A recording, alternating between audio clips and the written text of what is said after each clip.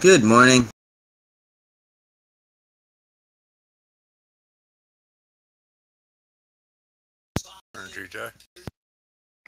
Good morning. Happy birthday.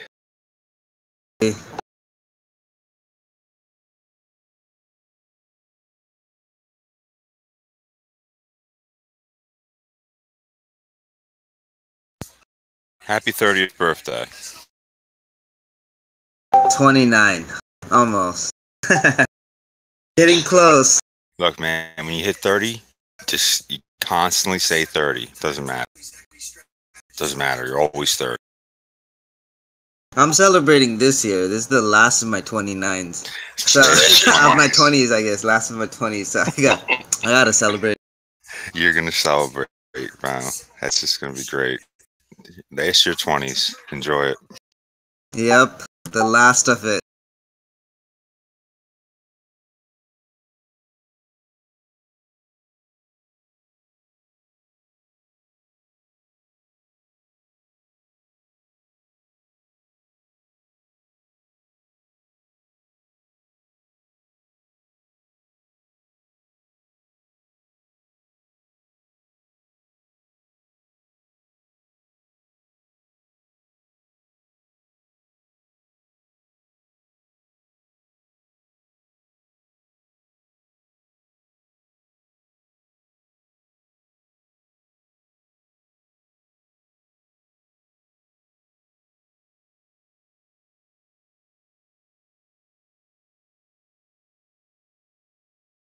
Alright, my CGC is doing good.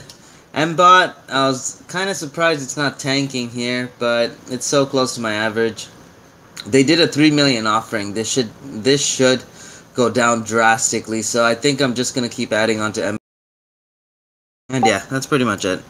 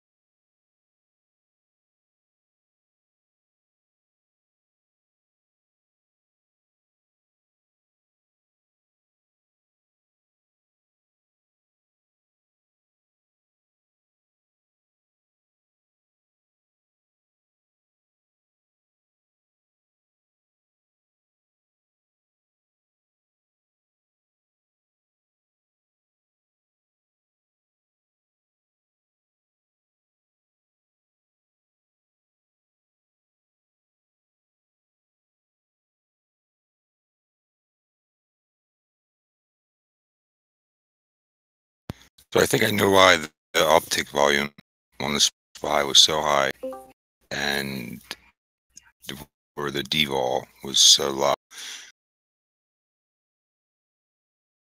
Morning, everyone. Good morning. Good morning. Yeah, guys, as I told you yesterday, they were gonna do an offering on him, but that's why I never got out of my position. Now it's looking really good. I added onto it. I'm just gonna hold it for dear life. Yeah, same here, TJ. I added on at 10.25 pre-market. Well done, well done. Yeah, I'm pretty excited about that. Only concern is just that it's still such a low float if Gentile wants to play games or whoever else is playing on it. But I got to They can't. You know what? They had 3 million shares outstanding. Now they just diluted the float by 50%. So right before the announcement, it was at $11.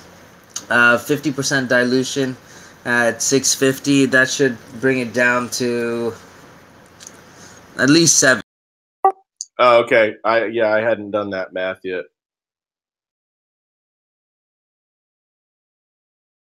No, what was up with ES running last night, and then it looks like it just completely gave all that up. Anybody know what happened there?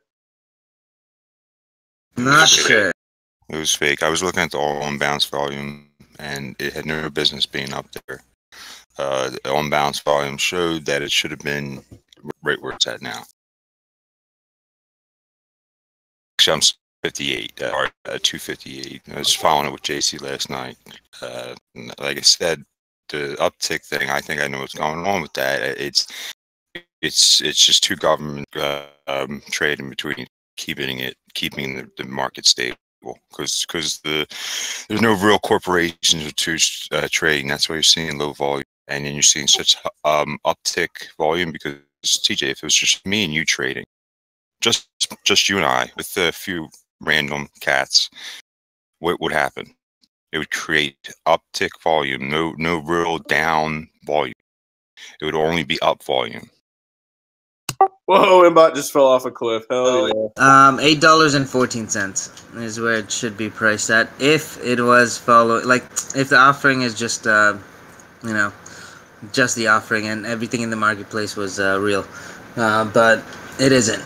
This thing was artificially moved up, so it should go down more. I mean, I still got a $2-3 price target, but at $5 I'll start covering. So what did you get your average up to? Did you average up in the 11s or just after the news? No, I was waiting for the news. I was afraid this might go to like 20, so I was like, I didn't add after hours, but as soon as I saw the offering news, I just actually added like a couple minutes.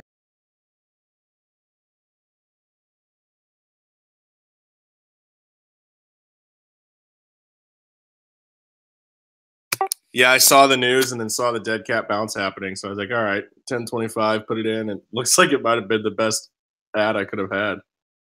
Yeah, as long and I know your average is over $8.15, so you're good. As long as our average is over $8.50, we're gonna be making a shit ton of money.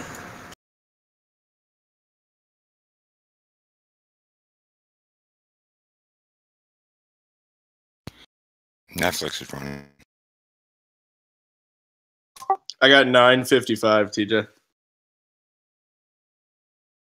Oh, beautiful. Good job. Thanks, man.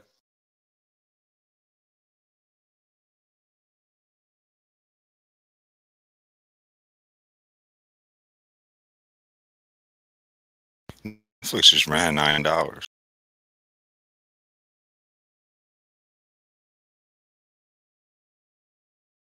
So yeah, so now that I averaged up, I would get forced out at like 20. I think I'm gonna put my stop over the high from pre-market. Exactly, and the thing is, now that the float's diluted, getting to 20 is gonna be a lot harder. 50% harder. Well, actually 100% harder technically.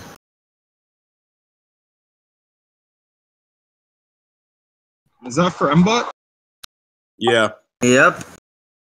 I have to give a shout out to CFA because he's the one who did the DD on this and found out that they have an active shelf and provided the fundamentals for us to make this play.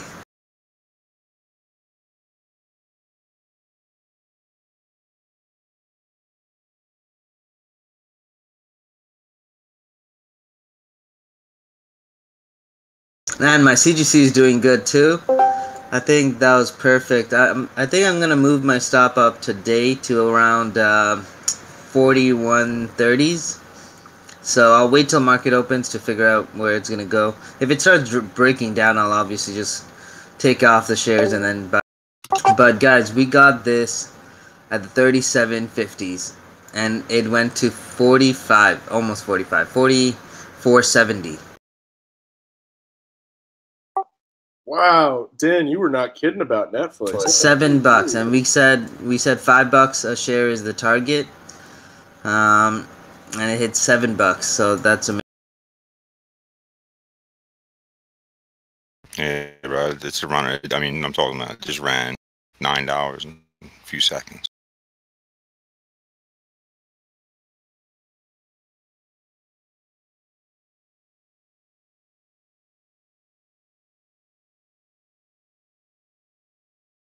That is crazy.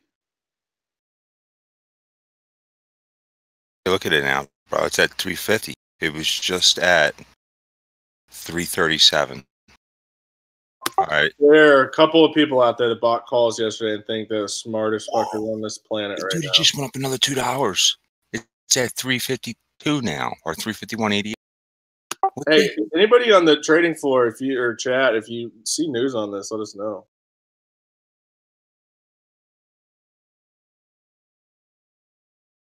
News on what? Netflix. It just went 337 to 350 in one 5-minute candle. 352. I don't have anything for today. I had to think what day it was, then I realized. Now they do have an ER this week, so I mean it could be someone trying to pump and exit a position. Maybe, I don't know. Is that crazy to think, TJ? No. Not crazy to think. I mean, I could see that happening. It's that happens all the time. Yeah, but this is something else. Yeah, Roku is going up in sentiment as well. Let me see if iQIYI is. Oh. It has to be some kind of news on it. Maybe it's like CNBC or something like that, because I don't have anything here. Guys, they've been pumping. Oh wait, I got it. Here it is. They've been pumping Roku. I just posted it. Raises prices for its services. Oh shit. Well, So it's not confirmed. It's a rumor that Netflix is raising their prices. So obviously that will make it go up. But it's not confirmed. So, you know, and we're chasing if I get in over here. It's already up like $12 a share. So I'm not going to touch it. Wait for the pullback and at least for the company to come out with a statement. And you see how quick they are, though. They don't waste no time. They ran that up 12 hours. They're sharp. well, yeah, I mean, I'm sure they have a better information stream. I mean, this big boys pay a lot of money for that. They got like a black box or something. They call it a squawk box or something like that on the floor. And a lot of the floor traders that go to be regular traders for retail traders, without that, man, they say it's very difficult because you are lagging.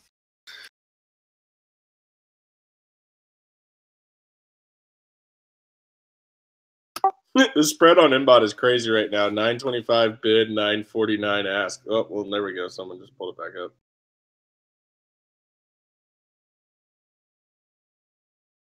up. I'm really curious to see what's going to happen to Mbot at open.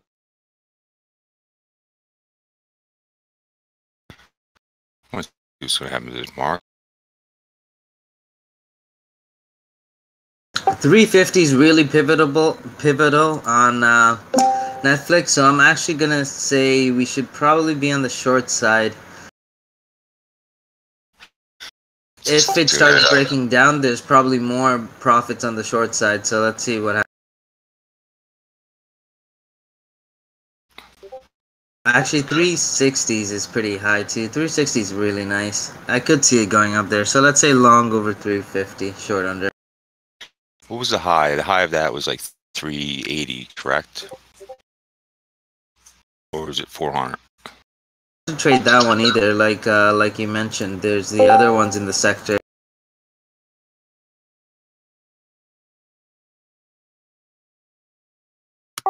Yeah, I mean, Roku's an interesting play too, and it's a tenth of the price, so you can get more shares of it, give you better scalping capabilities if you have a smaller account.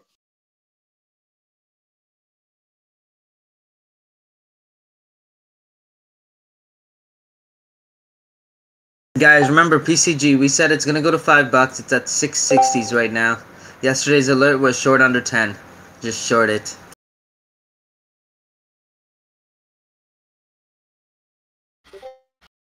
Would you ever consider buying that? No.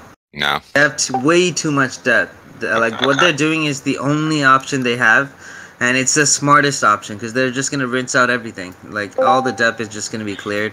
They're gonna sell all their assets to another sister company, which is then going to down the road become the main parent company, and everything just goes back to normal. So this isn't like a GE type of deal.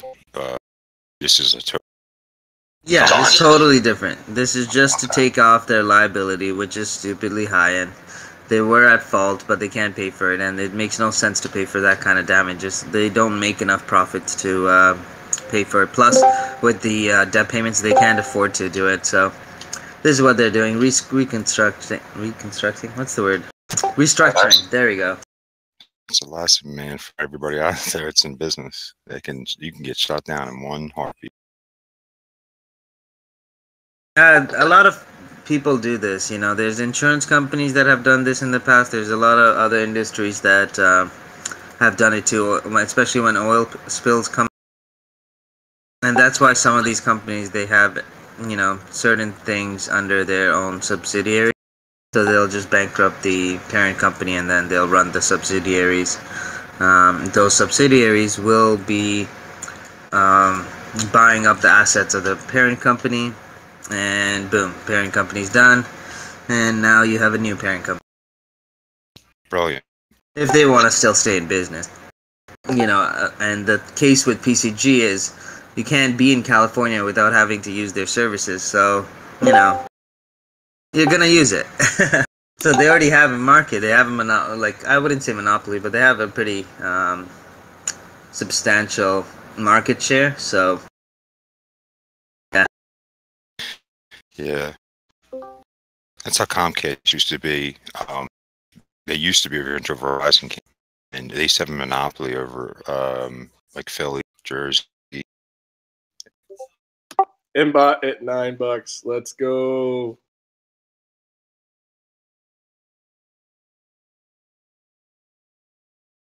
That buying that we were seeing earlier is really just completely dissipating. I kept seeing people buy up the dips, but now there's not really anybody buying.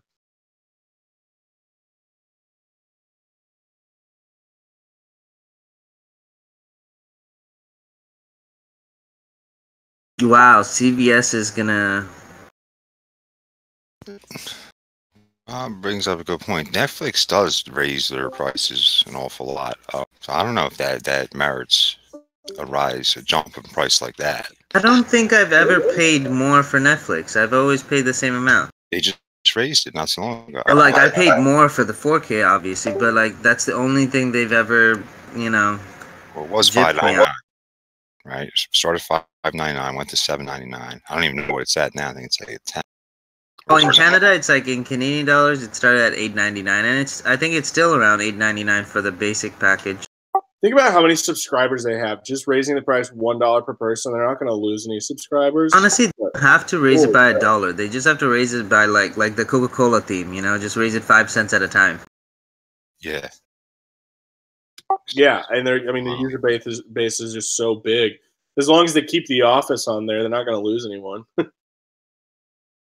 Yeah, the question is anyone else going to be able to tap into this market? Like, I don't see myself getting Disney, getting this one, getting Amazon, all of those 3 different ones, and like having to choose which one I'm going to. I'd rather just go to one interface, watch my shows, call it a day. I think Disney is going to take a huge chunk. I think everybody's going to have Netflix and everybody's going to have whatever the Disney service is. And I hope that the Disney service basically includes everything that's in Hulu right now, or they just kind of transfer it over. Because I would be A-okay with having Amazon Prime, Netflix, and whatever the Disney service is. And that's still less than regular cable. Roku gets bought out, and you're here first. Like, basically, we unbundled everything, and we all still want the same content, though. So now we're figuring out, okay, you just have 3 different subscriptions, and it's all on demand. And Leo, Rookie Trader, you can use Trade Zero. I like Trade Zero. It's one of my first, real day trading brokers that I've used. But there are others. I'm not sure what Pyro. Pyro, what are you using? I'm using Tastyworks. And Tastyworks. yeah, I mean, Damn, they have shorts too? yeah, I didn't realize this one was that hard to short, but I had no problem shorting it pre-market and yesterday. Wow. But I think I noticed. I think the commission is $5 on a short as opposed to $1 on an option. Okay, that makes sense. Yeah, I didn't realize that at first, which kind of sucks because I have a small position, but I think I will more than make up for that if this does what I think it's going to do. Yeah, the shorts are costly, but it pays for itself. I mean, this thing's gonna go back to $3. What's a 0.5 gonna do? 0.75, that's pretty.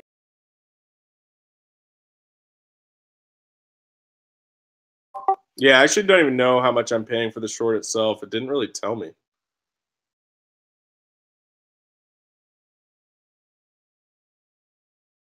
Wow, short trader jipping you guys. That's a lot. Go with something like Trade Zero. It's not too bad. Yeah, 75 cents. They're literally just telling you, all right, you got to wait for this to go back to like 5. Yeah. There's no way you scalp with that. Someone saw $15. Have you ever had the issue with Trade Zero where it lags the market like really badly? I've heard a lot of people complain about it. Yeah, it's a horrible broker. But the only thing I use it for is shorting. So it serves its purpose because I have center point shit on shorts. Actually, it's okay. It's actually the second best. You know, they have the same. They even have Hilltop, which is strange. On Trade Zero, they're with Vision Clearing, and Vision Clearing still has more shorts than Vision Clearing with CP, which doesn't make sense. Yeah, they use they clear through Ajax, right?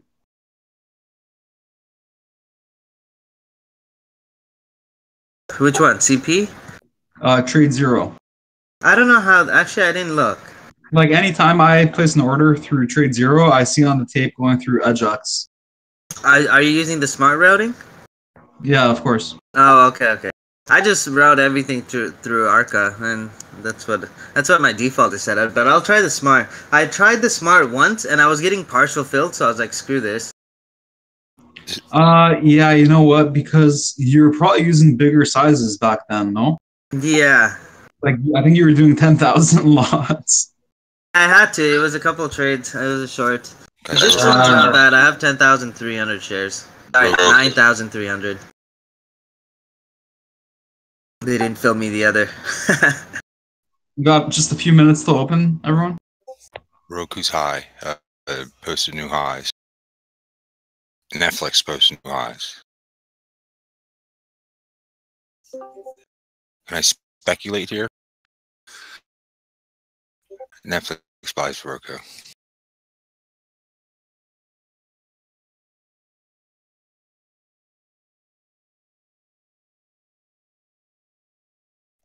Remember, guys, SPY closed at 257.40 yesterday, so this 257.50 mark's going to be pretty big support level to test for open. It's a good point. A wild night, and just went all the way up and then all the way back down, right where we closed. Oh, that sucks. I didn't even get out of Netflix.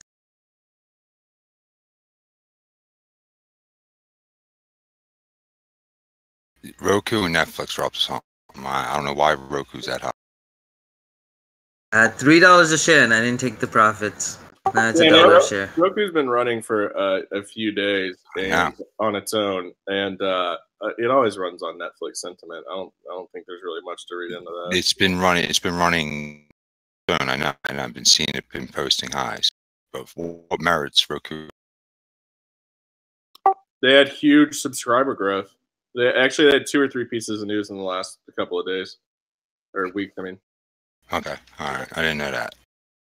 But I know I've seen them on the highs coming up, and I know Roku. I've had Roku, and I have a bunch of Rokus here. And I don't even use. I got a Roku TV the day the rally started. I almost entered it just for the heck of it. I could have paid for the TV like 5 times over. Good morning. So sad. I could have made $3 a share on Netflix. Instead, I locked in $1. So greedy. Well, the tank happened really fast, so in my defense, I didn't think that was gonna happen.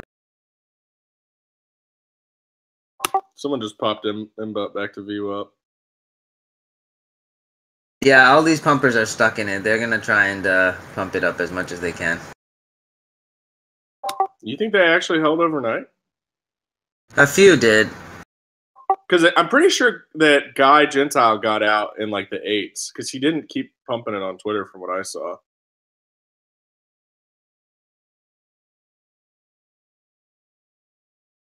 I'm not too worried about him. He's not really gonna like pump a stock or.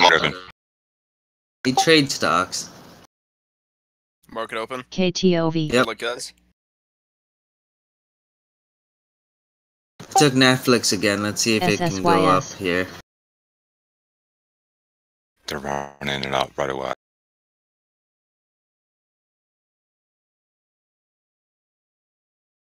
Boom.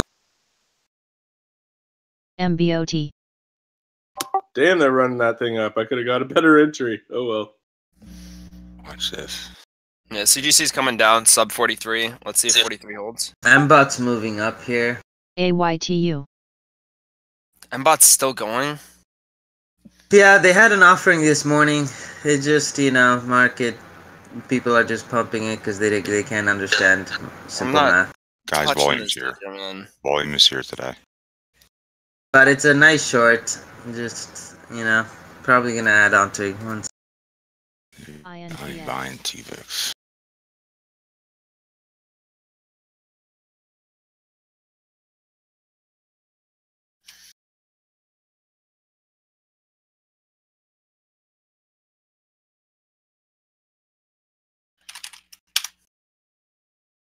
Yeah, I do think I'm pretty sure Cam the Man is stuck in it.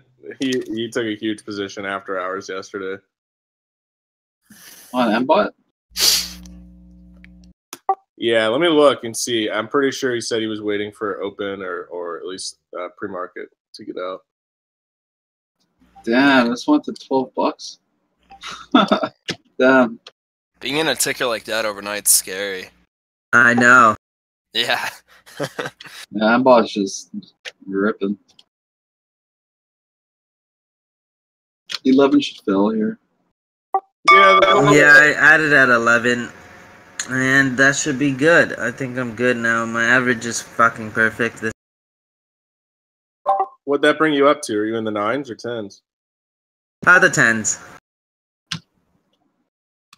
Are you in a full position already? I could add another 20,000 shares if I have to, but I don't want to.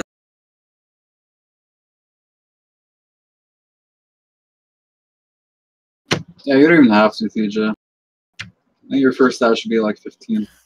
Wow, CGC. That was crazy. That just gapped up like 30 cents. Yeah, I'm still holding on to CGC. Just waiting. I think it's a long over 42, so I alerted that one. RBBN. Yeah, I was trying to go for an entry at 42.50 when it just went on the dip, and then it gapped up so quick to 43.40. It was like insane.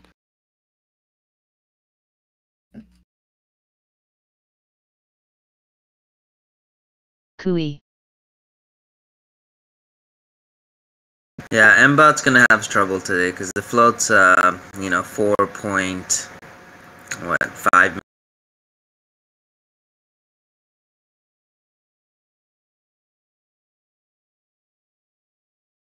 It was 1.6 million before, right? And then they added 450,000 shares.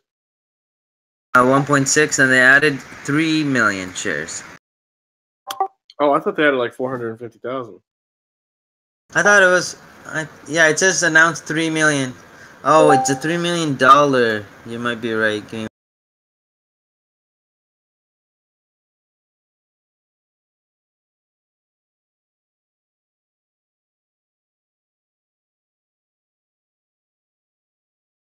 So yeah, Netflix rocketing.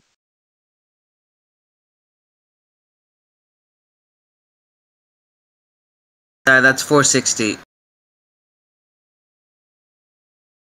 APR. Damn, I got the math wrong on that one. NXTD. I mean, still, it was $2 yesterday or the day before. Ah, it's okay. Still holding.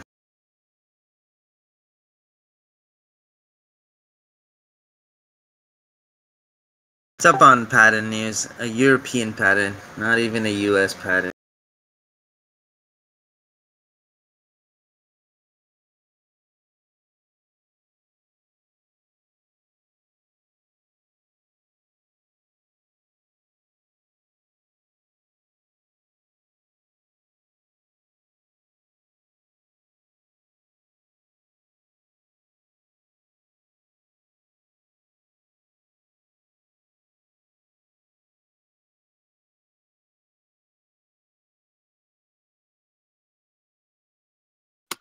Well, this is kind of painful to watch. KTOV. PCG. Getting so close to my ad. Ooh, CGC coming down. Up 2. Pie's making a new high. I'm just trying to find the P-pip. MBOTIL. Oh, it's halting. MBot's halt. Oh, is it halting? It got saved. Wow, it was just about to halt.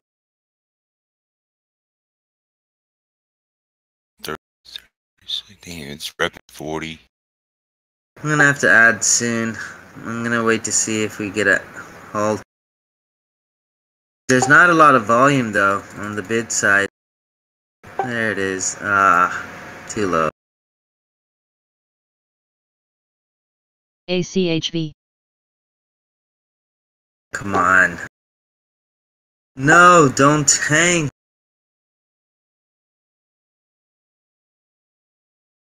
Oh well, missed my ad.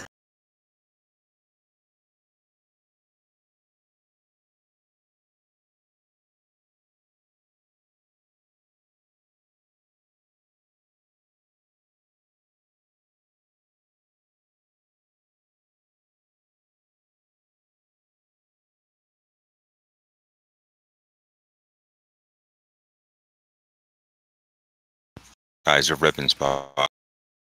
This is where CGC should hold support. If it breaks underneath here, it looks bad, but, you know, should hold around here.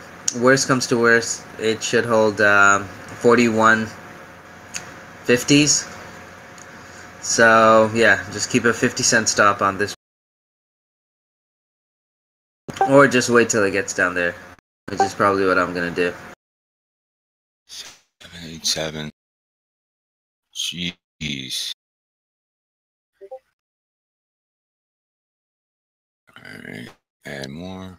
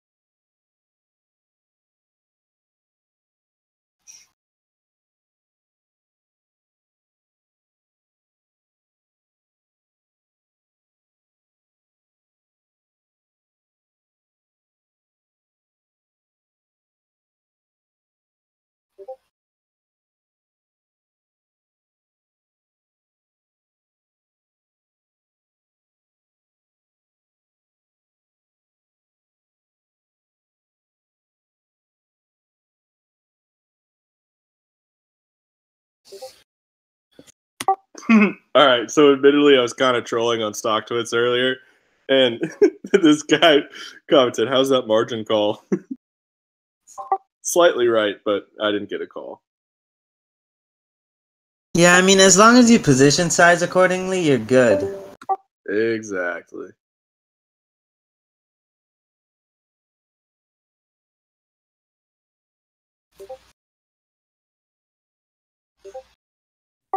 That said, I've got a meeting in a few minutes, so I went ahead and added some money to my account just to be safe in case this thing goes berserk.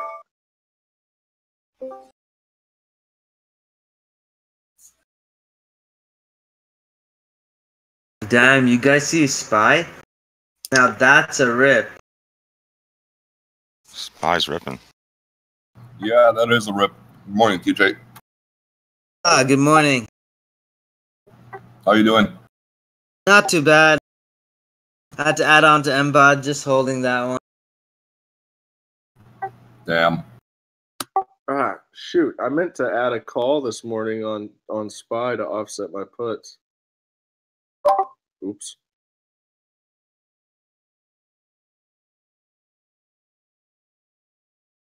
What do these guys normally do? Look, we have 4,500,000 volume. We didn't even hit this until yesterday, until about 10:45, something like 11 o'clock. I think that's where we got around this number. BIOC. We're already there in 10 minutes.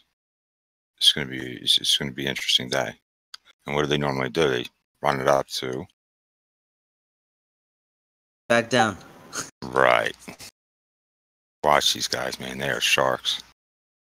See if we can get to the 260s. That's gonna be crazy. If today we get to 260 on SPY, we're looking good. Now Netflix, I think we're gonna go on the short side. I don't see. I've been MBOT. watching this thing. I don't see a lot of interest over 350. Everyone's been selling into it, so under. I say we short Netflix under 350.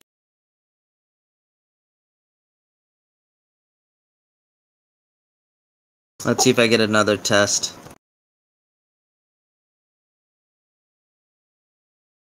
I think 350 for Tesla and Netflix is actually a good range.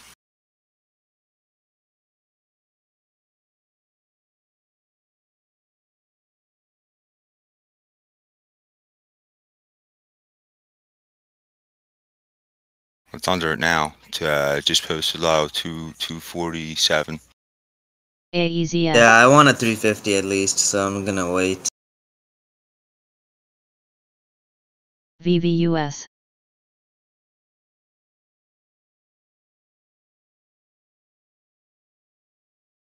Okay, maybe I'm happy that I didn't get that MBOT short because it looks like it wants to go up higher. So I'll just give it a let it figure out. Looks like 15 probably.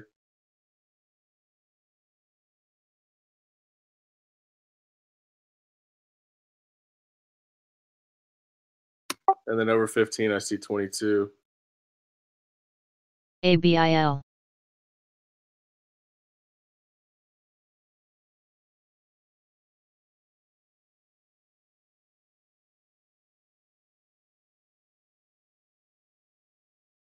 My volume VZO is going down on it, so. And there's Netflix just dying. Volume is definitely diverging. APRN. Yeah, it's at 639% of the upticks, and the downticks are actually kind of normal today. It's not no crazy percentage.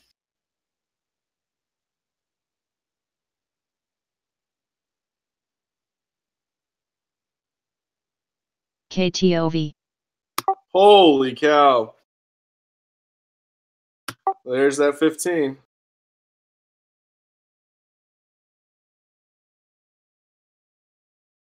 Not shorting it yet. I'm gonna wait for the ad.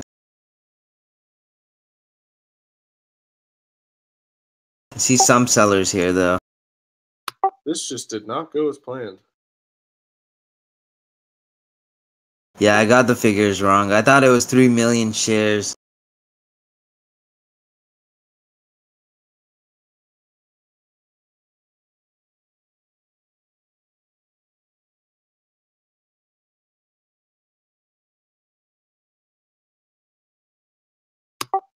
I cannot believe the noobs on Stock Twits were right.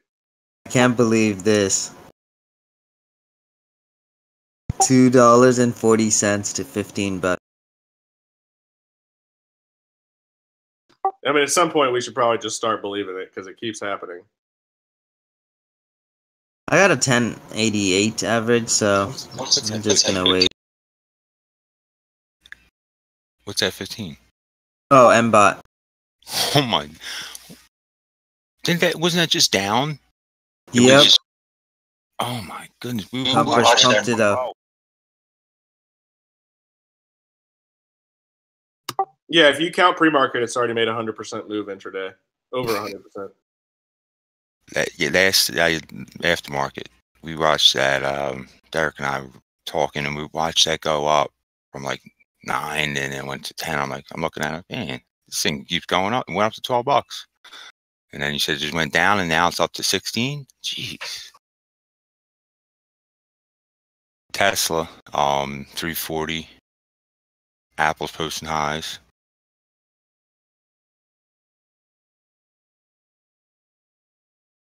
It's going to the moon.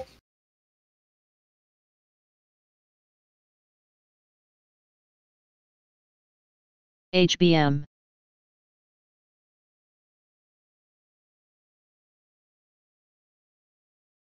Sold Netflix.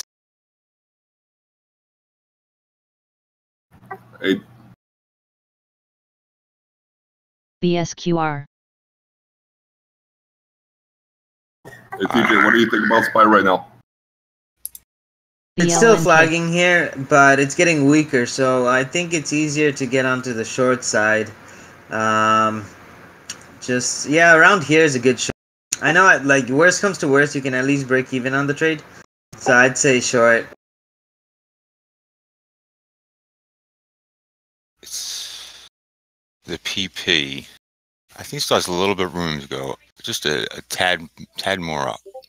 Just a tad to get up closer to the 260, and then you're gonna see the turnaround. I'm still waiting for the rip, like that hard rip and the absorption. I want to see that. And once I see that, then BCG. I think it's going to turn around. But they're going to try to squeeze, in my opinion.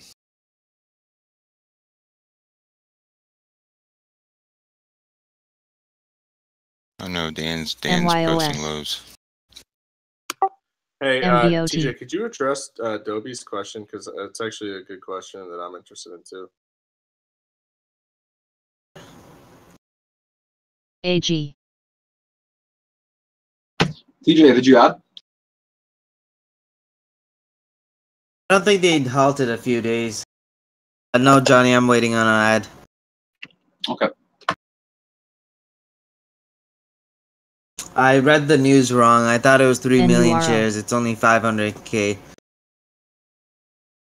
Still, that brings it up to like $11. Actually, not even 11, because if they did add the market offering, it was at 11. 50. It should be around $10 anyway, so near my average. Oh yeah, it was a $3 million offering for 450,000. Yeah, not 3 million shares. That's where I was like, yeah. Yeah, price per share $6.50. Man, this reminds me of AWS, TJ.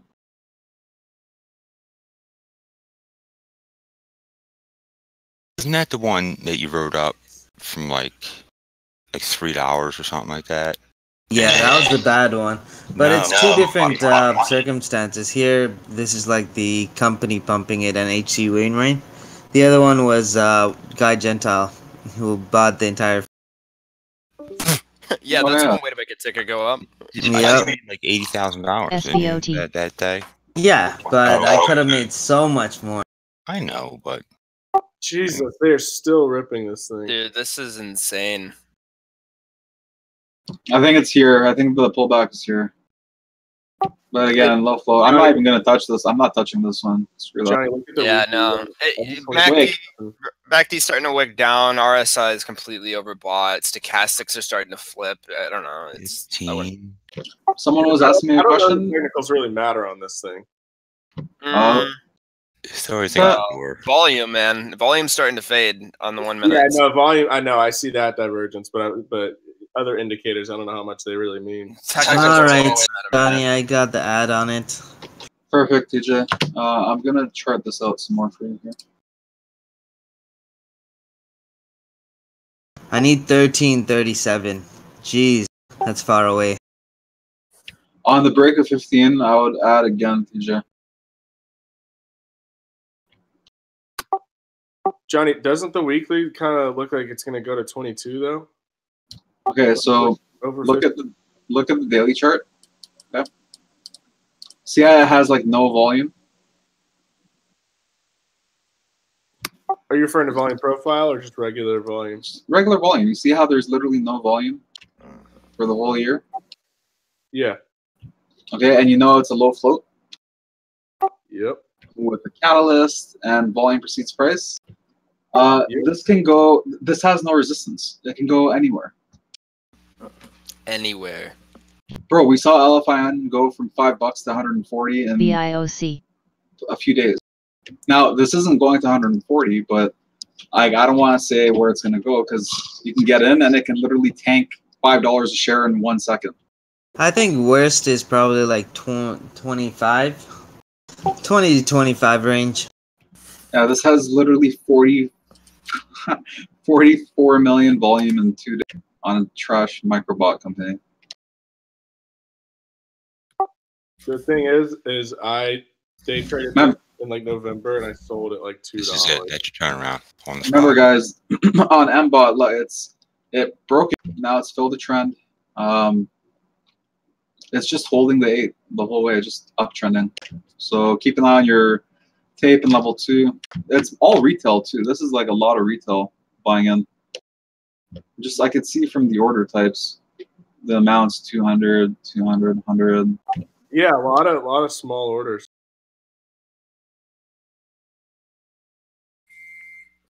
But that makes me wonder if there's orders going through that we're not seeing. I mean, is there dark pool on something like this?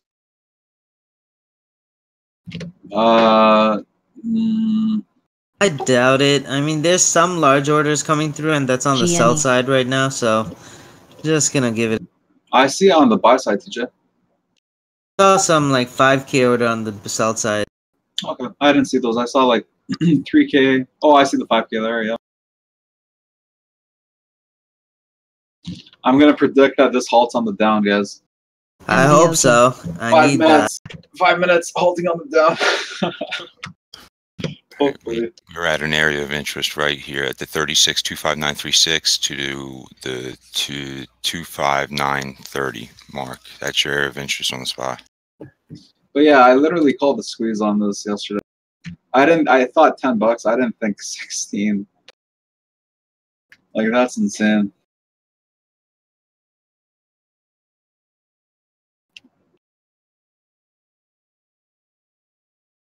It's kind of similar though to that play on AWX. Like even though it was one person that got the float, it was like you had shorted that on the back end, right? Did you?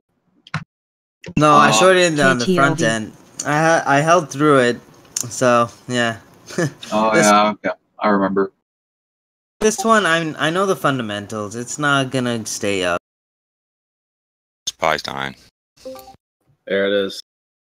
Now, if it has a day 3, then I'm gonna be scared. Yeah, that'd be. YRCW. Yeah, this thing needs to turn around sooner. I'm screwed even with my tiny position. That'd be just a peach. You shorted it? Yeah, dude, I shorted a tiny position for my account size. Well, 16 has support. Oh, thank God. Some relief here. Yeah, give it a sec. PCG. We got this. It just broke out on the down. If I can get 1337, I'm happy. I'm gonna take as much as I can out around my average, and then keep like 10K share. Yeah, Or I can just take the whole thing off if it gets there, because it's near VWAP. It's just below VWAP, so I can take the whole thing off and then just redo the trade when it retraces. Yeah, TJ, the point of control for this kind of segment here is sitting around $13.03 too, and usually prices a tendency to gravitate like near the POC. So, say there's good substance. Yeah, that's perfect. Look at J&J. Beat down company, but still a great company. Right back to 130.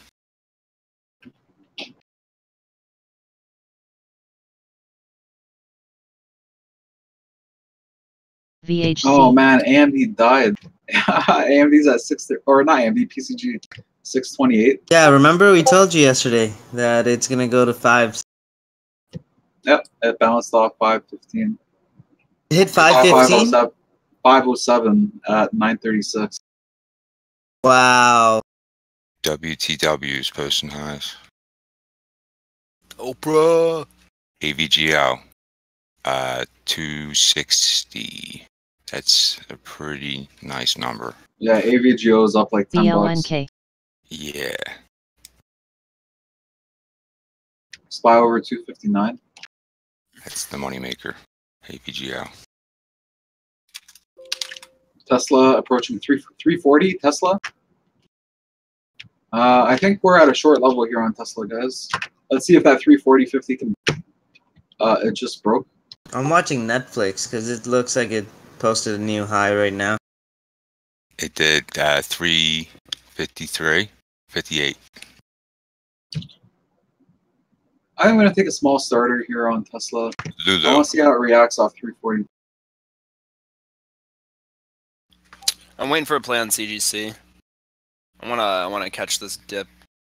Lulu has news too, I believe. I've seen it on IB. AIMT. Yeah, get ready for it. It's going to happen soon, Joe. Yeah, I'm waiting for it. It's testing the 200, so I mean, I think all the oscillators look like they're fairly primed. I wish RSI was a little bit lower, but I'm gonna go for 100 shares. CWEN. I missed that entry, but oh well.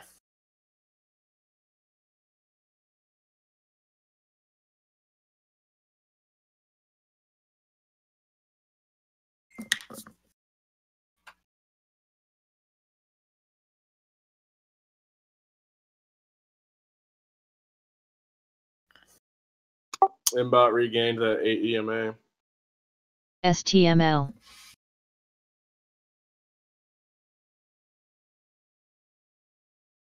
Yeah, don't try not to look at the 8 here.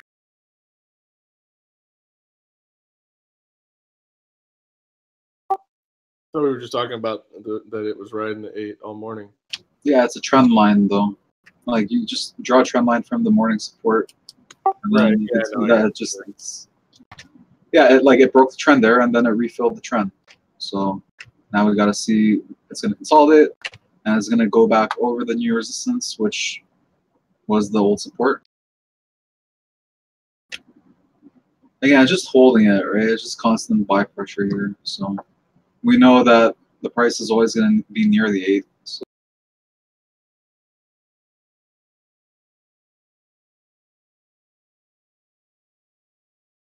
like if I took off my EMAs and I saw this pattern on MBOT, I would know that the 8's there. I wouldn't even need it on my chart to know that.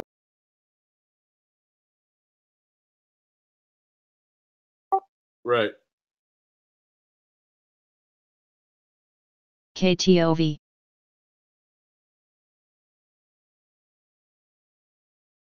Yeah, TJ taught me that one. Guys, MBOT has a resistance at 1650. That was a silly trade. Wow. What was a silly trade? I told you the tank was about to happen. Yeah. Like you're like, yeah, I'm looking for the dip here. I'm like, yeah, get ready for it. It's about to happen. Yeah, I just got a bad entry on that, but it's okay. I'm long now. I'm long now at like 41.20.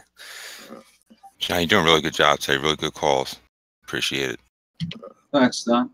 Can anyone give me a ticker? I'm just holding a small position on Tesla and AMD. CGC. CGC. Oh, I got stopped out of Tesla. I think Netflix is a short because it's unconfirmed and it's already gone up. It gapped up today, so it's around the area where you could.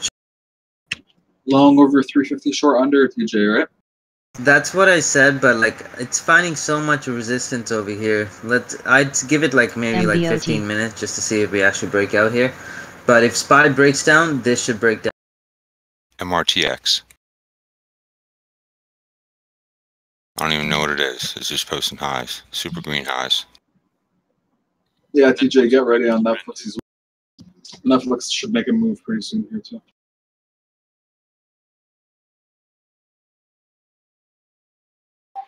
Yeah, dude, that's posting a lot of highs. MRTX, what is that? MRTX is Mirati Therapeutics. 178K volume. They just had 50K come in. That's why. Okay, that's why it's super green. All right. Yep. Thank you. All right, I gotta head out for like an hour. I'll be back on in a bit. Hopefully, I don't get stopped out on this thing in the meantime. Guys, ADIL halted. HCM. I don't know why the halts don't show up on the scanner. If you want to look at something, check out Microsoft. Johnny said it's been posting a lot of highs, and it might be a good opportunity. Well, Microsoft, I had said to everyone long over 100, short under when it pulled back to 100. So, Okay. like, for a breakout here, I'd say short under 105. Okay, cool. That's where I see the resistance on the 1 minute. Weight Watchers, BIOC. WTW. I know that's always used. You know, that's always pumped up and shorted pretty well, and that's a good price. Well, what would you say for that? Hold on. Let me tell you for Microsoft. Microsoft has heavy resistance at these levels, up to 104, 84, 104.85. Sweet. So yeah, I'd say under 105. That's fine. Short under 105, long over. It's already up a few bucks a share. LPL. And SPY's at HOD. Yeah, SPY just broke HOD. Hard. Wow, look at SPY 1 minute. Huge volume. Yeah, I think this is 25976, which the last one. If it goes through that, it should go to the 86, and it should have resistance there.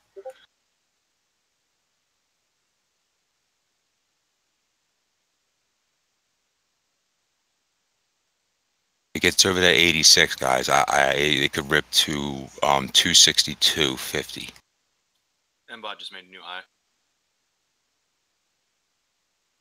PCG. Ears. VVUS. Yeah, 1650 broke out, and now it's up $1 a share.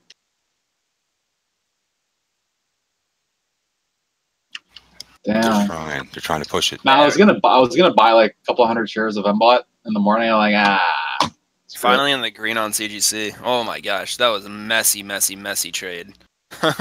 Why was it messy? First off, I didn't time my average. I didn't even average into it, and I should have because I was down 40 cents. But I knew the support was going to hold. I was pretty confident in that. But remind me to do that. Work on averaging. Squeeze is on. Yeah, they're trying to squeeze. It's all right. I'm in a really good position now, though. But if I averaged, I would have killed it.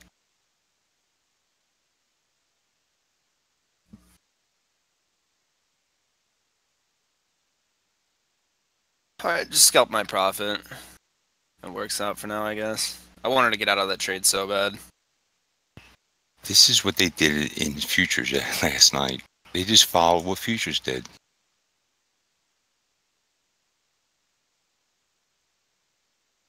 Ooh, glad I got stopped out of Tesla. Hit 340, 390 there. So I got stopped out for $1 a share, and it went another 250 against me.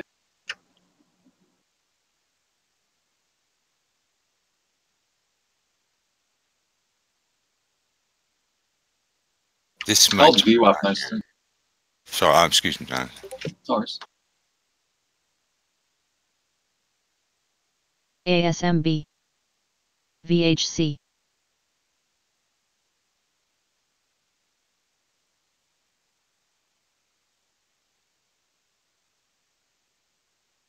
I think Facebook's at a pretty good area too at 150.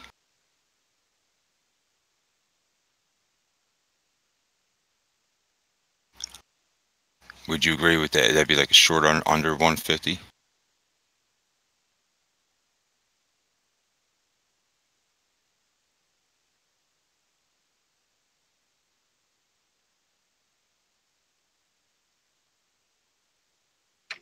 Yeah, for Facebook, right? Yeah, that's what I'm thinking. Long over, short under. Yeah. KTOV. Xerox is focused on better serving the small to medium-sized business market with a more client-centric, simplified, and integrated approach across.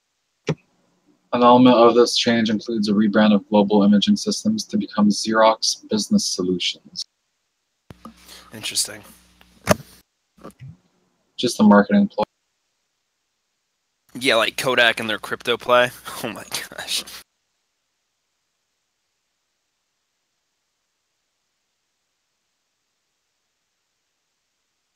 Lulu keeps posting highs, 70 ticks on the high.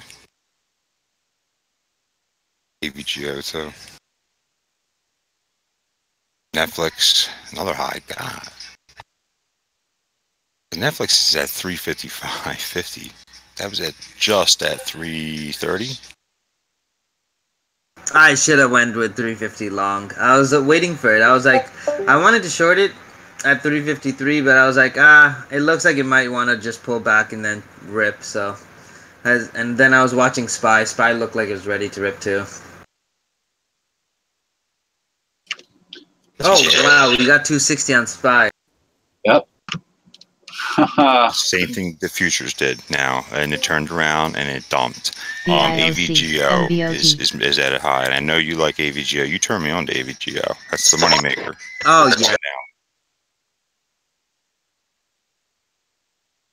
Hey guys, what was the lowest number that Spy hit before it ripped here from yesterday?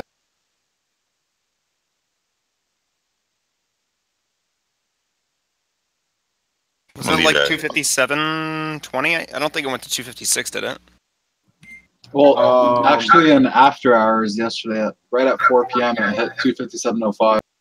I got about 285. 285?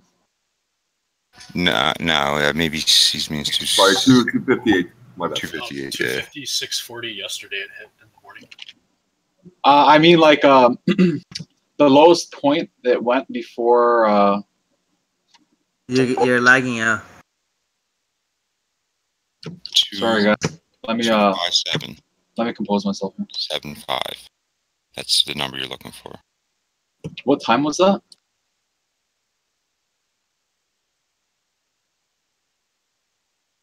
All week. Okay. You know what I mean? Like it was all week. It was that number. Yeah, you can see it on the chart. Yeah.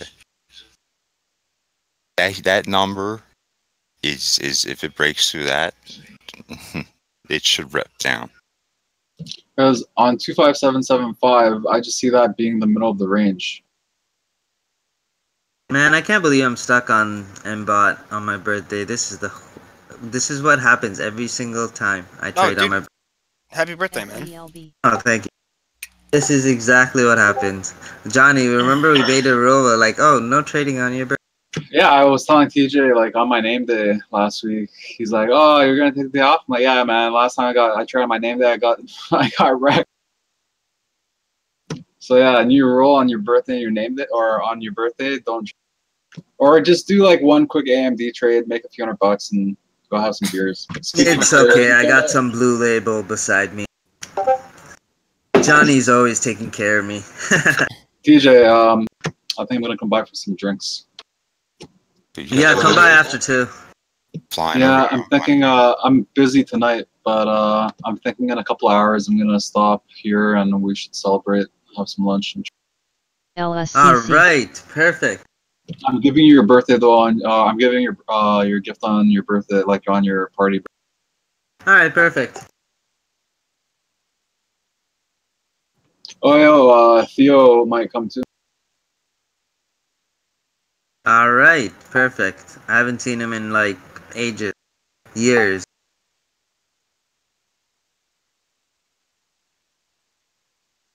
Ears. CGC was definitely very interesting this morning. That was beautiful. I closed out with 40 cents.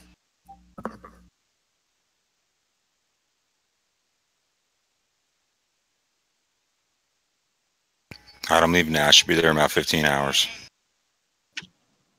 VVUS. Where are you heading, Dan? Canada. NXTD. Yeah. Oh, and Johnny, I think I'm gonna have the birthday at my other house, the one in Scarborough. Wait, hold on. Wait. The one with the. The chick from Belgium? Yeah, that one, that house. Oh, man. Pod. I don't want this one to get messy, so yeah. We're Wait, probably gonna wait. do it there. Is she coming to your birthday? I could invite her, but no, I'm not inviting her. You pulled a bad move. Guys, come on. He broke the boat, broke. What do you do? He The broke the bro bro rule. What? Long story. Okay, here's what happened, guys. Some chick was staring at me. She told me she was BHC. single, and she showed up to his girlfriend's party with some guy, and then I picked her up. You chopped it. Yeah, but it's not some guy. It's my other friend, and that's like I he know, broke but the she, boat, but broke. she's like, yeah. No more models for you, Johnny. No more. Listen, guys. When someone tells you that she's single, and that's not her boyfriend. That's just my friend, and she's staring at you all night. I don't care who it is. If she's down, like I'm gonna talk to her. Like she talked Yeah. Nah, that's bro code broken. Yeah, your bro code. He's not my bro. Oh, dude. Oh. Hey, she makes her choices. Boo. Yeah, man, she made the choice. I died. Guys, Spy, I'm watching the algos. They're fucking tripping right now. Do you hear me? Hold on, we're about to break HOD on bot. Lulu's on his way down. Look at Spy, Johnny. Yeah, Spy made a dirty move down. Tripping right now on the book. Yeah, That's what I it's said. just, When it hits 260, like it's easier to short this thing because it's just gonna come right back down. No, this is. I've never seen this. I think we're gonna fly through HOD, guys. I think we are gonna fly because UEPS. they saved it right there. Look guys, at that this is save. literally. It's literally mean reversion. That's Did you all see it was. the It's a VWAP 100,000? test. Sitting up there, bro? I don't think we're gonna go up there. They just blocked it off. They just hit a wall. They just try to push People it are through. locking in profits, man. Last week this was at what 245. Yeah. Yeah. You can't assume that they're just gonna buy and buy and buy and buy and not sell. No, Yeah, I I think agree. there's probably people in position still from the 230s. You know. There's people probably with positions from 100. Guys, you're I missing. know someone that. Anyway, I don't want to get into it. But yeah, this was a VWAP test into a reversal doji for a mean reversion of the 50 over VWAP. CWEN. That's what I see. So anyway, like 259 needs to hold. We have strong support over 258.50, so long over 258.50, short under. Long over 260, short under. Even here, this is the biggest green candle for the day at 10 a.m. 259.14 open, and it retraced over. So let's see if it holds. TVIC's starting to pick up here. Craziest thing Trying to is, bounce off support. Oh, guys, Wells Fargo CEO made a statement, says planning to operate under asset cap through end of 2009.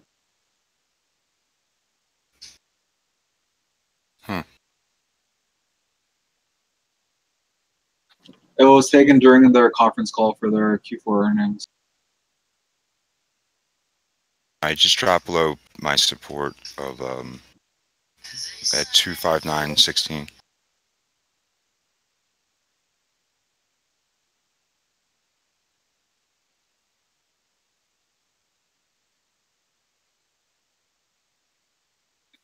Lulu and Netflix both dropping under support. Oh dear. Ooh, we just broke a VWAP on SPY. I don't know. This could break down here. It's piercing. Piercing again. Oh, Knife. Who's not knife? TVIC's picked up too. I'm gonna go for the AMD short maybe. I'm waiting for direction. AMD's in like this, yeah, it's in a consolidation zone, so like it keeps wicking up. So I'm gonna try and catch the top at like 2060. I like it here. You think? I mean, I'm waiting to see what SPY does, but yeah, I'd like to get an entry around like 2055 or you know, Sector wide lows. There's just some green volume coming up, and I want to wait a little bit.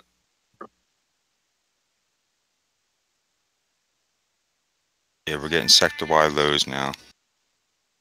AMD's just been sitting around 2050. It's been consolidating in that range like literally all day. Except tech. Tech is still up a little bit.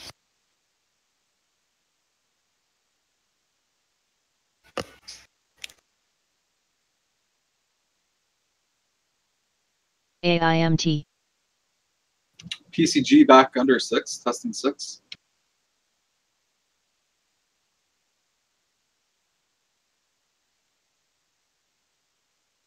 So look, AMD's 200 EMA test. It's been holding 200 EMA. I'm long on AMD over 2050, which correlates with SPY staying over 259 too. Your PP would be 259.16, and it's kind of holding strong between that range. The downward angle, I think it's 258.87. Sorry.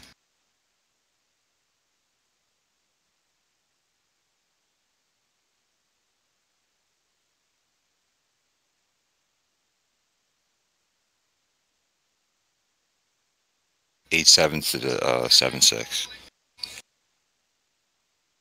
Yep, Oh, it this failed. SPY AMD. failed. It's tanking. Yep. AMD below the 50. Call it.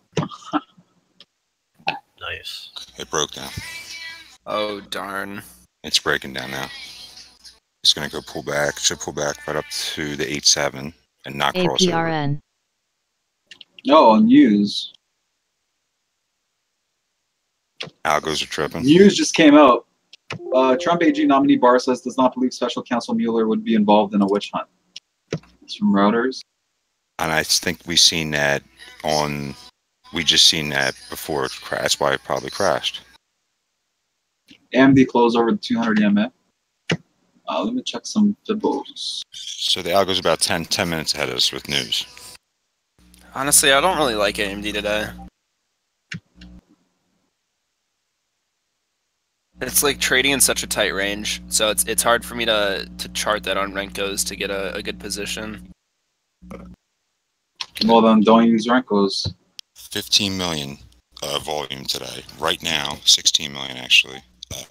Yesterday at this SPY time. back testing VWAP. Looks like TVIX got denied off of VWAP really hard there. 2 million.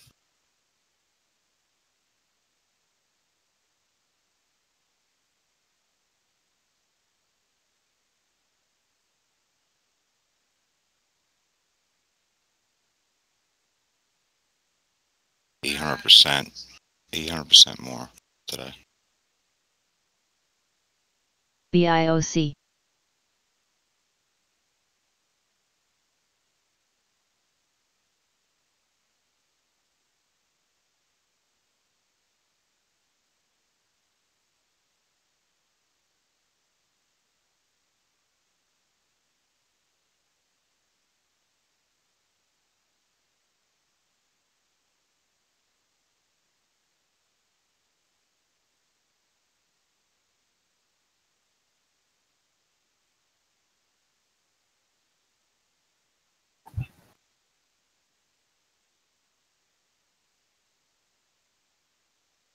SPY regain VWAP.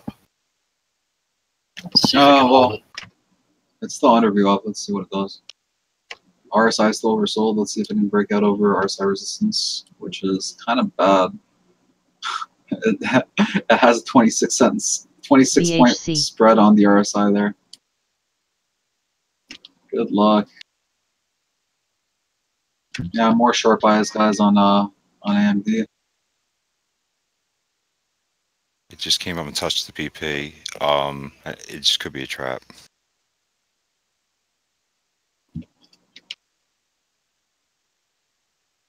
Well, it just touched 259.17. Yeah, like you said, PP. And it stuck to it. It didn't bounce over it, so that's what I'm saying. It's probably a trap. Let's see.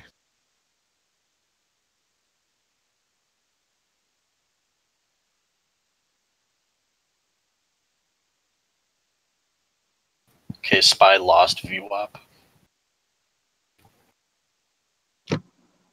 Like again, it's just like a couple of pennies under. Just give it some time.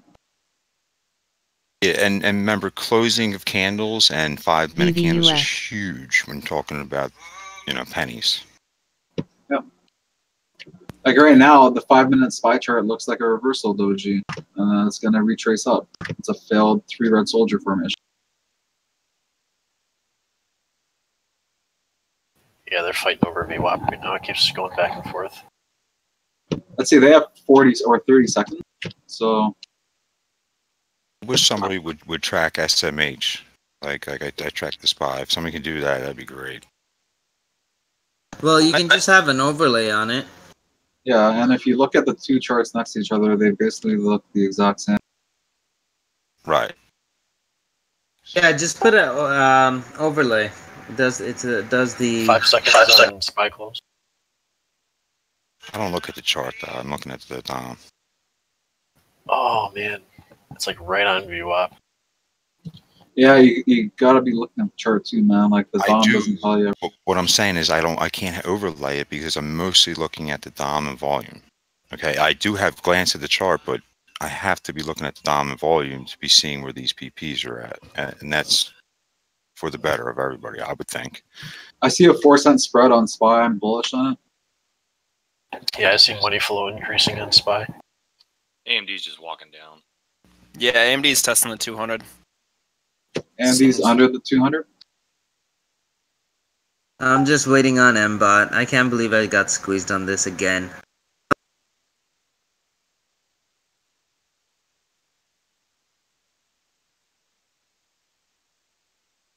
It looks like it wants to break down here. Hopefully it does.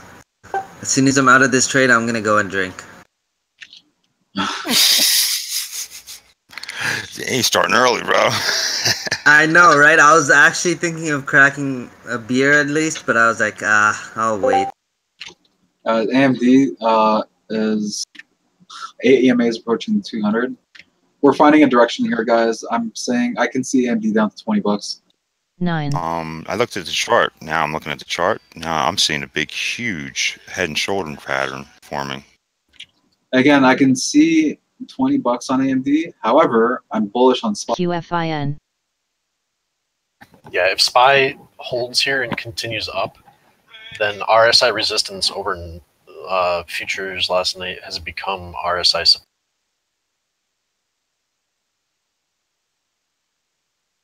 It's probably bullish the rest of the day then. It's creating the shoulder. It's creating the arm now. I guess you could say the shoulder.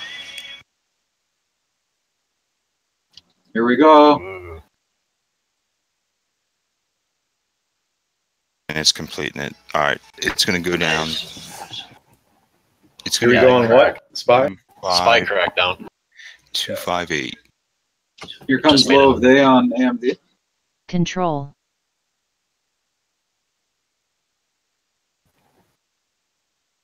Ouch. Ooh, SPY looks like it might break 20 EMA. Didn't find much support when it hit it. It's testing it again. Pierced. Head and shoulder pattern. Yeah, 100 EMA approaching here, 258.63.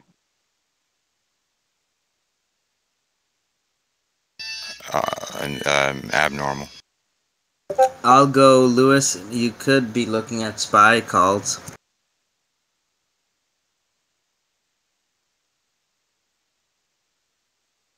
If Algo Lewis is Algo Lewis, he'd be on SPY.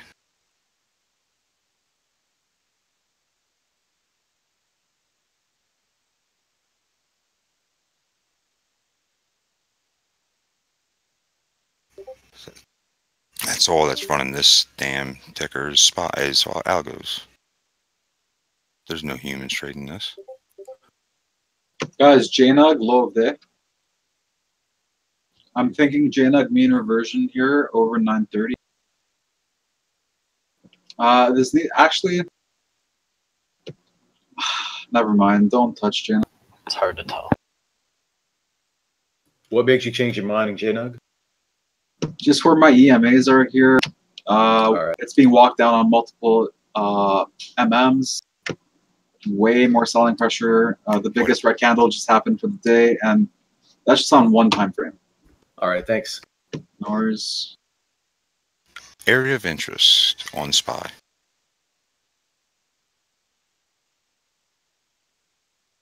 Yeah, just like I could see the mean reversion, but it's not a big enough move. Like I can see 15 cent retracing here, but I don't think it's a big enough move to alert. That's why I also changed my mind. MBOT, BIOC. It's faded nicely though, since this morning or since the open. Yeah, no, I asked because I saw the same setup you did, and I take those a lot, and then often they keep going, down, and I need to learn to invalidate some of them. You gotta learn to what? Invalidate some of them, find what's wrong with them. No, you just have to, because you're saying like you'll get in and then it'll keep going against you. Yeah, like on a mean reversion play where there's. So then you can just position size accordingly for your ad. So if you're gonna go in, don't go in with 1,000 shares. Go in with 100 and scale in 4 or 5 times. For sure. Because if you're gonna get in with 1,000 anyway, then give yourself some chances to at least break even or make some profit over time instead of because this moves slow on. Like it depends on the ticker too. JNEG moves slow. It's harder to say that on something like TVIX. Would it be fair to say this? 2 ads and a double down. No. Would be like the max. No, it's not because it's all based on your trading strategy. Yeah, and it depends on how far you're moving, right? And when you're gonna add onto it. If you add too early, then your average isn't gonna get lower when it drops significantly, right?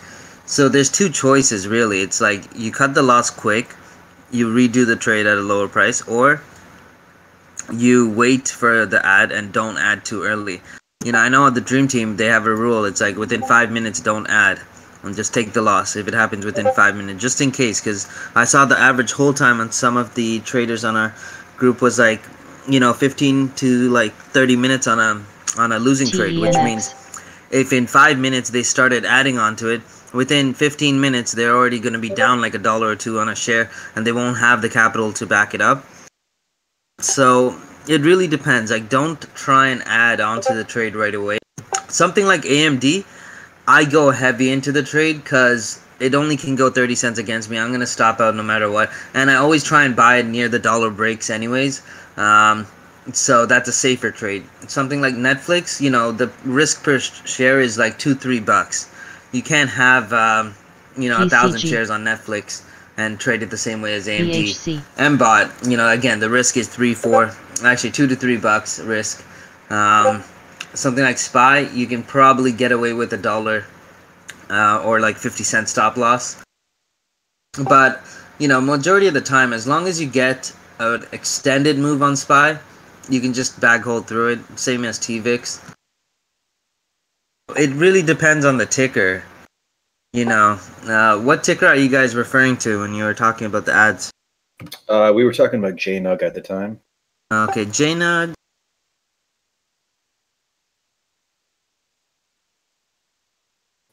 It's a triple, but it's a little slower moving triple. I think on a slower moving, you can go full size or like 75-80% size and just cut the loss if it goes against you. I think that's a better play than trying to add on. Ears.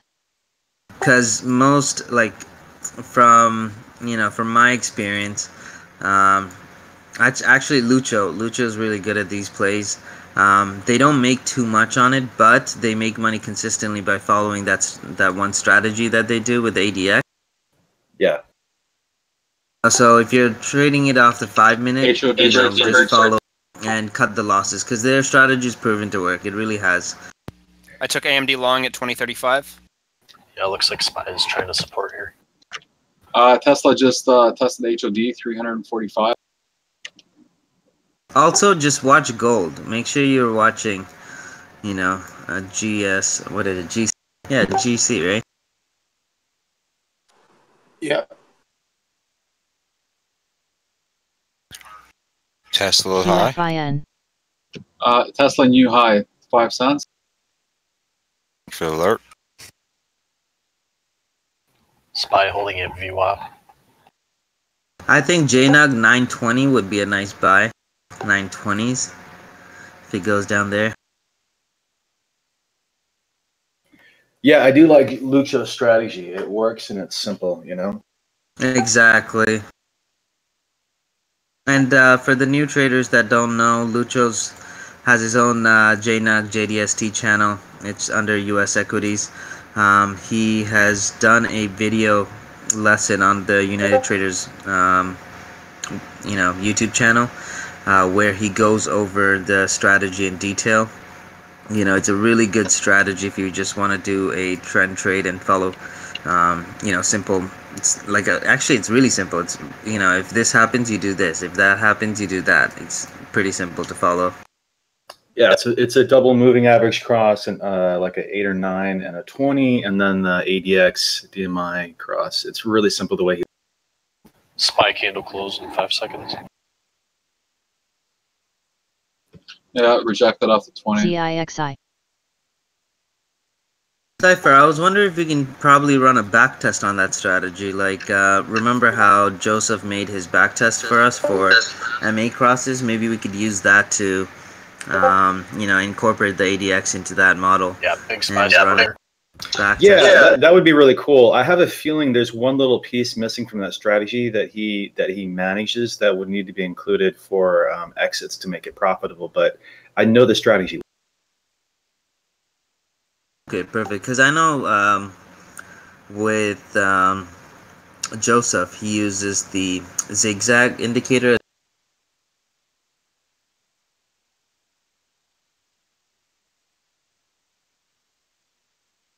SPY now.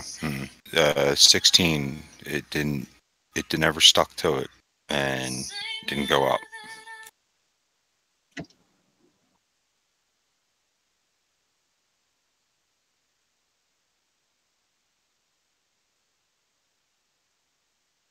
$7.6 is your PB. It just went down there and bounced off of that. It's in the range right now.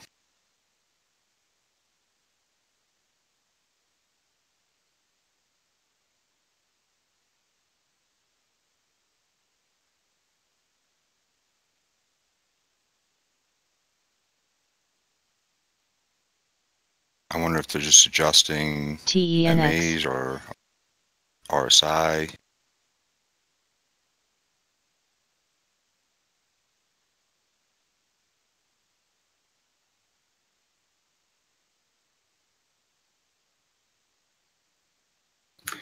Actually, right now, for anybody who's looking at JNUG, it's getting close to where I think Luke Show would enter. On the 1 minute, it's crossing the 9, and the ADX looks like it's about to cross. As soon as it confirms with crossing the 20, and the ADX actually crosses, that would be his end.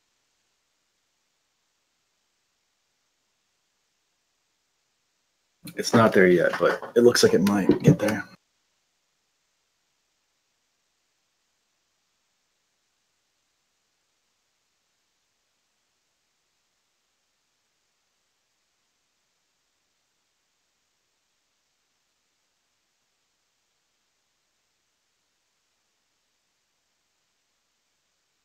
Realistically, MBOT could fly. There's no selling pressure. It's not dropping here, so it could move up high. Sucks. CWEN.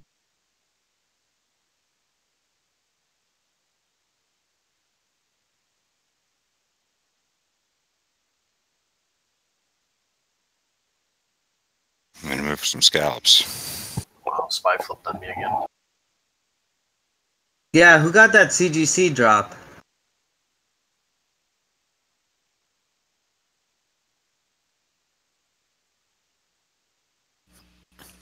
Fell for it? No, I didn't. I've been playing AMD right now. What happened to your CGC? Yeah, because you bought it at 41.20s, right? Yeah. I closed out with 40 cents. Probably. Nice, well done.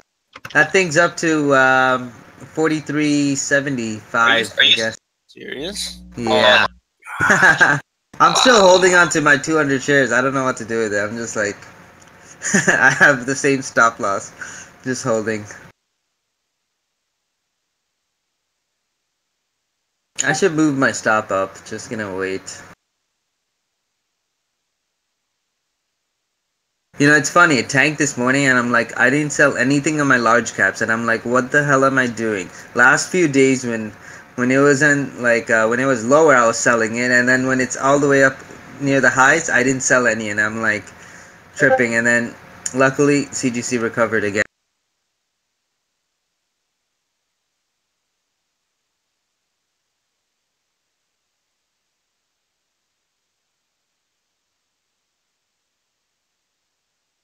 Hey, TJ. Yeah, what's up? Tesla, VHC. 346.36. That made $1 move in less than a second. Yeah, nice. I think we said it yesterday too. I think long over 335.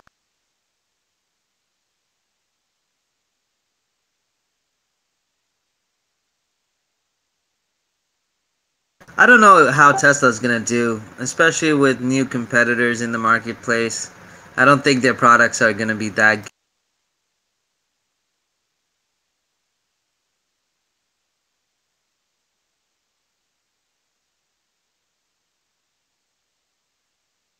You can take quick, CG3's quick busting scalp. through.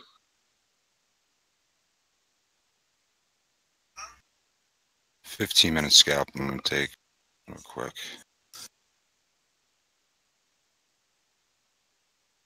I can't believe I'm stuck in Emba. What a horrible. What, do you think you're going to be lucky on your birthday? Right? I shouldn't even be drinking Blue Label. I should be drinking Red Label. I deserve the blue today. I don't own a Red Label. Now I gotta go to the store and buy one. No, Blue Label. What's the best? Blue Label's like I know. Well, no, yeah, blue is delicious. Oh man, it's the smoothest. Oh, I love that Johnny Walker Blue. But now there is something better though, right? Nah, because because of that trade, you should be drinking Blue Ribbon. You're right. There you go. That's it. Damn, that's a downgrade. Not even worth whiskey, eh? Shade down to beer. Schaefer's would be the But yeah, I'm not gonna lie to you guys. I'm down like 50,000.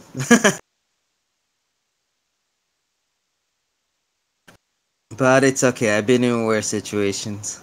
At least it's not 700,000 like AWX. Yeah, but that's gonna come back down. APRN. Yeah, it's not. TENX. I know.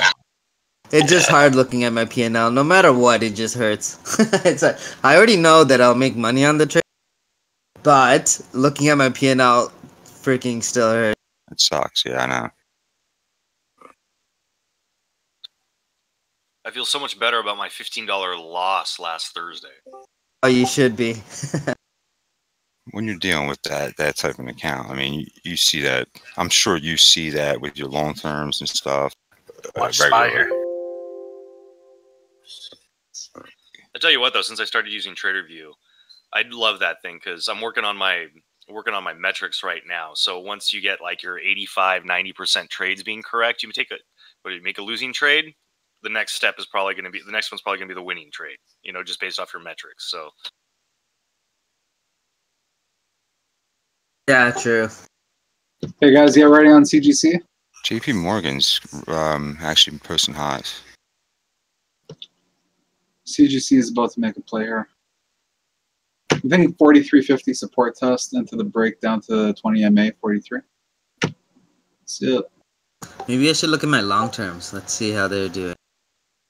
And CMEG doesn't have shorts on any. KTOV. ACLS is looking good. I know that. I just looked at that. ACLS has 53K volume. No. Long term. Long term.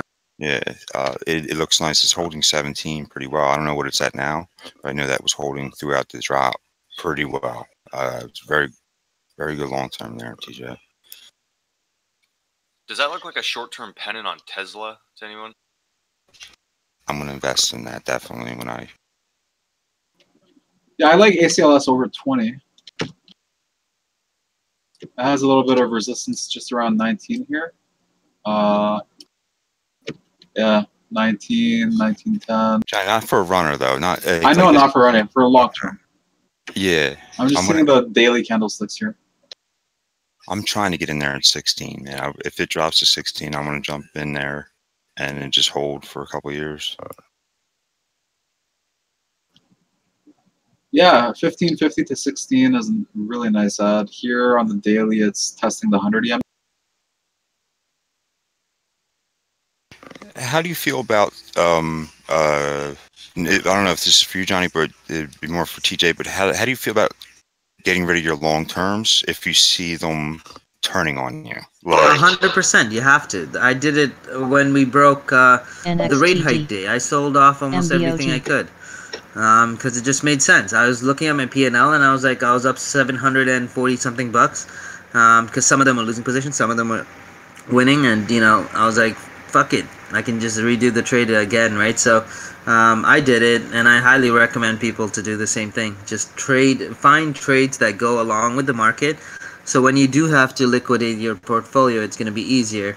And you want to find low beta ones only because, well, you have two, right? I do momentum ones, which was like my Netflix, SQ. Those were like the momentum plays that I wanted to take on the long-term side. But majority of them were ones that went with the market, so you just had to hold on to it, like Boeing, Apple, Netflix. Sorry, not Netflix. There we go. I just broke out. Oh, there we go. Guys, there's also something new. There's a rumor. Hakeem Martin. You do your mic's on? Oh, sorry. Alright. Okay, Yeah, I was just loading up TOS, so you know how it is. Rumor of Intel interest in AMD takeover circulated at CES. Intel is pondering the acquisition of AMD. What? Yeah. I don't think AMD would go for it. That's stupid for AMD. Are you kidding me? They are so much better than Intel. Agree. But Intel does have a lot of cash, so... And plus, Intel is just dying. They have, like, nothing going for them. Intel's actually doing good. Their last earnings was amazing. Guys, yeah. Oh my God, MBOT, man, that's really...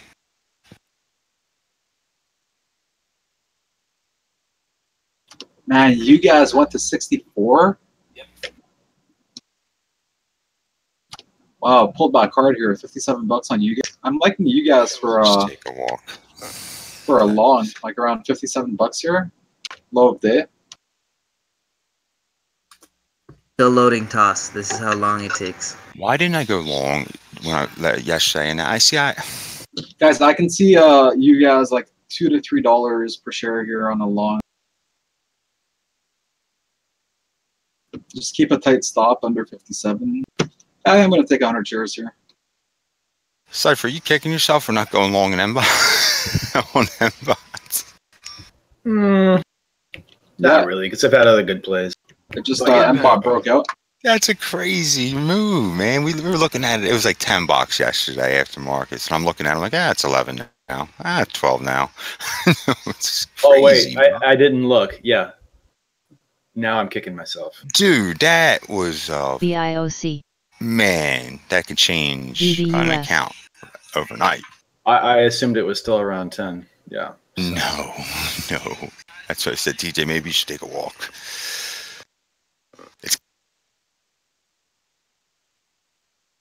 It's okay. I got my friend Cohiba PCG. and Johnny Walker beside me. That's all you need. Yeah, I'm just gonna put my jacket on, go outside, freeze my ass off for this little Cohiba. TJ, pour me one. KTOV. Yeah, you come by in a couple hours. Yeah, I'm gonna come by around 12. I'm working on teleportation, so maybe that will be possible. Come by after 1. We're still cleaning the place up.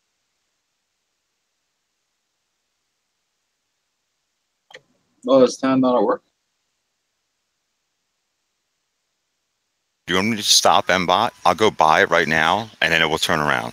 So here, this is what I'll do for real. I'm just gonna buy it, and it will turn around on me. Yeah, MBOT's H with Lee again. It's not. I'm gonna do that for you. Here, I'm gonna do it right now.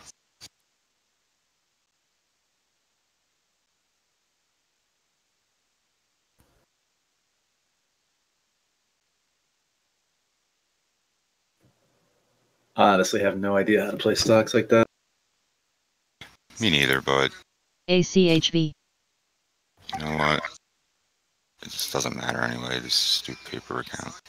Hey, what do you guys think about SPY right now? Going go long or go short?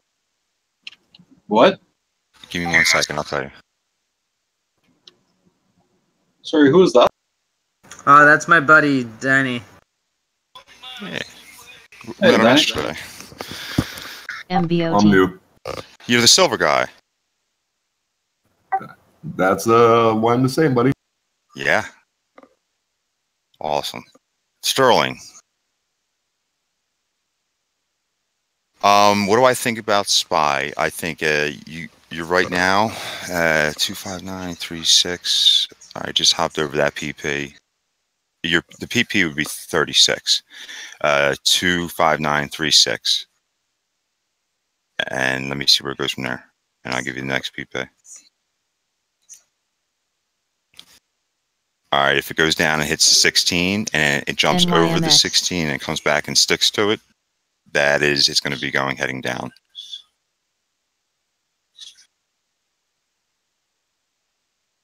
If it goes up to that 36 and hops over it, it's still bullish.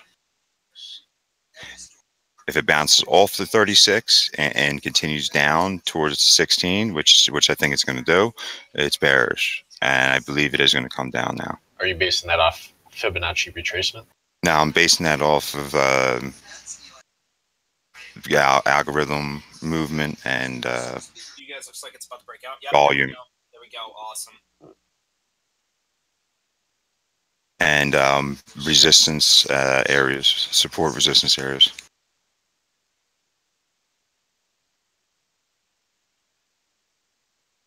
All right. Good call on you guys, Johnny. Yeah, beautiful, man. I took the long over 58.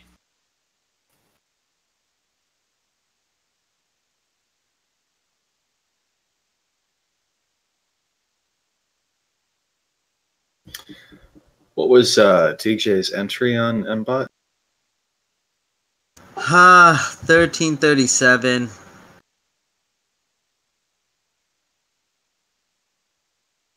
All right, I entered it for you, and I'm down. So You got balls of steel, brother.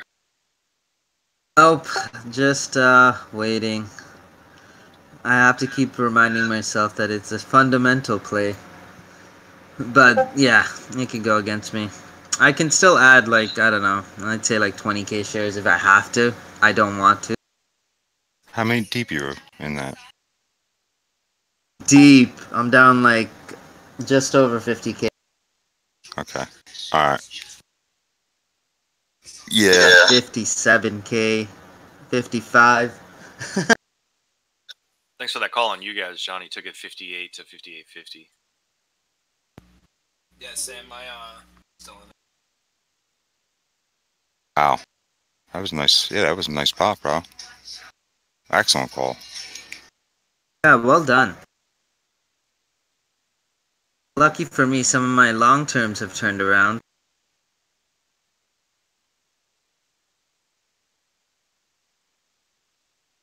So right now that we're in a range right now on SPY, and it just gave the two PPs. So the 16, and then you got the 36 up there. If it breaks through any one of those, then that's where we're going.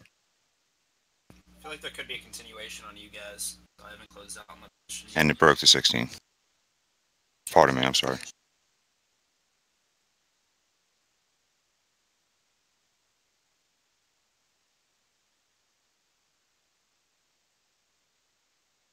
Alright, I took profit.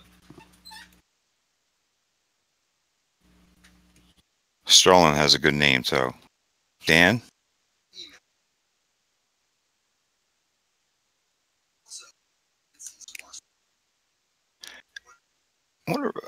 Did your buddy take the 16 personality tests? TGH. Should have him do that NXTD. if he wants to. GSIT. Holy shit, I just realized, I just opened my TOS and realized I still have my J&J. I sold the puts on it, ATXI, and I'm actually NURL. up on it. That's amazing. You guys remember when I got the 5 puts? Well, I sold the 5 puts. Good job. Thank you. It's not much, 670. It's now 630s. I think I can get out lower. Let's see. Citigroup looked like it wants to break out of 60. Who's reporting tomorrow? What banks are reporting tomorrow? Offhand. Oh, Bank of America. BHC. The biggest one out there. When's Netflix? Is it Thursday? Netflix Thursday? Not sure. That makes sense why they're pumping her up now. I remember last earnings, man, it tanked. Pretty well, not last earnings, but one earnings, it tanked, and then it just rebounded the next day. It was a 40,000 play. Well, I wonder if that.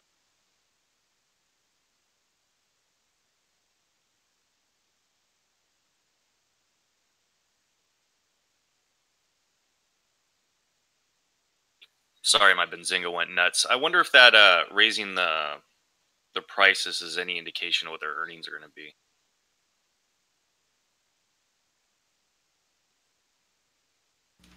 I know Dan has a theory about that. My theories are theories. Theoretically, they're only correct if the market proves them right. TENX. And then they become facts.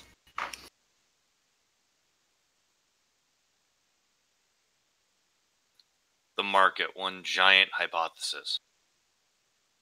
Remember, everything I say is BS unless the market proves it right.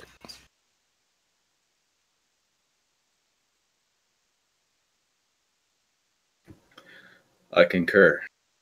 Right. KTOV. I concur. I concur. Listen, I listen to my own BS too, guys. I have to. That's the only way I can PCG. think right. I have to think it out loud. That's what the logicians do.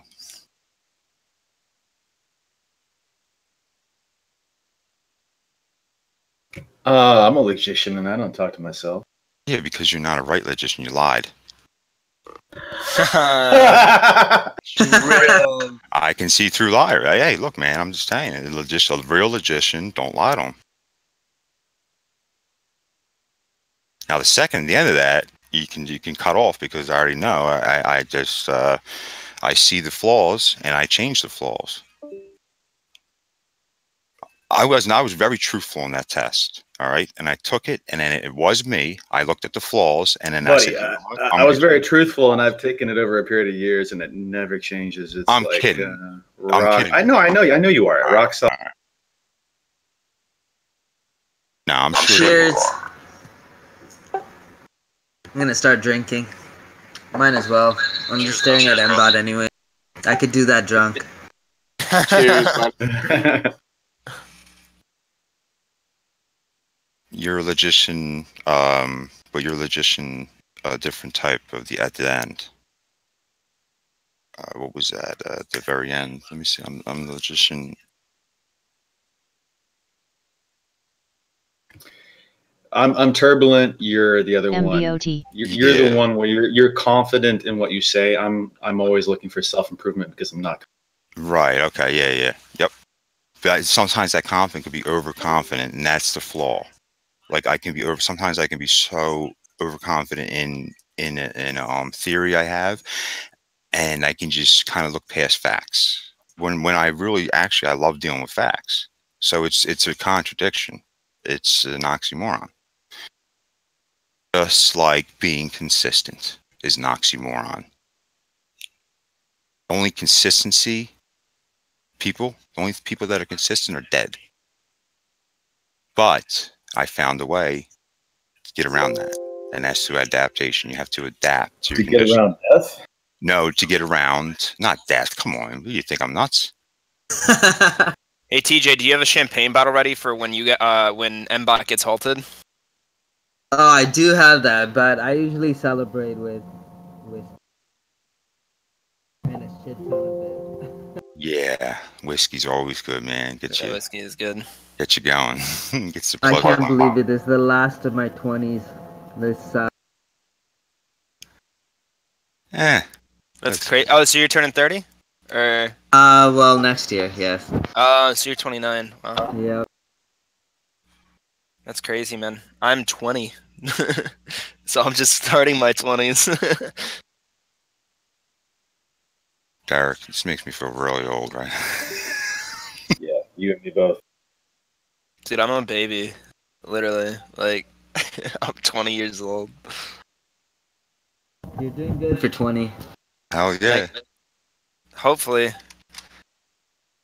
No, you are, brother. You just keep doing what you're doing. I got higher expectations, man. Well, you started a year ago, right? You're pretty much started around the same. Sort of, I guess. I've been involved in the markets for like I got my first stock when I was like 10, and then I was 15. I was like probably 15 when I started taking it seriously. I was 16 when I dropped out of high school, and then yeah, I just been doing it ever since. For me, it was 16. 16 is when I started trading my own. It was my dad's account because I can't get one under my name at 16. But Yeah, that's what my dad did. And yeah, it was BMW shares. Yeah. I had a broker where I think your mic's muffled, TJ. Yeah, TJ, Yeah, your you got mic's your- still muffled. You got your sorry. That's okay. But yeah, I don't know. I got into Bitcoin and everything like pretty early, and CGC at $2 a share, which is like insane. Yeah, Bitcoin I got in late, but still got in at 3,000. Oh, So dude, that you're one fine. was You're fine. amazing. You're I fine. sold at 9, and then I bought back at 11 because I didn't think it was going to break 10, but then it did, and then 11 bought it again. And then just before 19, I think it was, I sold it all off.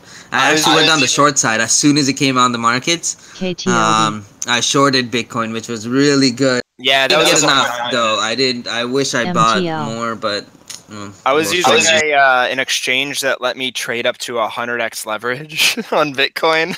Yeah. Yeah, dude, it was crazy, man. Like it was absolutely insane. So, for example, like when the CME futures launched, right? I think Bitcoin, like the days preceding it, Bitcoin went up like 40% within like a 4-hour time frame. So I leveraged that 20x. Nice. Yeah, that's when I knew. I was like, okay, this has gone too far. Mhm. I should have held it. I should have held that short, but oh well. Yeah, I got out at 17.5. It was like my exit. I wish I had more money at the time because like the only money I could put in was what I had made from like working at this restaurant. But it was still, man, it was life changing, like hands down. I wasn't a good trader at that point though. I was just lucky, and I know that. I got lucky between CGC and that my fundamentals are really ABIL. good. But now I'm starting to work on like actually trading off of technicals, which I'd say I've come pretty far in my learning curve. So check out KTOV, KTOV. Oh look, edit is coming up. Higher days, edit.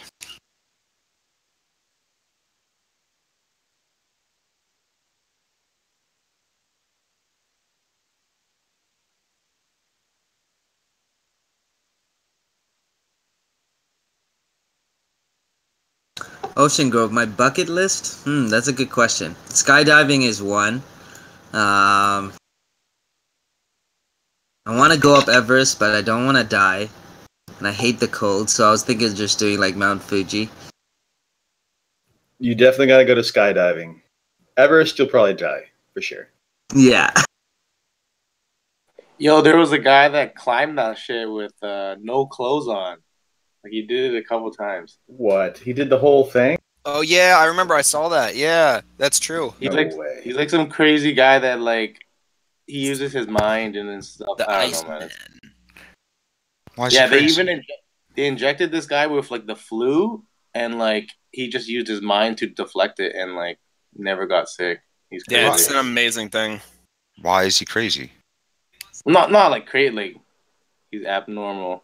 Not crazy, but Dude, Mbot's holding that 50 MA. He's unique. yeah. He learned how to use his mind correctly. That's what he did. Yeah. I mean, mind over matter. Just being like, it's okay. My fingers are gonna be frozen off. I won't be able to write, but it's okay. I'm still happy. Nah. You Decaz can is sending still triangle learn a lot. breakout. Bro, AMD has done like a whole lot of nothing today. MTNB. I mean, there's some moves, I guess.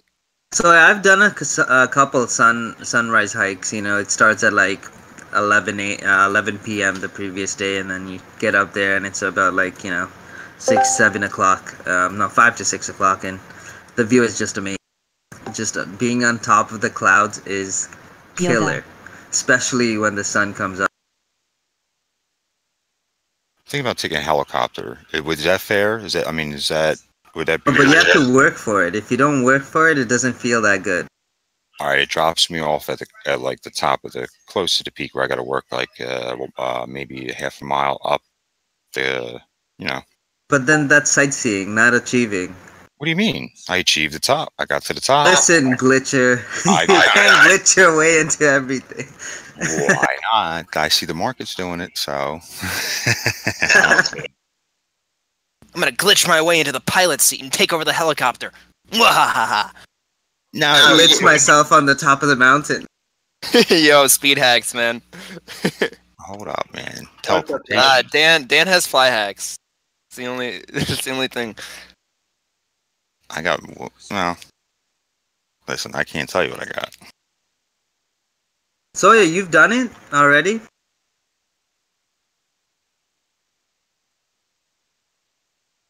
Remember the super bounces in Halo 2?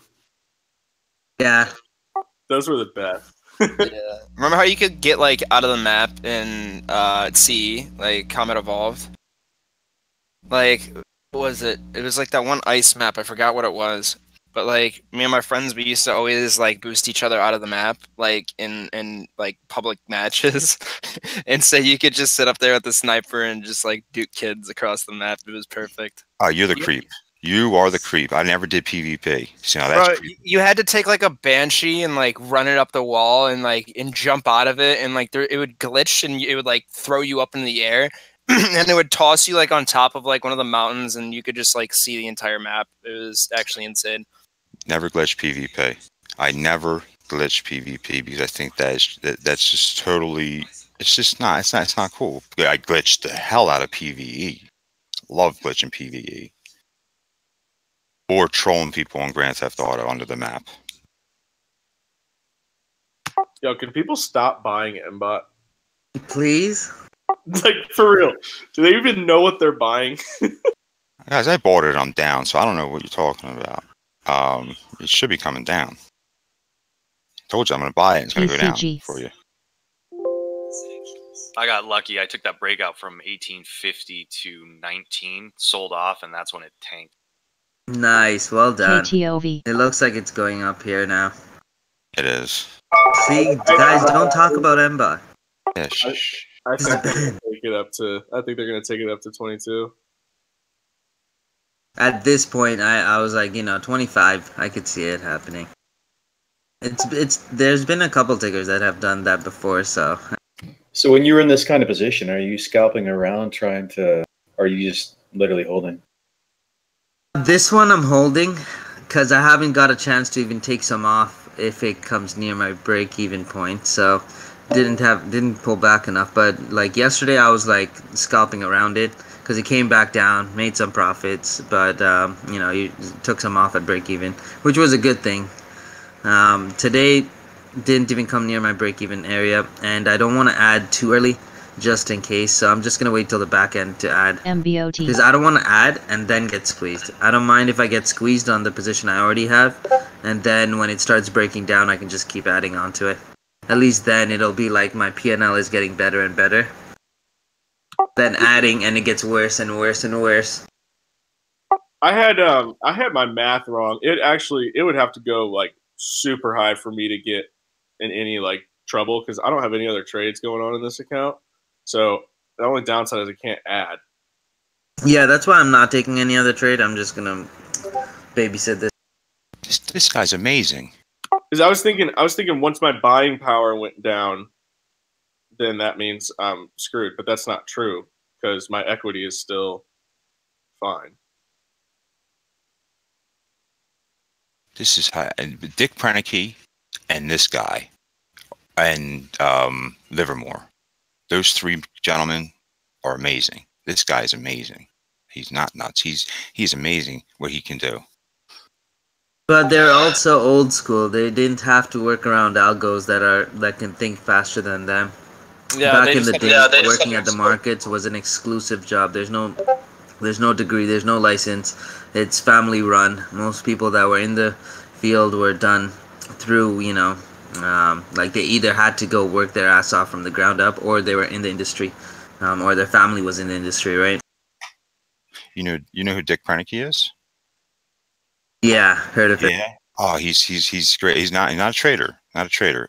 He took just a metal axe head and a hammer, a hammer, and then went out into the wilderness and built a log cabin with just that. He built the handles and everything for it, and all he had is a sharpener. Amazing. This guy's amazing. It's called Alone in the Wilderness. Amazing what he was able to do. There's a few of those actually now. There's that, I don't know, I think it's like in the Philippines. There's this one guy or two guys that make entire like houses with moats just with their bare hands. It's crazy. Yeah, you don't get to see a lot of that now, especially in the West. Yeah, and I was just thinking, I was looking at the YouTube channel. They have like, I don't know, like millions of subscribers, and I was thinking, holy shit, all I had to do, like, why didn't I think about this when I was younger? I should have just went to a third world country, found someone that's like a caveman type, and then been like, hey, listen, I'll pay you. I just want to videotape you doing this. And I was like, be like,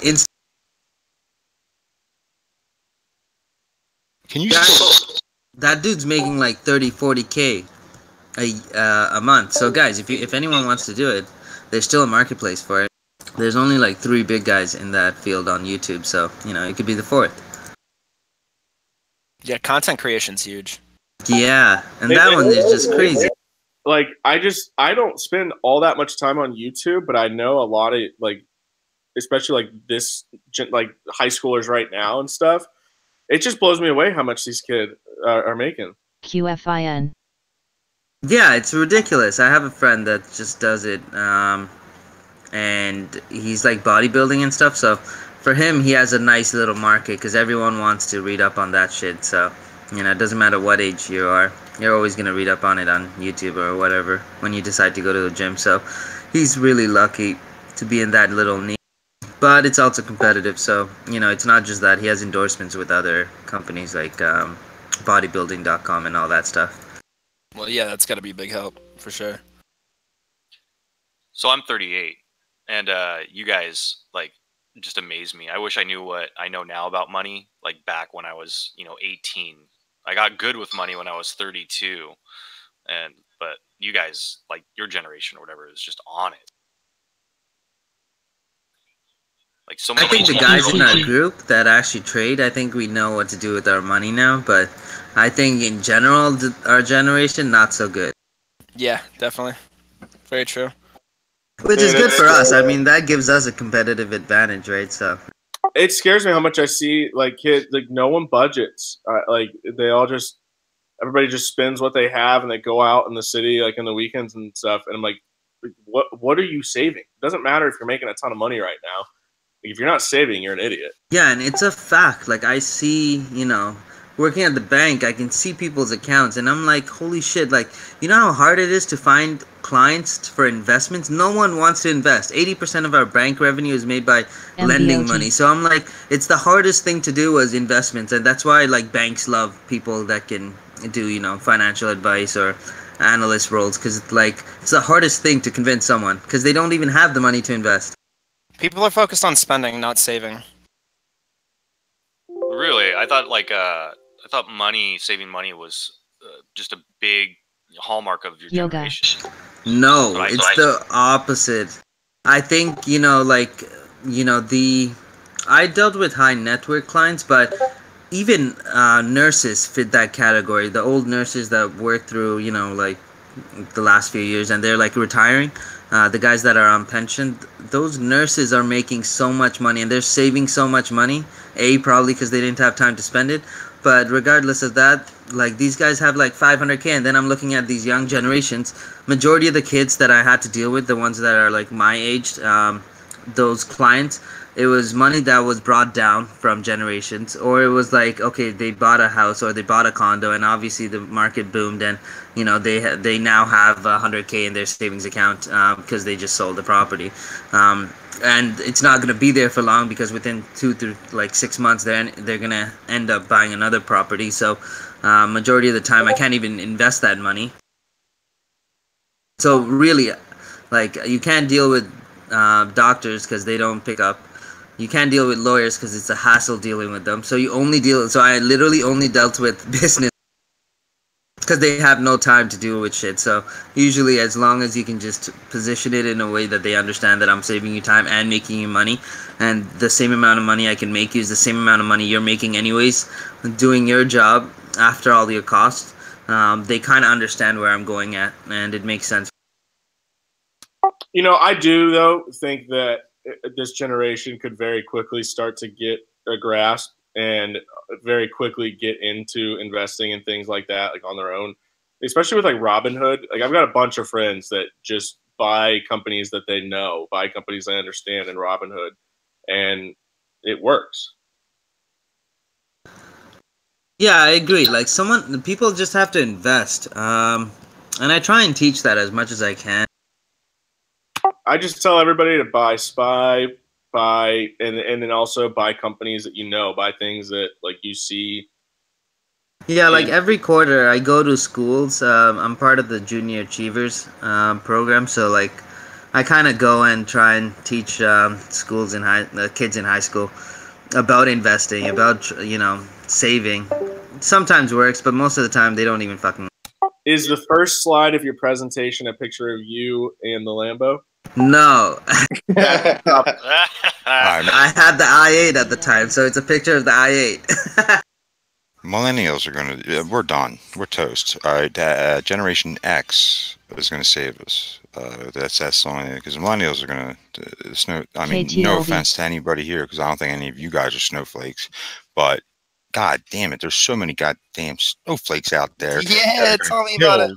This country, they have no. Yeah, that's true, but I also think that it's just a lot more sensationalized and a lot more like we have the internet telling us one side of the story and that we didn't hear before, and like we hear a lot more of it, but that doesn't. You got internet gangster. Do you know what I'm saying? Like I don't know if I'm making perfect sense, but like I mean, there is a degree of snowflakery, and like I'm not going to deny that. Kids I think there's a lot that we take responsibility, bro. They don't take responsibility. You say 100%. something. Yeah, but baby boomers aren't taking responsibility for all the shit that they put us. No, I'm talking. Let about it rip, internet. CGC. Look, you said something to me in my face back in the day. I'm going to knock you out. Now you say it over the internet. I have no access to you, so you just say what you want. That's the difference. That's true. I think some people do need to get put in their place. That is the difference. That's what I'm saying. Like we used to fight back in the day to get over things, and that was exactly. Some of my best friends I fought with. We became closer after the fight. Exactly. You and another dude would have punk shit out, and everything is peachy. Next week you're talking to each other again. Everything's normal. Now these cat fights going on. Now you sue them and ruin them for life. It's not even that suing. It's just bullying over the internet. You have and trolling and not. Come on, like it's crazy. But you have internet gangsters. CGC just made a massive move, by the way. Got into a fight with a kid in elementary school, junior high. That kid was invited to my birthday party. Yeah, but you have to think about this. Isn't this progress? Isn't this what they wanted? That we went from an era where we were a bit more vicious, we were a bit more confrontational, to now a society where people are more protected. Isn't that what progress should look? That's the second argument, right? Yeah, but if you're protected more, then I mean, like, look at what's the recourse of that? Is that now you're more offended? Is you have Yeah, like you can thinner go skin. too far in the other direction. True. That's where we've gone. We need to come back to have some middle ground. Nothing wrong with a little violence sometimes. Nah, balance is always the goal. You need it sometimes. Like I said, I'll get in a fight with someone and I'll go have a beer with them, and everything's fine because we got that adrenaline out. Well, has anybody been seeing those articles now on like toxic masculinity? I think Gillette. Yeah. Oh my gosh, it's such a joke. Oh yeah, I saw that. So much. What It a bugs me so joke. much because like I grew up with if you're gonna fight, you're gonna fight to win, but have a reason to fight about something, not because somebody like took your bar stool or anything like that. You got to have like an actual valid reason to fight. But you stepped on my J's, bro. I mean, we're kind of losing our masculinity. We're letting women tell us that the way that our chemicals work in our head is toxic. Well, and yeah, I mean, because I grew up, I could play with GI Joes when I was in elementary school and stuff, and now they don't allow that. But I mean, there's a lot of fathers out there, unfortunately, too, that aren't teaching their kids like, hey, this is how you deal with anger, this is how you handle it, and so that you don't hurt the people around you like through it. But that's so the toxic masculinity thing is just the knee-jerk. Yeah, absolutely. I mean, anger is just a tool. It's not a bad thing. And I think they should how you deal. Yeah, every emotion's necessary, but like if it goes unchecked, it'll go too far and it'll hurt. I think if they don't if they don't go through it at a young age, it's just going to happen later on in life, and it's going to be 10 times worse. They could actually end up in jail. At least when they're a kid, let them be a fucking kid and do whatever the hell they want. Learn from their mistakes and move on. I agree. Well, when I was a kid, I mean, it was, you pick up a stick, it became a sword, a gun. You were trying to like play Robin Hood and save that girl the little girl who lived down the street, from They don't go outside anymore. But now, like, I would see so many parents, like kids pick up sticks. They're like, no, put those down. Don't hurt yourself. I'm like, getting hurt is part of childhood. Like it's absolutely necessary. When did you see a kid pick up a stick? Because I never see him outside anymore. Me and my friends used to beat each other up with sticks in the woods.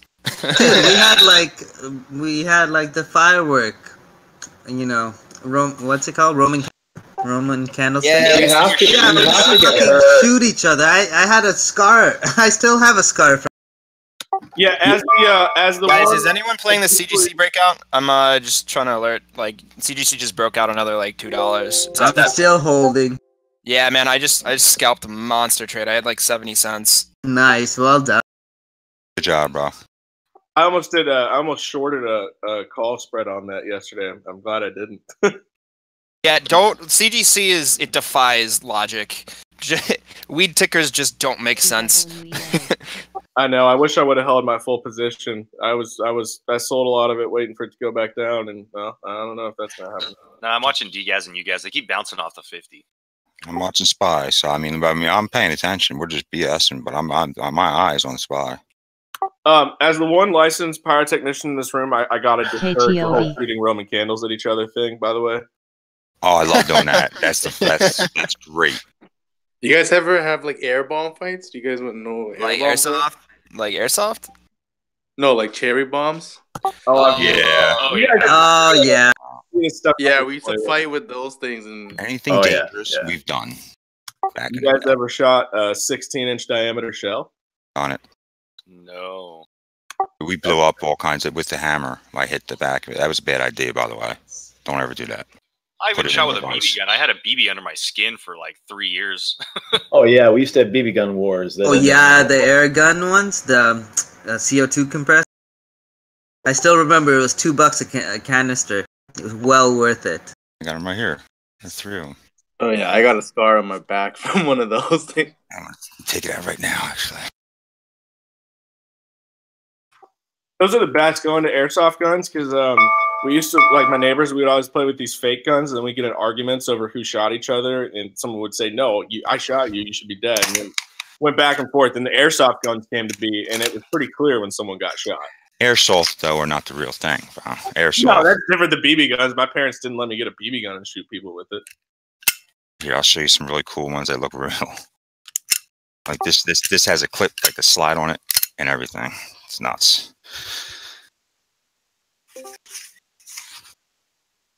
Am I the only one that had real guns as a kid? Probably. Yeah, I have empty bullet shells. That's all.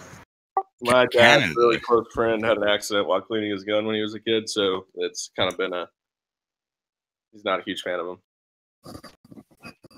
Yeah, we had to go up, kind of scared of them. You should be having a gun. Everybody should have a goddamn gun. Protect yourself. Oh, shit, I've got 30 of them right now. Good. Yeah, my Get father 30 more. was the same. Collect them. They're going to try to take them from you. When I met my now wife and like went to their house, probably it was like the second time I think I ever went over there. My now father-in-law just happened to be moving like all of his assault rifles and shotguns and everything to a new safe, and made sure that I could see it all.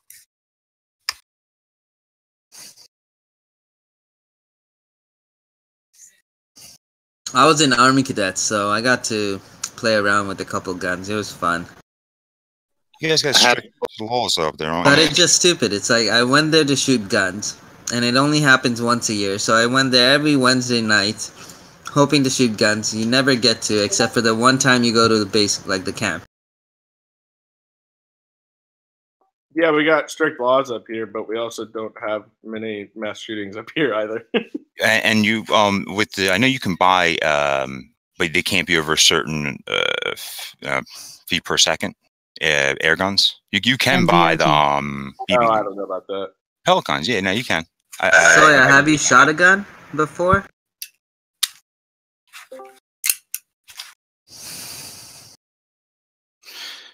Go. Here you go, guys.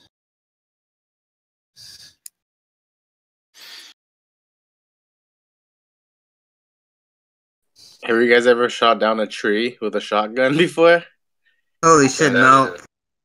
It's actually really fun. Like, you obviously gotta get like at the small tree, but Oh, so yeah, that's why. If you actually shoot a gun, you'll actually feel the adrenaline, and like, honestly, it feels like your balls just like increased in size. It's just amazing. I don't know how to explain it. It just feels so powerful, and that's why guns are so attractive. I mean, I know why. I don't like them, obviously, but you know, shooting them are fun. There's no two ways around. You guys. watch that prank video I posted about the airsoft gun. I had to post it. Hey, I can't for the life of me find like an article that tells me how I'm supposed to read accumulation distribution studies, like the one on TOS where it's almost looks like a volume graph. Does anybody have like an explanation on that? Anna Cooling. Okay. The what is it? Complete guide to volume price analysis. That's a really good one. You'll understand it, and you can use those tools with what she's teaching. She's teaching more about the volume itself, but then you need to fully understand what volume is to understand how these indicators are using the data that you have on your volume to give you a kind of direction or an area where the stock's going to move. So like what I'm trying to figure out right now, looking at MBOT, it's basically moving sideways for the last 2 hours. I mean, it is going up, but compared to the first rally, it's moving sideways. So trying to figure out, are shares being distributed from big boys to little retailers, or what's going on here? CGC is getting ready to test 45. So it's like this. Volume's dried up. Any spike is getting sold into. However, it's still holding a price level. So even though my VZO is a bit low compared to, like 1039 when it was just spiking up, and from 1039 to 1045, we're getting a lower movement here. However, there's not a lot of tanking. So there's no one that's selling it under 18. And that means that's probably a good thing, because that means it could rip up at any time. Because there's not enough sellers. All you need is buyers. Right? Stocks only go down if you sell on the bid. Stocks only go up if you keep taking out the ask, right?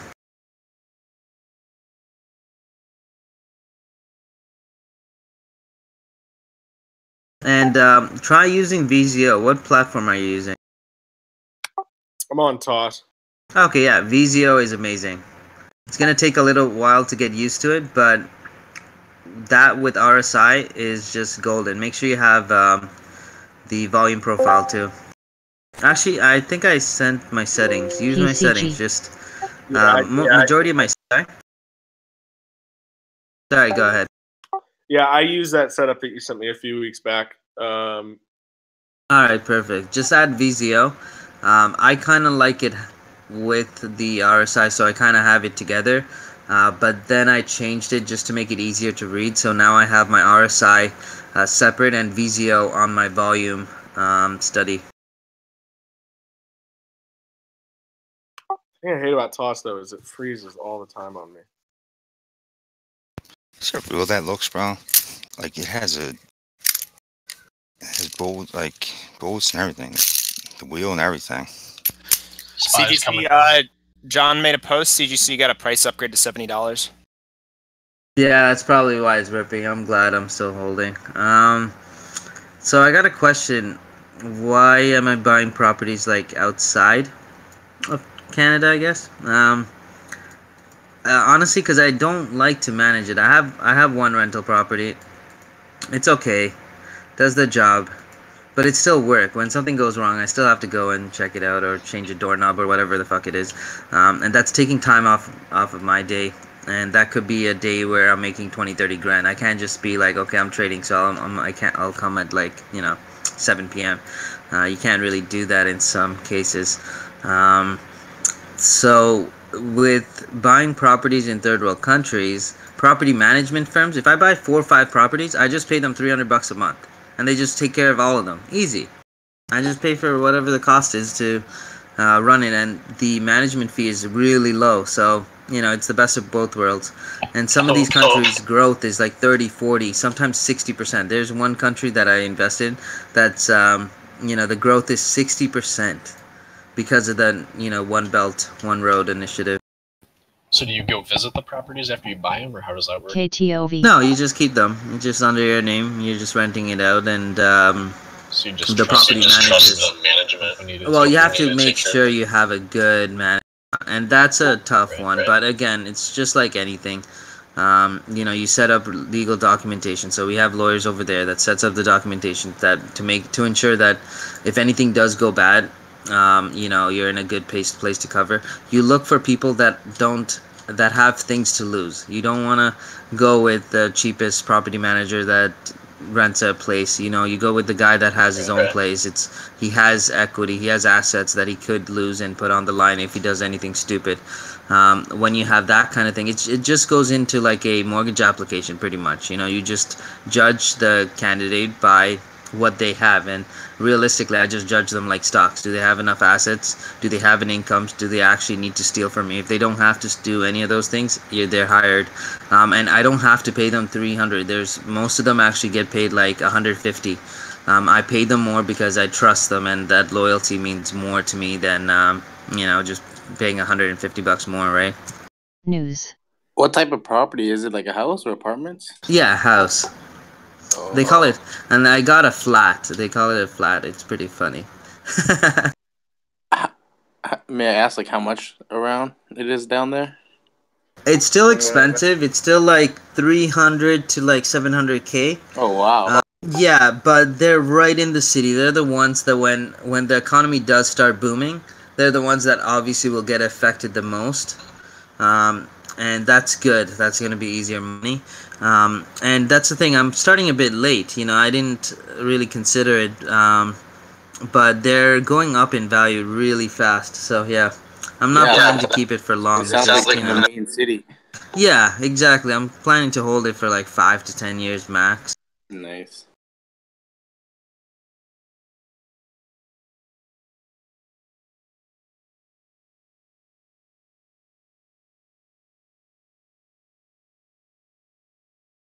Yeah, I got the idea from my sister, actually. She's so lucky. All she does is just rents out my parents' properties, and she just rents it out on Airbnb, and she makes like 10K a month. And I was like, this is ridiculous. I had to work my ass, and she's like, 7 years younger than me, so 22. She started when she was like 19 or 18. And I was like, holy shit, I wish I was making that money when I was 18. Damn. You know, and that actually makes me think of something, TJ. We were talking about like saving in the younger generation. I think it is like anybody that is able to buy a house under the age of 30, in my opinion, should buy a townhouse and rent the other half until they can buy their own place and then rent. Yeah, that's what I'm doing. Actually. 100%. That's exactly Never buy your dream house. Your dream house will come. Buy an average house, whatever needs to be fixed, fix it up slowly. You know, guys, this is the age of like YouTube. You can just literally, I figured out how to fix everything I needed to fix just on.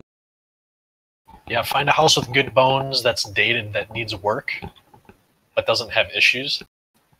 Like my house, I bought it a year ago, and I've increased the value by 30,000. Oh wow! I've only Good invested job, man. 4,000 into it. Yeah, What like you you can really increase it by just making it look nice. It's the funniest thing. You don't have to have anything good. Your wiring could be shit. Your plumbing could. Imitation vinyl flooring that looks real. Yep. Guys, So, how to make the $48,000 place I live on right now- $50? the place I live right now. If the Zillow numbers are accurate, this guy bought for 600,000. All right, he turned this into 8 units, or maybe 7, each of which is 2,000 a month. So do that math. He pays off that like within like 2 years of rental income. Not to mention, if you go on Zillow now, the current value is like $1.9 million or more. Crazy. There's so much money to be made in real estate. What Which happens is to why it you collapses hard. That's why it collapses hard when it does. Exactly, and that's the problem. And we're getting too toppy in this marketplace for me to buy it in this area. Like as soon as the market does collapse, fuck yeah, I'll buy as much properties as I can afford, because it makes sense. But at this point, when we already had 10 years of just constant growth on the markets, I can't see myself buying a property because it's not like a stock. A stock, I can wake up the next day, sell it. I can wake up in the middle of the night, put a sell order. You can't do that with a property, especially if no one's there to buy it. Yeah, I know, but I'm not talking about buying and flipping and reselling. I'm talking about just, I mean, people are still going to rent from you. Oh yeah, 100%. So, and even more so, one of the keys that I've been told is to build 3 to 4 bedrooms and do the absolute most you can to get families, because families don't want to move.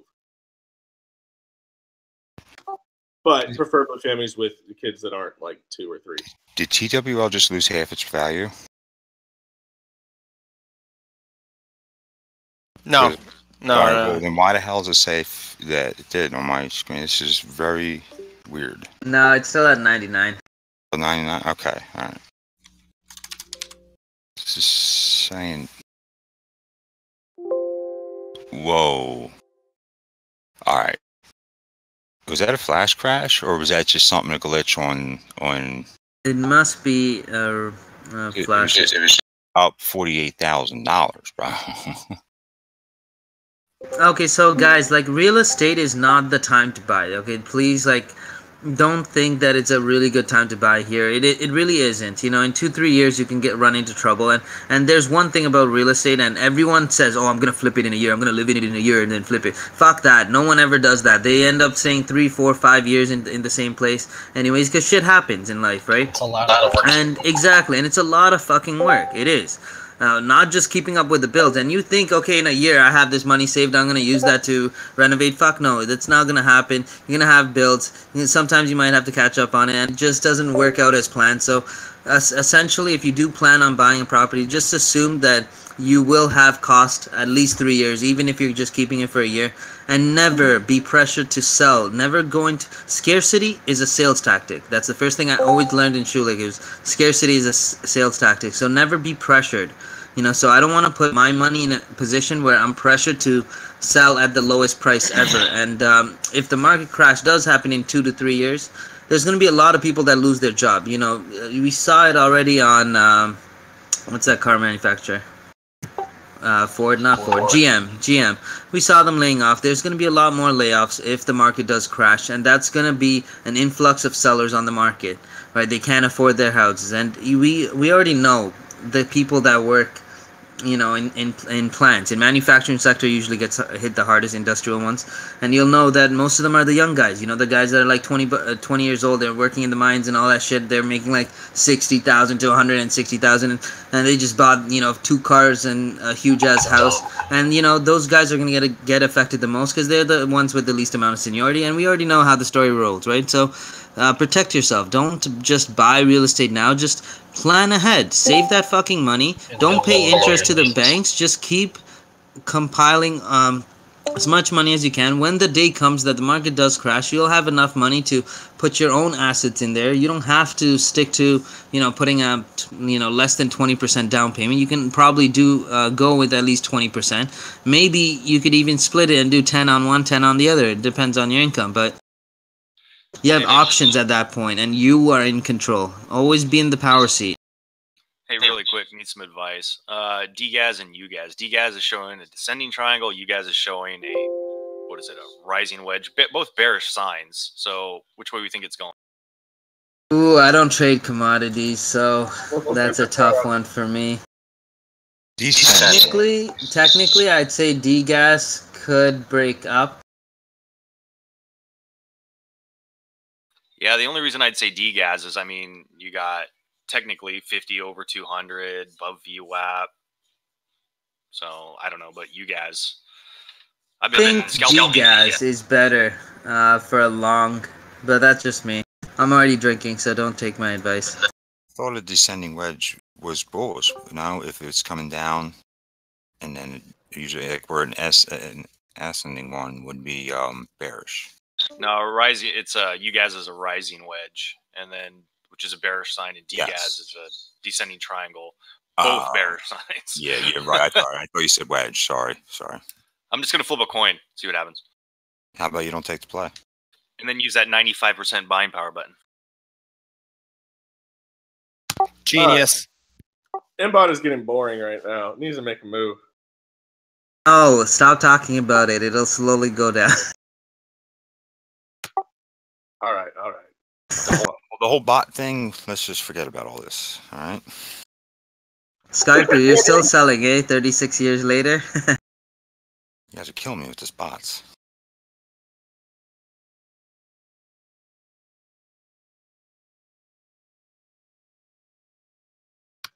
Dude, this guy was supposed to be making like 6 repairs on my car this morning, which is why I'm working from home.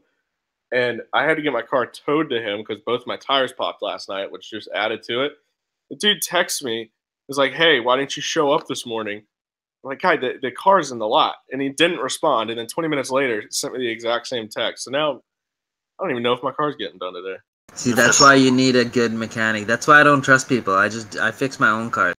Only my cars. No one else's. But they do stupid shit. And I hate seeing tie straps on my electronics. I hate it. I opened my engine once, and I was like, my hood once, and I'm looking at my engine, and there's this one part that's tie strapped, and I'm like, you assholes, you broke.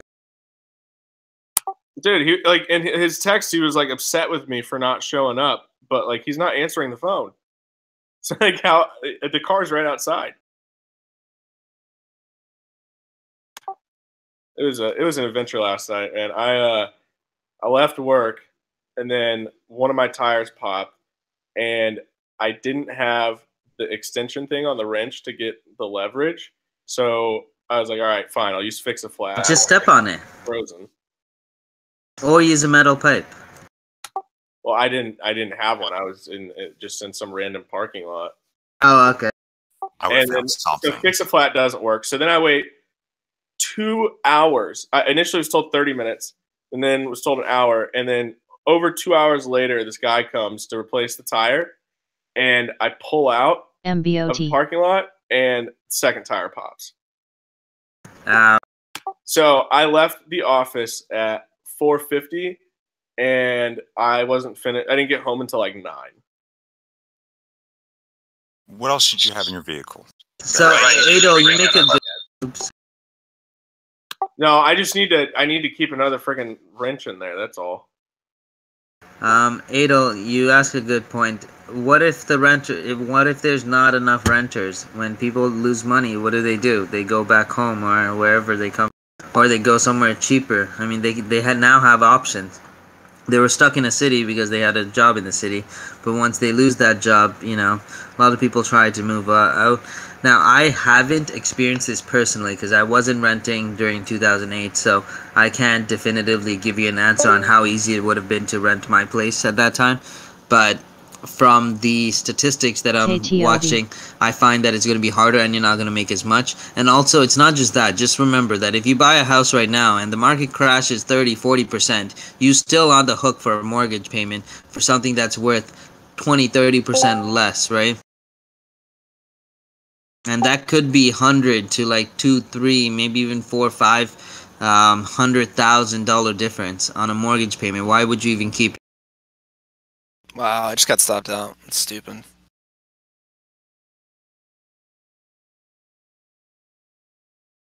Yeah, you were right. DJ Diaz broke out, and I missed the entry. Ugh, I'm gonna 75-cent move at least.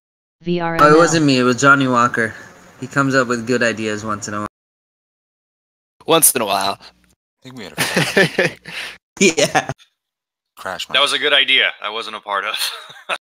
Man, I was just in a great CGC position, and I think I set my stop too high.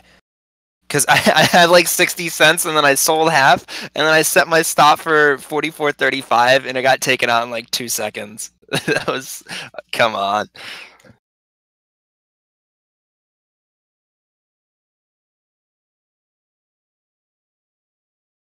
Like, I have one good renter. That guy's, he's in his late 40s, single, plays golf. So, like, he's amazing. He's one of the best tenants anyone could ask for. He doesn't do anything. No noise, no girls, nothing. It's amazing. Doesn't even drink. He's gonna be there for life. Yeah, I don't increase the rent. I'm allowed to increase the rent by 2.5% every year. I don't. It doesn't make sense to me. He's doing me a... People in Vancouver increase that shit all the time. So Oh, I know. Every year they have to, right? Yeah. I pay like $400 a month for rent. What? Yeah, I have a 3-bedroom house. Are you kidding me, dude? Yeah, that's what I did in college I too. got an Like, absolute steal. I paid $2,000 for 1,500 square feet, but we don't have a yard or anything. I don't even use... I use like literally my office. I moved a futon into my office, and I have 3 bedrooms, right? I don't even use any of the bedrooms. I literally just use the downstairs, and then like what would be the dining room. So just rent it out. Send a couple rooms my way. Yeah, I don't want. You know what? Let me just rent it out for you on Airbnb. Bro, I don't want to live 300. with anyone though. I don't want to. I rent a 1-bedroom apartment in Southern California for $1,600. That's ridiculous. That's my mortgage payment. Like, what the hell? Yeah, renting kind of sucks, but $1,600. $1,600 for a 1-bedroom apartment. You think that's a lot? I used to rent one in Southern California, which is now $3,500. Spy broke out. Why would you Where were rent? you? You're just making... You can buy a house. Just You take Orange the County or long something? drive. Because you can't buy anything there for that price. No, 80% of people can't afford to buy their own home here. Were you in Orange County or something? San Diego? No, I was in Venice Beach. Oh, What's shit, that? that's why. But dude, even in Boston, like it's so expensive. Like a 20% down payment, and like I make a good amount of money and save almost 50%, and it's gonna take like 2-3 years to save up for that. Which hopefully that means things. Cold, please don't spend that kind of cash on rent. You're literally just... That's like... I don't know, how much are you making? If you're paying $3,000 a month in Insane. rent, that's insane. In a year, you can come up with enough money to put 5% down on the property. Dude, last year I was Just only live- getting live- 100,000 by myself and couldn't afford a house. SELB. for that you can get like for $3,000 a month, you could get like 2 duplexes. Oh, I don't pay $3,000. I pay $2,000. Even still, you could get like honestly, man, you could probably find like a duplex for that price. You guys, the cost of living. Yeah, but no, what I'm saying is, so I'm saving almost that much. Actually, I am saving more than that every month. But like, Guys, what am I gonna do? Like, we can't really do anything else. There's nowhere else. you know, I'll be realistic with you guys, okay? I had over, I don't know, 200 to 300,000, okay, in my investment account. and I still rented out a fucking 1-bedroom apartment. Actually, sorry, 2-bedroom apartment. I'm not lying to you guys. When me and my girlfriend started, we had a fucking mattress, a TV on a nightstand, and a swivel chair. Okay, when we first moved in and stuff like that. But realistically, we went through all that. We took the fucking hit when we should have taken the hit, because it doesn't matter. I came from fucking going to college where I'm sharing I'm like sharing a 5-bedroom house with roommates anyways. It's dirty as fuck. Everything is just, there's no clean dishes. I'm used to it anyway. So a small place was okay. Rent was like, I think it was like 800 bucks, so it's like 400 bucks each. And we were like, okay, we were living it. And like, it's only when I started making good money that we started that we started spending it. Remember, like, I got the Lambo this year. I have like so much money. It's not even 1% of my income technically. It's the power of compounding, right? So don't spend it now. It's just a waste of money. Take the hit now, so then you have a better future. You have to learn to value your future more than anything else, and that's all that really does matter, guys, right? It's your future. Everything you do today is to be better tomorrow. So why pay now? Just suck it up, live in a shittier place. I did that too, and I won't lie about it. That's just how I can get ahead in life, because there's no way to get ahead in life if I'm paying a $3,000 place. And it's Toronto too. Toronto's pretty expensive. Rent is around like 1,600 over here.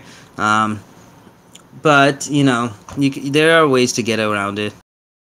Well, see, and I mean, me with money, like I'm all about downsizing downsizing to make profit and have money for the future and stuff like that. But it's Southern California. Like, I'm not going to find a place for $800 a month. That is true. Yeah.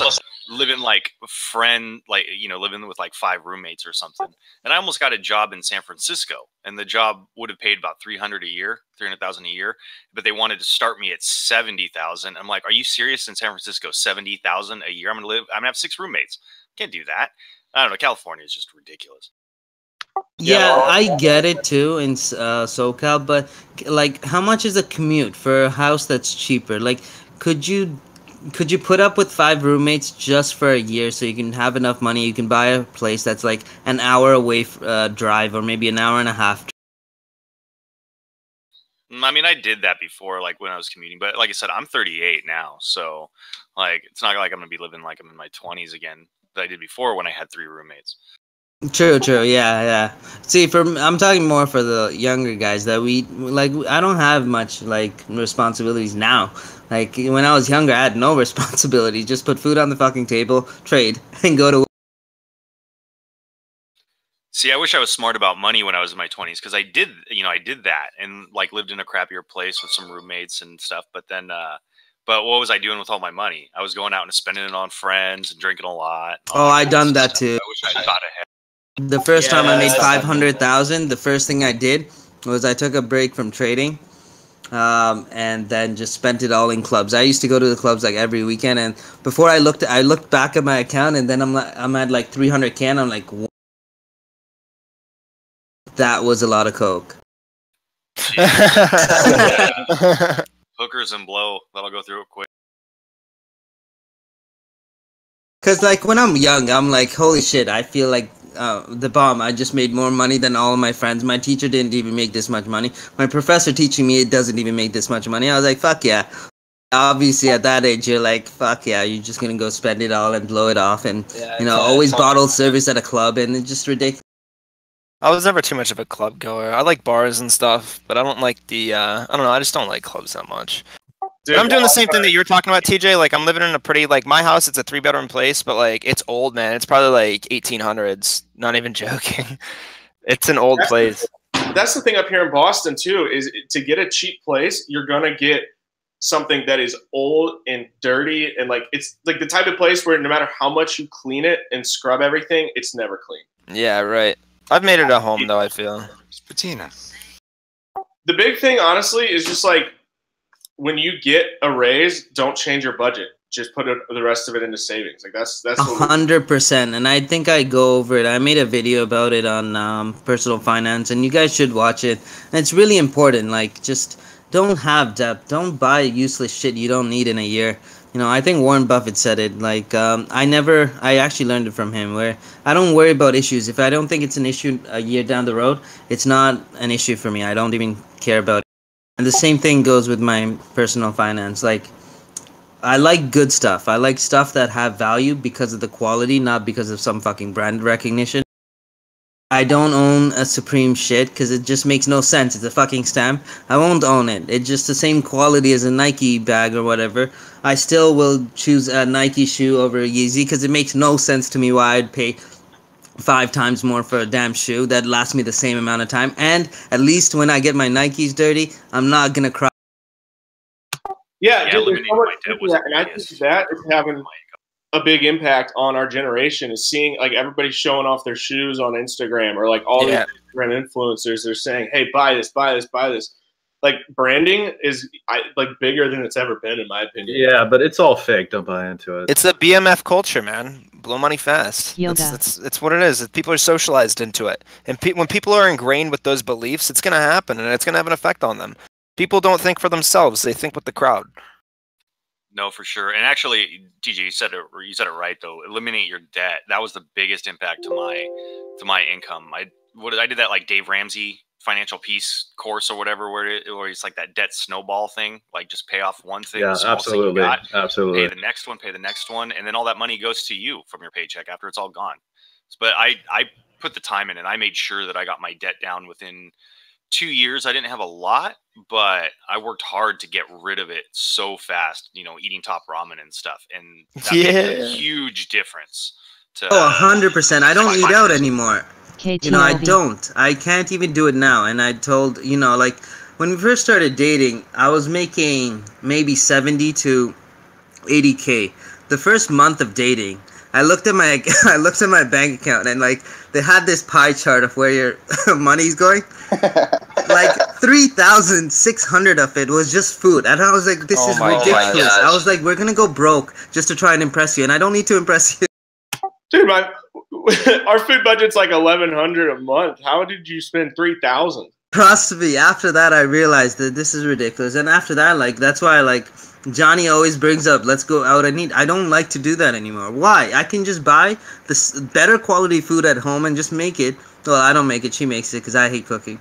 And it's like the same quality food for a lot cheaper, and at least that money is well spent on stuff that I actually know is going into my body.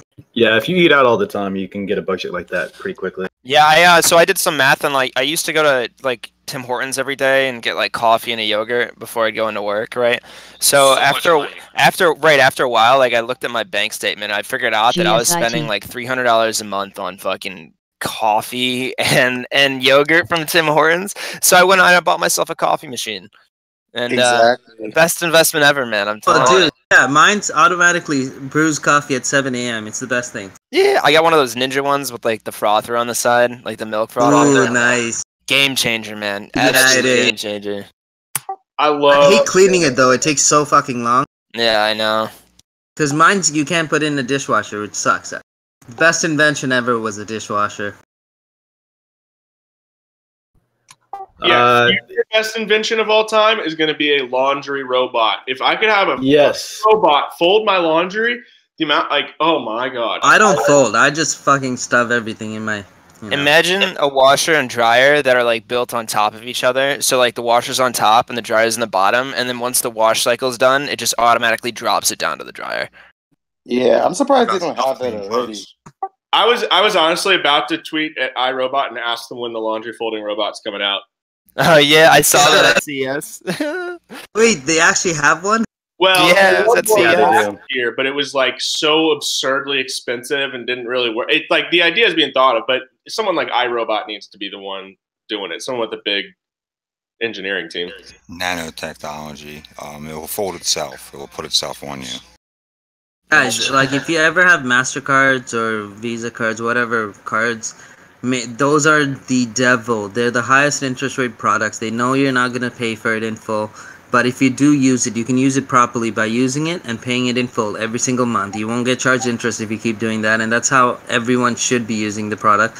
that's how I do it. 90% of those customers don't use it that way, and that's how they make money. So realistically, stop using them. Cut them up. Pay it off. Cut them up. Literally cut it up. I know so many people, they're like, yeah, I'm going to pay off my MasterCard. Don't worry. 5 months down the road, they already made their payments. They never used their MasterCard. But 5 months down the road, they're going to start spending it anyways, and then they max out their credit card. They're back to square one. So just cut it up. I have Capital One. Do yourself a favor. I have to say that I use my Miles credit card, and I travel all over the world. Well, I used to before I got sick, but I travel all over the world. Yeah, but don't use it for debt. Use it for travel points or. And use it for expenses. Like all my expenses run through the card because I get points for it, and it makes sense for me to use it. And I just pay it. The problem is most people don't do that. They just they use the card and they rack up debt on it, and every month they're paying their whatever minimum on it. And never pay the minimum. Always pay more than the minimum. Always pay it off. Your credit card is what? Like the average credit card is like 20% interest versus S&P growth. Just think about like the difference. If you, instead of having money that you had to pay off on your credit card, if you could put that into SPY, like over the course of 20 years, the difference. Yeah, if you've got debt like that and you're paying 20%, you probably shouldn't even be trading. Pay that off first. RLH. 100%. Yeah. Right. No. Sorry. What I'm saying is like the difference between having money in SPY versus having credit card debt. ONTX. Is like it's the bank working for you versus against you. That's the truth, man. For those, like for anybody listening in, there's this app called Envelopes. It's just the letter M and then envelopes that I use, and it lets you track your budget with your credit cards. So like we use our credit cards for everything, but at the end of the month, we know exactly how much of a credit card payment to make, and we always know that we'll have the money there because it's already been budgeted for. That was like a game changer for me. That's cool, man. That's interesting. I'm gonna look into that. I'm really fortunate because like I'm 20 and I don't have any outstanding debt. Like I pay cash for my car. I don't have any student loans. All I'm doing is just sitting and trading all day. Yeah, listen, for you guys who are younger, 3 rules that I lived by when I was younger made all the difference. Never take on debt unless it's for like education or a business venture. That's like the only reasons. I just do Udemy classes, man. That's my education. I'll always live on 50. Like what I always did is lived on 50% of what I make. I try and put away 40%. Stick with it. What percentage? 40% of everything I make from like work, which and that's the rule of thumb. Your housing should only be 30% of your income, and then the other 20% should be your expenses. That's literally how you should live. If you're renting, a place for $500, your expenses should not be $1,600. Right. I'm planning on buying a house. I want to get a duplex in the next so the problem is I'm forced to work right now because I went to go get a bank loan probably about a year ago for a house, and they were like, "Oh, you need 2 years of work experience." And I was like, "Come on." And because I didn't want to pay cash because that would eat up all my purchasing. Oh, and never finance a card. Never finance a card. Don't do it. Pay it off. Get a beater. No, I got an Audi A4 right now. I love that car so much. Yeah, I fucking leased the car when I was 18. Worst decision ever, but at least it's okay. If you can't get your car in cash, don't get it. Yeah, I paid cash for mine. I cannot wait to pay cash for my next car. Yeah. I told myself if I can get 1% returns every day for the next 3 months, I'm going to get a 2006 Gallardo. So Mbot is tanking. SPY is up at 260 almost. This is some good stuff. But I got to get off for an hour. On SPY. I'll be back on at 1. Guys, don't do it. I got the Lambo for a deal. Even that's used. I'm not gonna lie about it. It's used because that's how. I'm never gonna fucking buy a new car. It makes no sense. And then I have to budget for the expenses. And within 3 years, I know I'm probably gonna end up spending $200,000 to $300,000 on maintenance. So that should be included too. Into a car is the worst investment. It's something that you should have as a luxury. Do you have an Aventador or Huracan? Huracan. Nice. Yeah, the one that I was looking at is a 2006 Gallardo, and the Gallardos are the maintenance cost is a lot cheaper. It's like the Honda Civic of exotics. No, but it isn't, because when you look at the maintenance cost, you're gonna notice that most of those costs are for labor, and there's only certain dealers that'll do it. The parts itself are pretty okay. I mean, it's still high. It's like 200% higher than BMW prices on the part side. Sometimes up to 500 times. But realistically, you're paying for some other guy to fix your car. So realistically, it's not worth it. Why are you paying someone else's wages? Yeah, I was always told that if you're gonna get like an exotic, get like a Ferrari. Yeah, that's me. I was always told like get the insurance. Yeah, I got a quote actually, and it's only $300 a month for me. I was so surprised. What? I called on it, man. I asked them like, because I just wanted to see like what my insurance cost would like. Oh, my insurance is only $250. Yeah, mine was like my Audi right now, my A4. I have a 2008 A4, and that cost me like $205 for full coverage. Yeah, but I have 5 vehicles under them, so they give me a good rate, I guess. Yeah, I only have one, but they quoted me at like $300 for the Gallardo. Yeah, it's pretty cheap. The insurance isn't the issue, okay? Like, insurance doesn't go up on the car value. It's usually on the, the liability, right? So, you know, your life is worth more than a fucking car. So they know that a 1 million to 2 million liability is probably what you are going to be getting. A 2 million is essential, especially if you're getting a Lambo. You have no choice. You have to go with at least 2 million. But on a normal car, you can go get away with the 1 million one. But in the event something happens, the max they'll cover you is $1 million, right? So that's kind of risky too. There's, you know, let's say you get paralyzed. 1 million is not enough for me to be paralyzed. Yeah, right. You guys are crazy. I drive a Chevy Malibu with surf racks, and I'm gonna drive that thing into the ground. I'm not like, I'll tell you, I have a suspended license. I always do. Okay, there's no way. I always get ticketed, and I always get fucking charged. It's okay. So I've had a suspended license longer than I've actually had a valid license, and that's just how it is for me. I always drive recklessly. It's how it is. You can't have a fast car and not drive it. That's ridiculous. TJ, you gotta look like. And I pay for it anyway, so I guess it's a luxury I pay for. But one thing I'll never drive without is insurance. Always have insurance. Always make sure your car's up. How are you getting insurance if you have a suspended license? It's not under my name. MBOT. Come on, I wish. They laughed at me when I asked them for a quote under my name. For the 1 month that I actually had a valid license, I called them. They laughed. You gotta learn the tricks, bro.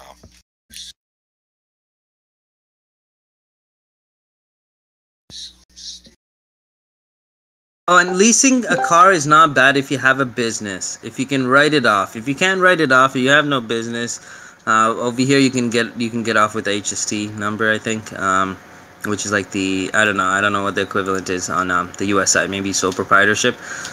You could get off with it, but again, leasing makes sense if you have income. So again, if you can stay under 30% of your annual income being going to housing, the other 20% on your expenses, then sure, take that out of the 10 to 15% and go with the lease agreement if your income can support having a nice car. The 4 Series is an amazing car. It's a really good on gas, and leasing it makes sense. I wouldn't buy a 4 Series like not new. If I'd ever buy a new car, it'll obviously be a lease. Because it makes no sense. You're gonna, within 2-3 years, it's gonna lose like 50% of its value anyway. So might as well, instead of losing the money on the car, you can just lose a portion of it on the lease. But leasing is dangerous too, because I've had a dealership. I know how these guys work, and if you scratch it up, if you have a tear in the leather, they're gonna be like, you have to pay X amount, or you can just renew your lease with the newer model, and we can just forget this ever happened, and then you're just stuck in a trap with those dealerships. No, I should have averaged down on that CGC position. I've been in this trade for too long. Grows. I have a couple cars under LLC. It's better for, I guess, like the newer.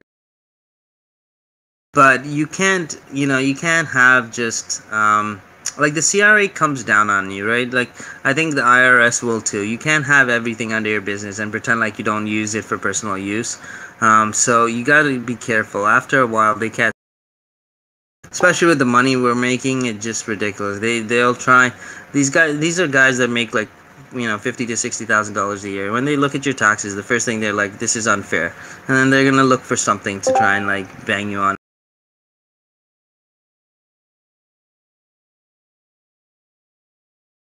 add a car onto LLC, it makes sense. You know, leasing makes sense when you have a business. Otherwise, it doesn't really, unless you meet those other criteria I mentioned.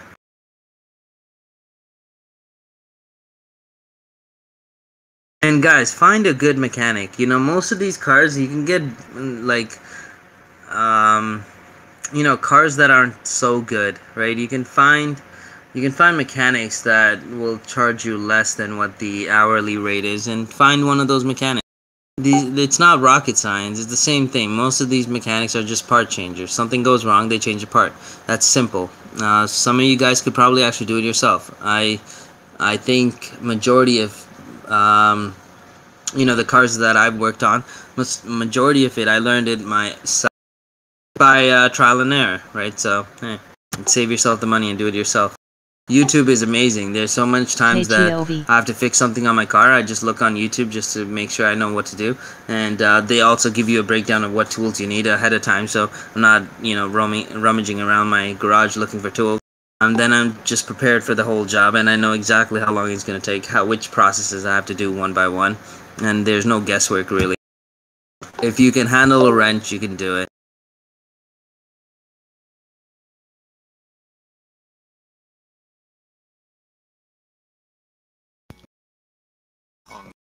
ONTX.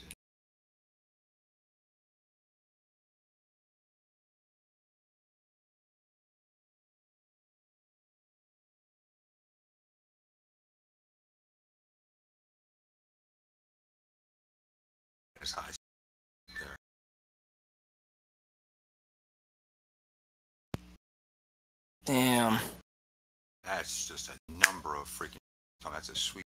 I'm getting pummeled in this CGC. I really should just cut this.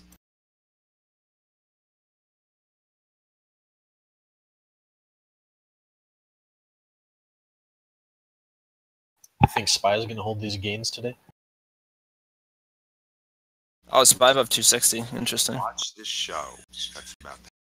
Honestly, that was a major rip, so I don't know. That's tough. You know, realistically, I think SPY is going to hit 270s at least, so I regret selling my long terms when I did.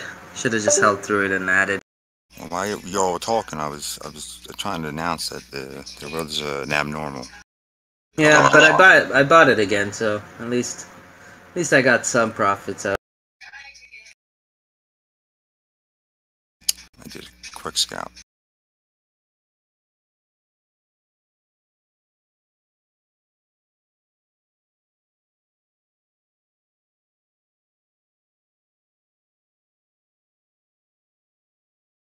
Oh, someone asked, what's the name of this credit card budgeting app? You guys mentioned it on voice. I think that might have been Rob. I think it started with the N or M. I forgot. What I do? Oh, that app where you use which? Oh, Envelope. Yeah, it wasn't me. Max, I see is going to. If it does go up, it's going to be going up to 62.50. I already charted that. I already charted it out. So that would be the max I see, in my opinion.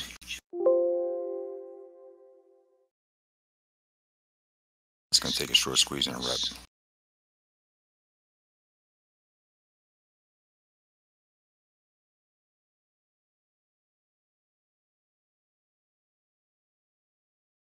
Interesting upticks are down majorly today. I mean, crazy down. Yesterday it was at a ridiculous amount, like 800%. Now it's just at a regular 3,000%, which is right where it should be.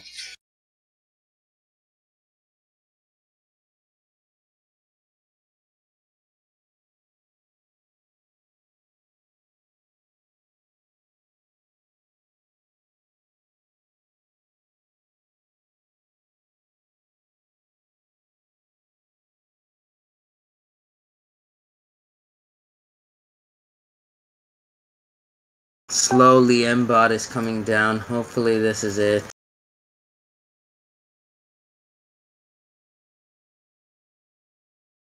Coming down. Buy's coming down, so.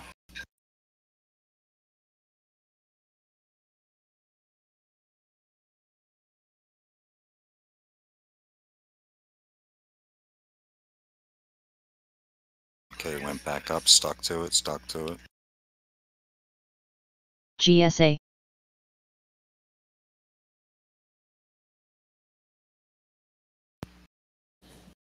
Oh, nice! Finally.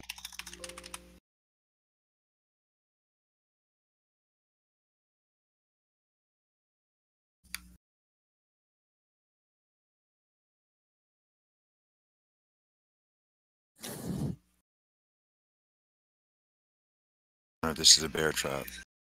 Yes, TVIX did not react to that big rip SPY made at all. I expect it to reverse here. First up, down. I think SPY will come down the rest of the day. Okay. All right. That's just what TVIX is showing, though, because TVIX is going up pretty fast here on this little dip. SPY. Someone asked me if I know how to fix cars. Change parts, yes. Majority of like I think my weakest point is gonna be like electronics. I understand wiring diagrams, I can go through it, I understand how sensors work, but stuff like ABS modules and anything related to a board, chipset, those kind of things I stay away from. So if I have to code a car, obviously I have a coder for that, or I just send it out to a shop. I got the newest Snap-on tool, so that usually helps me out with most of my coding, but stuff like Lambos, I had to actually get a specialized coder, which I haven't yet, but I have the coder for BMWs. Some of the coding you can do yourself, some you still have to send to the dealer, so that kind of sucks.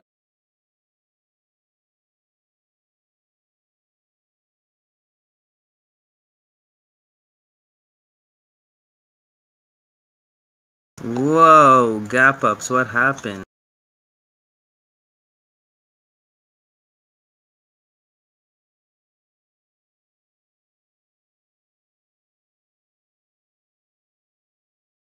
Uh-oh.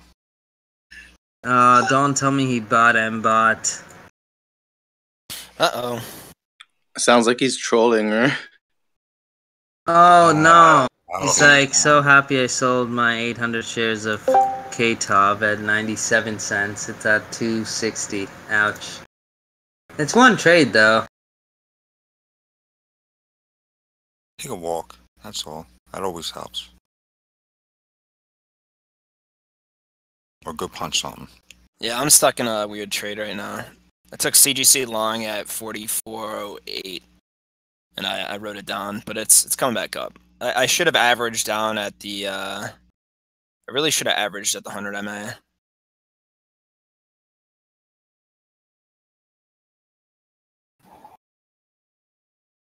Interesting. TVIX just totally erased that move it made on a smaller move up. So. Yeah, SPY's ripping. That's insane. Yeah. TVIX is getting really volatile, though. Be interesting to see what happens. So I mean, it could have been that's what I'm saying. It could have been that would have been a bear trap, and but it has to rip past that 64, and I don't know if it's gonna. MBOT. Because if it does, man, like I said, it can rip up to 62. From we get squeezed. It's flagging again right now.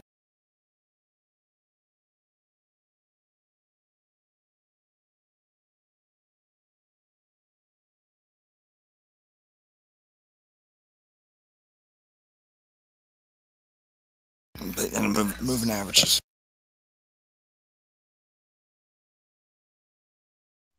For those who care, Brexit vote in 2 hours.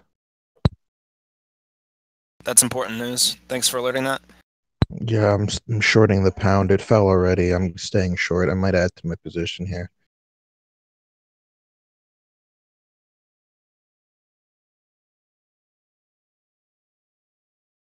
What was the news? Brexit vote. My positions are long yen, short pound, long dollar. Yeah, that was good. Good alert. Might Also, jump in short euro. I don't know about that yet. European close. Yeah, euro to USD is tanking down almost a full percent. Wow, that much?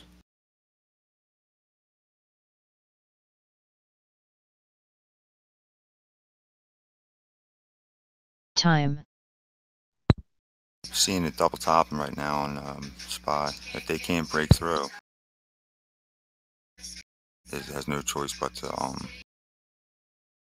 come down and test the other end.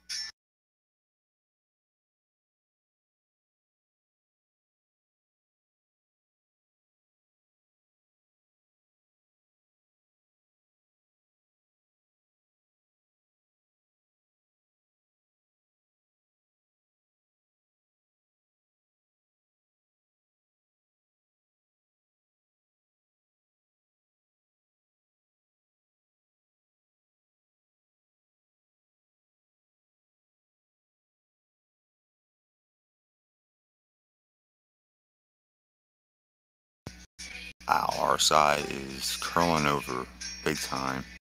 MACD switching.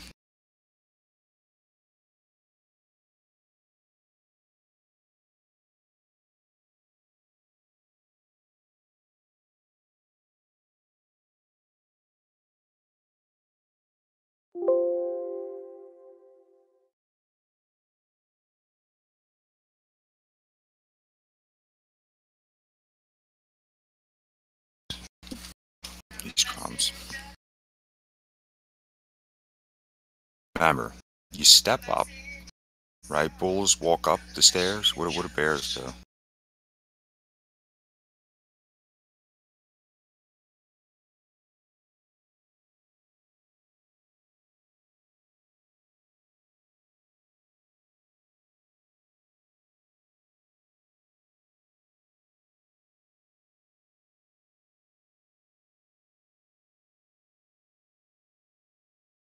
They jump out the motherfucking window.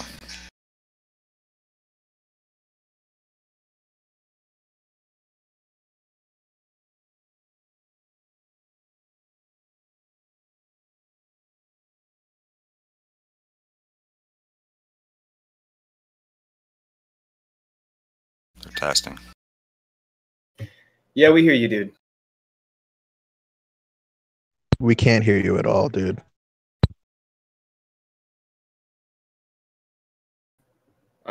We've heard you rant about the bull versus bear thing like 10 times.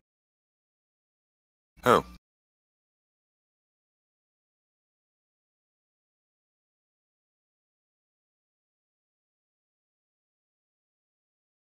Me?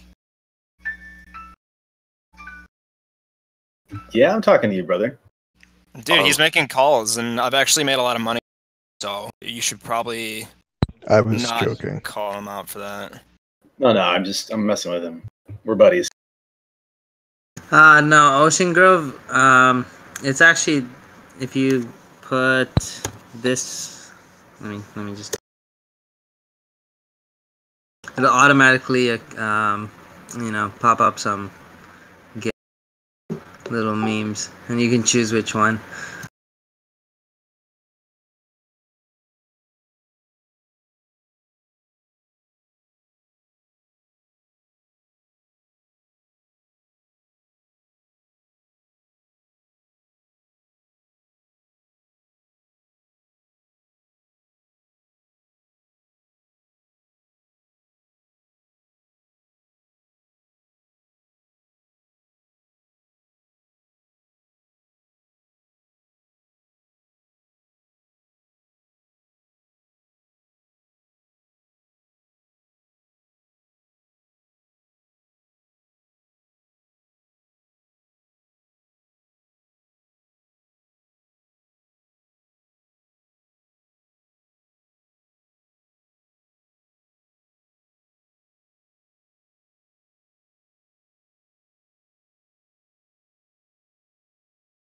Just gonna cut my losses on CGC.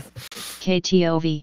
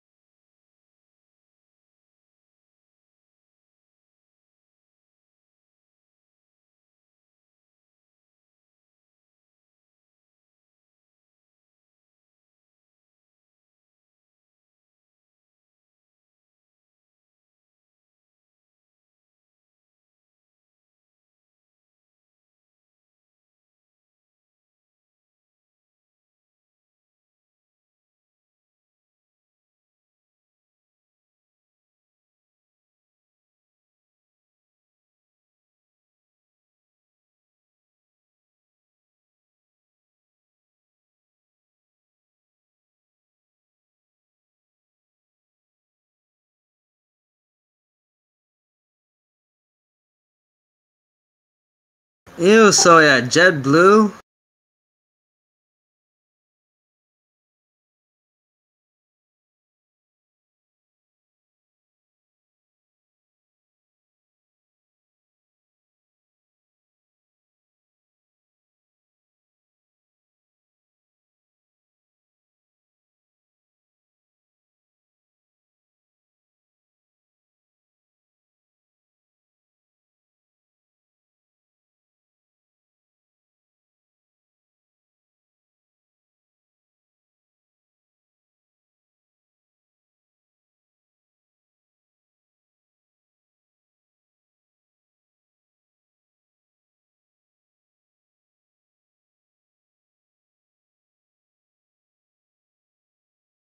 VHC.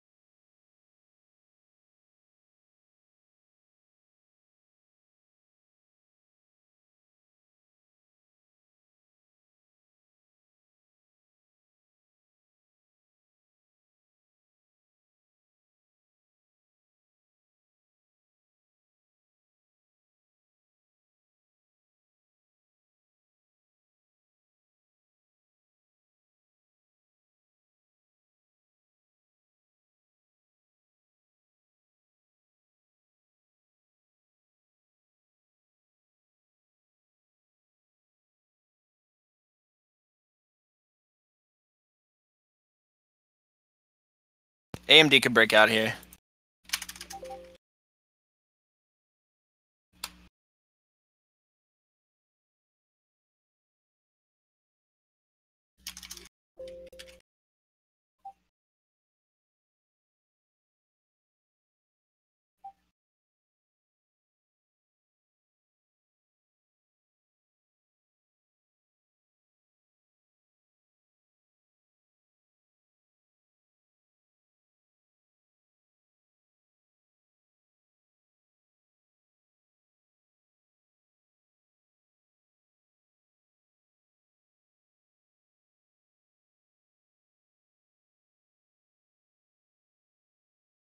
Oh wow, yeah, AMD's breaking out. Yeah, same with the SPY. Well,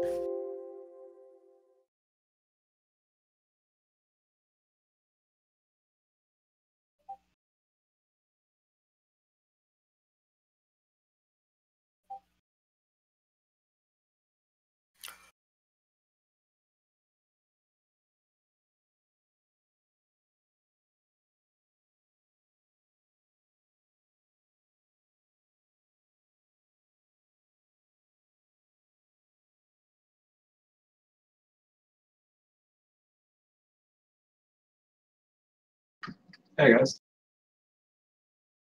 What's up, John? Not much. Just been helping some members that are getting stuck in trade. Nice, man. Just keeping an eye on the news too. Can't believe SPY broke over that 260. Where was the main support that held? Looks like the lowest point was VWAP 259.10 on the mean reversion of the 100 crossing over VWAP.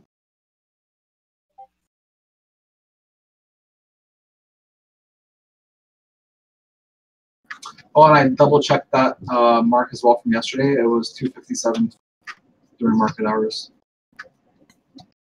Gold resistance, new support.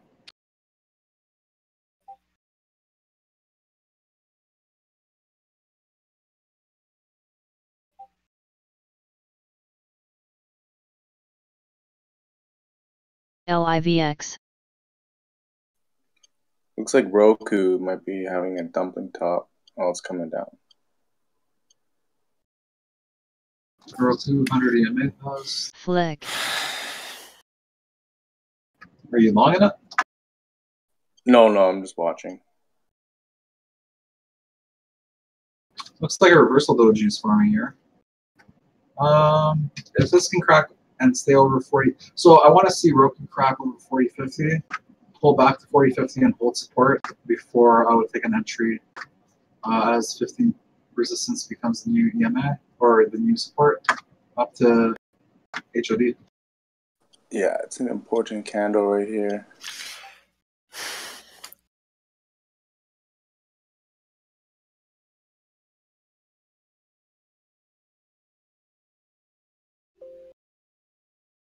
SPY, the 200 EMA is about to cross over view out.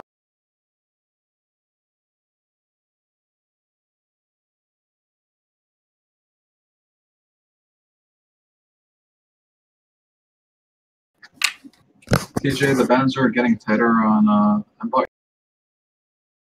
They're constricting a bit. Guys, it's 12:30 Eastern. If you haven't had a chance to eat some, have some food.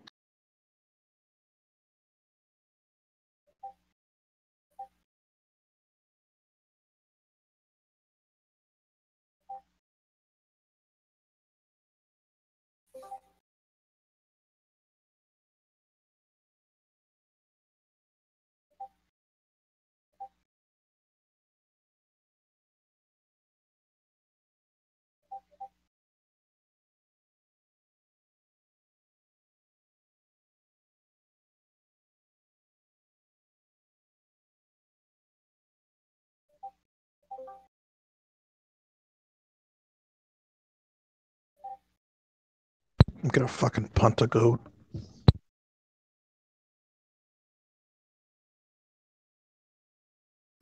Why? What's wrong? My FX broker keeps logging me out and then saying my account can't be accessed, and then 10 minutes later it'll log me in, and I've got 7 trades on right now. So just ask them to exit everything. I'm about to have to do that, yeah. I'm gonna miss the whole Brexit play. Ah, who cares, man? Look for the next play. Yeah, this is a once-in-a-lifetime type play. I don't think that's true, but You don't get it. You don't get Brexit every single day. You don't get big Brexit moves every day.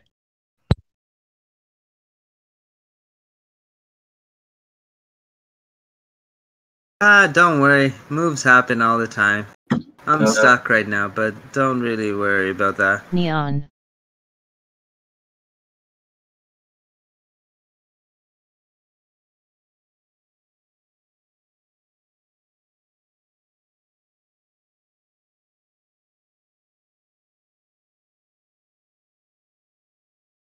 What I'm worried about is my account hitting the shitter because they won't be on it.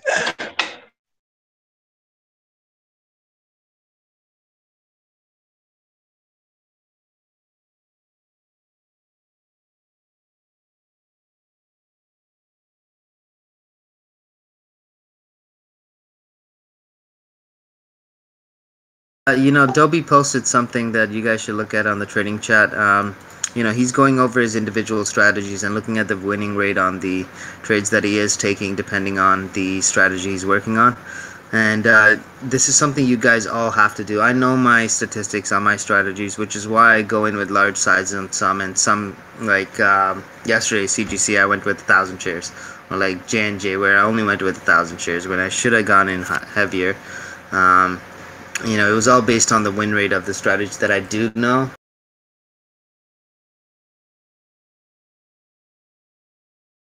And, every single one of you guys has to keep track of your strategies. There's no one else that can do it for you because no one else has the same strategy or plays the same strategy to the way that you would play it. So the only person that could possibly, give you advice on this is yourself. So make sure you guys track it. I love how Adobe has this done. Kind of want the rest of the trading, the Dream Team, to do this as well. Especially now that the Dream Team's doing good. I think majority are consistently profitable. Some a bit lagging, some even better.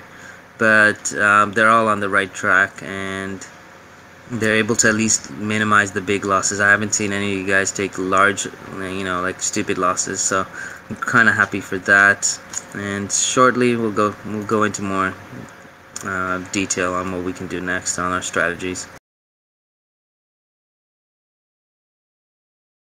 Actually, Nick, I wanted you to do one thing that'll improve your work. Is to just do a recap of your watch list and see how your watch list plays. Okay, yeah. Well, I just started looking back at it too, actually. Trust me, it's huge. It's huge. Watch list is one of the biggest things. Everyone does it. I don't know a trader that doesn't know what ticker he's going to be trading before he trades them.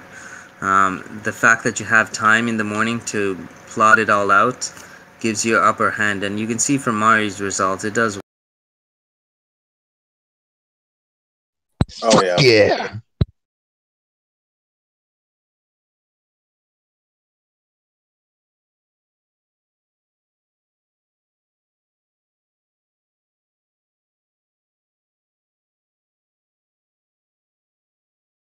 And for those that don't know, I make them write support S1, S2, S3, resistance R1, R2, R3, where they think it's going to be a key level and all that, because it matters. Because if you're trading price levels, it doesn't matter where the stock goes as long as you have it plotted out.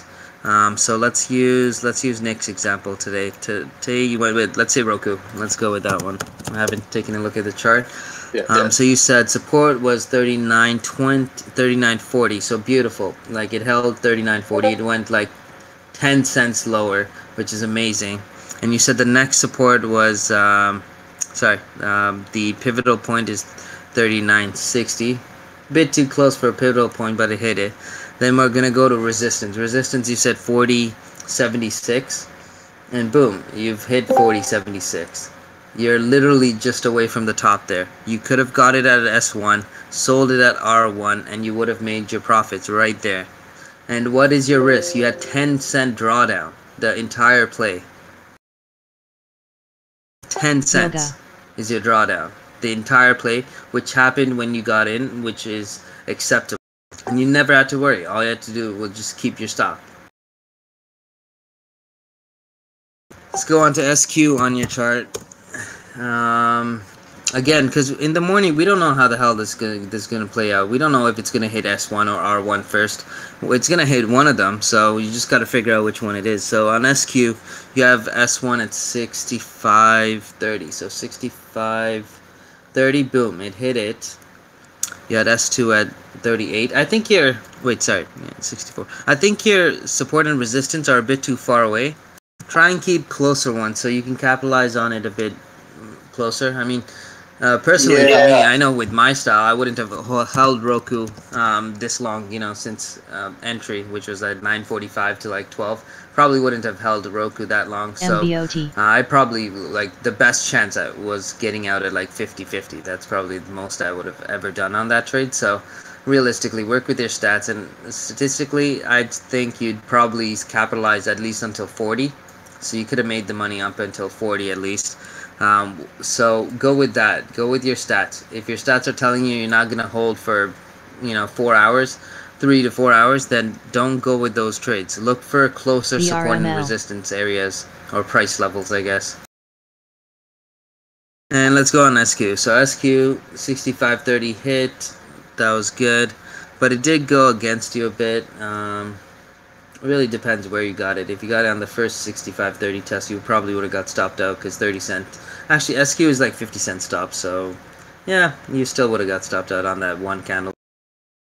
But let's say you took the trade again, and you're like, okay, screw it. That was just a fake out. Came back up, took the trade again, and now we're looking at key level, which is at 65. KTOV. That makes no sense. Your key level is lower than support 1. It has to be higher. It has to be between S1 and R1. But let's say 62. So you got to 62. Sorry, 62, yeah. Wait, your R1 doesn't make sense. I think my R2 was super off because I was No, your R1 is off. 62 is R1. But your support is 65. That's gotta be a typo. Yeah, I know. So I'm thinking it's 65 or 66. Let's say 66. You would have got it out at 66 anyways. Next one, 66.80. You're so close to 80. It hit like 78. If you guys actually take a look at your watch list and do what our dream team is doing, you're going to notice one thing, that 80 to 90% of the time the stock will trade within the ranges within your support 1, 2, 3, or your resistance 1, 2, 3, or your key area where things are looking bullish over a key area and bearish under it. The first thing you need to figure out is where your key area is. Where do I think that a stock is bullish if it stays over a certain level, and where do I think a stock is bearish if it goes down below that certain area?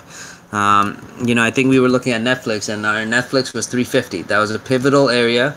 Um, it's a psychological level. It's also a level that when I previously traded Netflix, 350s was a hard break. It was really tough breaking that the first time we got around that area. So I was like, this is probably going to be the area where we should watch out for. And once you have that, then you can come up with your support. Price points below that key level and price points above that, key level.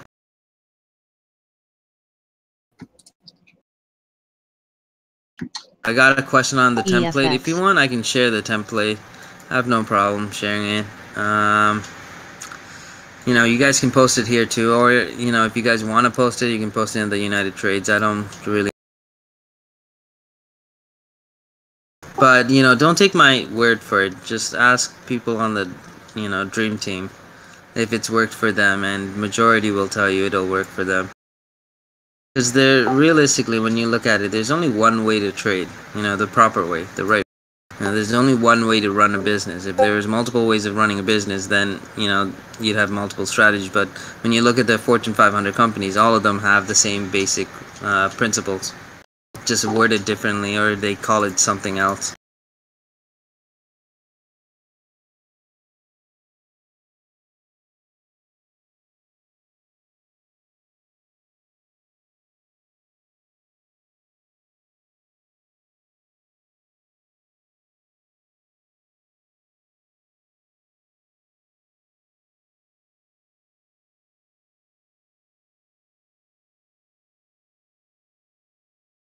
Ooh, well done, Caleb. Just saw your post.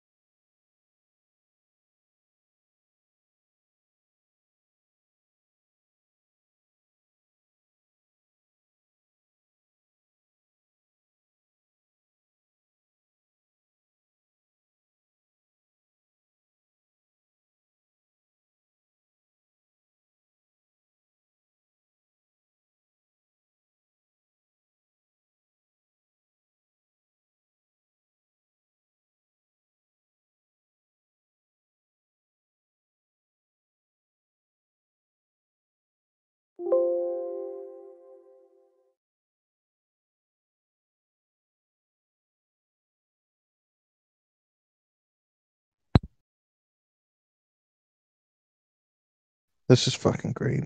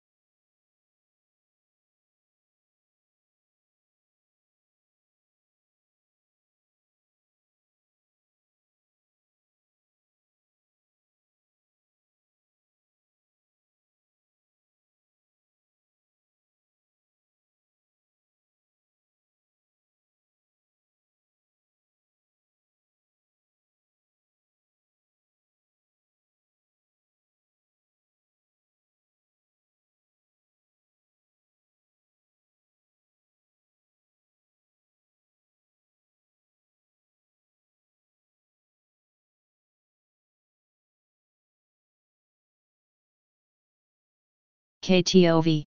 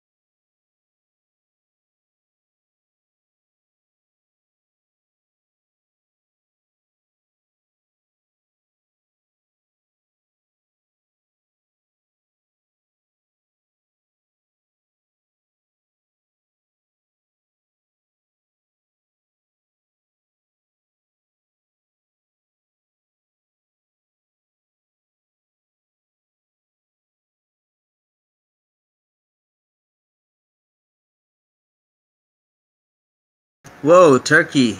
You have a 675 average on, please, like on MBOT, long? Hopefully it's a long. Oh, PCG, nice job. I don't know why I didn't just short this yesterday. I knew it was gonna go to like $5. I still didn't.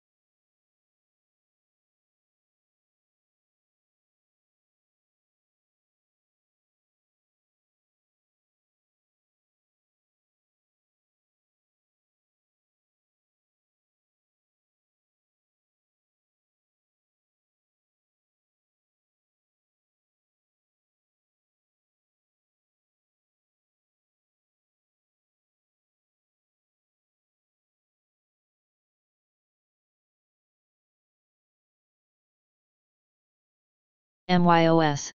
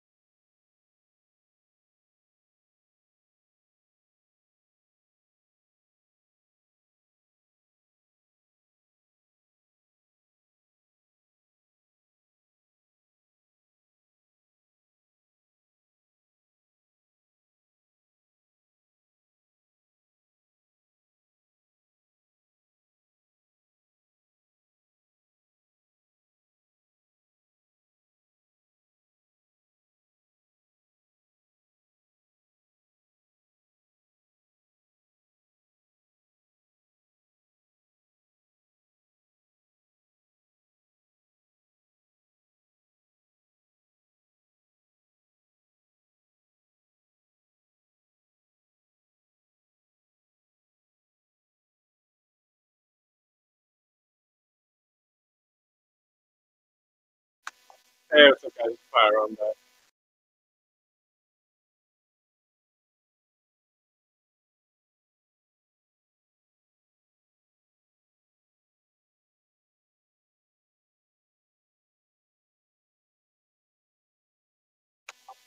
Yeah, it's hard to tell on Inbot. I kind of have a feeling if it keeps doing what it's done the last like day and a half, it's going to run here in a second. Because they run it sideways and then there's no volume and this big huge candle guy is holy felt it comes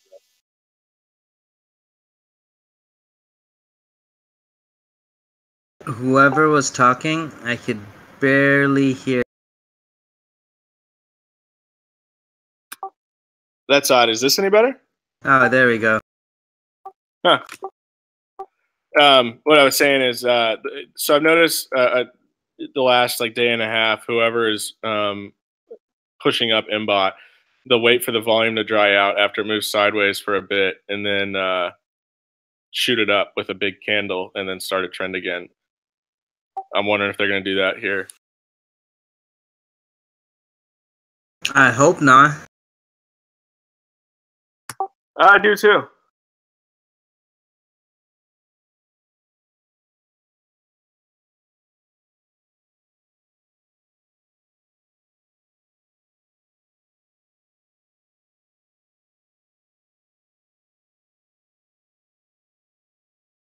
But this has also been a much longer period of this, so I mean, it very well could be unloading. Yeah, I'm honestly just scared of another day 3. Hopefully I don't get it, because then I'm going to be squeezed.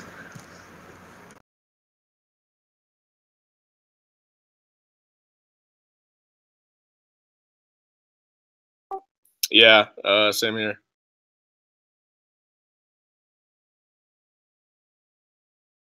PCG. I really should have just stopped out entirely when that PM high broke.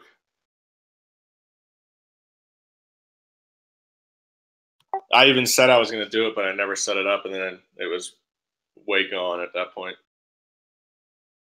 Yeah, and I should have got out of this a long time ago. You know, I have a tendency of when I try something new, I learn the hard way on the first time. So I'm just taking this one as a lesson. I just really hope it's not the blow my account up type of lesson, but it is a small account.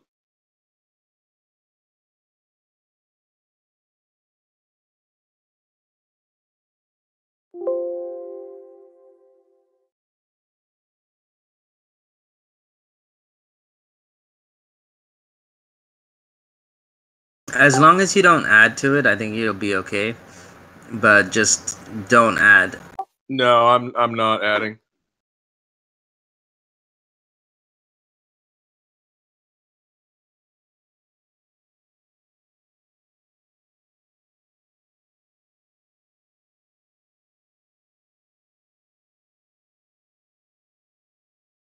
MBOT.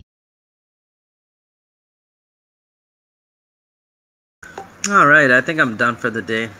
I'll be on, but I'm gonna go do other stuff.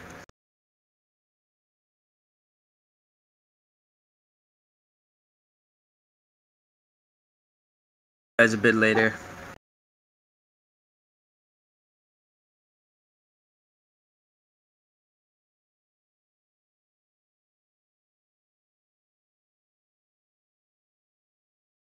KTOV.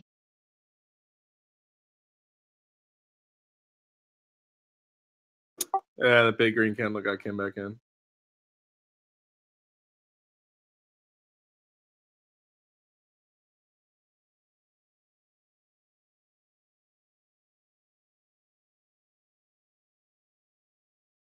Over 1940 is yeah, that. Ooh.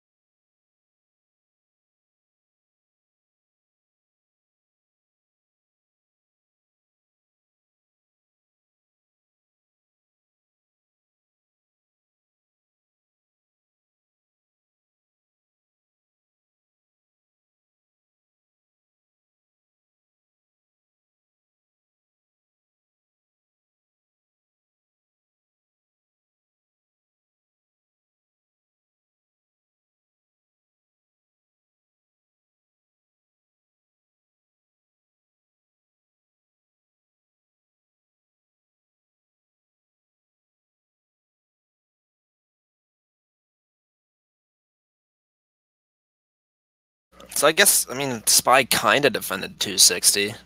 I'd like to see more volume, though.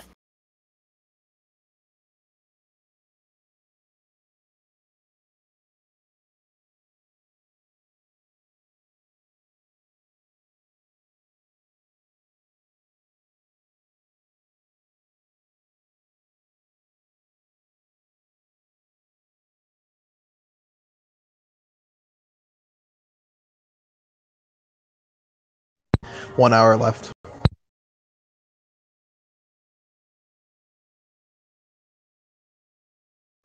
One hour for what? The market doesn't close for another couple hours. Brexit vote. Oh.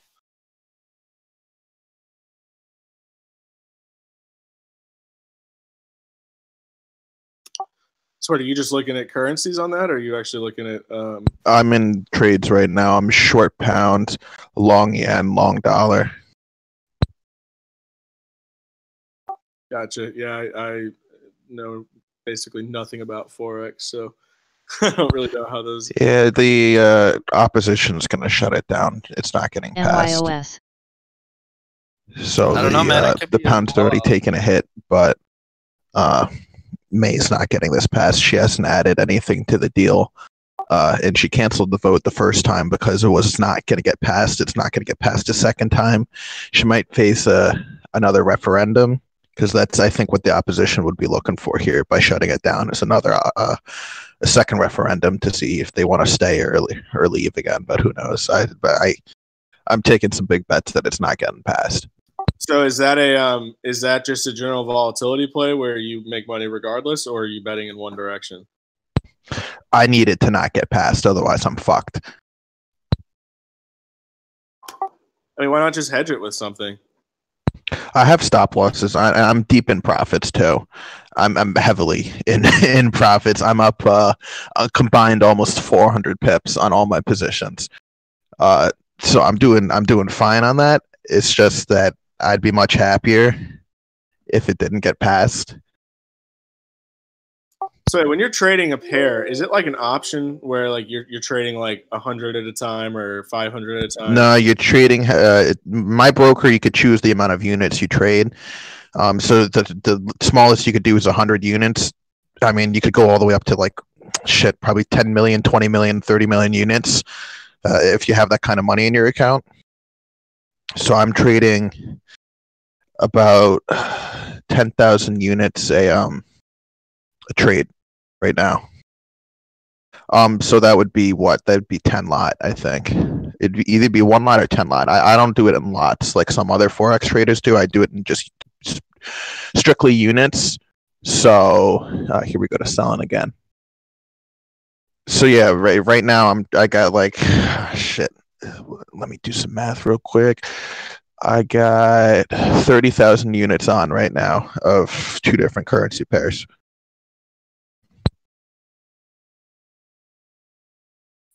So wait, what's the ticker for? So if you're long dollar, is it long I'm dollar against short GBP USD, short GBP JPY. I'm thinking about getting in the franc here too. This is just me getting greedy, but these are some good ops. I have 150. Holy cow, that short is working out well for you. I have 150 pip price target that I'm about to just completely get rid of because I'm starting to get towards that price target. I'm about 20 pips away on one of my trades. The other ones I don't have price targets on, but all right. So that 30K that you have in long dollar, short pound. Yeah, I'm a long dollar, short pound, long yen, short pound. So I'm double short pound, and I'm long yen, and I'm long dollar. I could have also just traded the futures, but was not about that. So when I see 127, you're trading 30,000 times that, basically? What do you mean 127?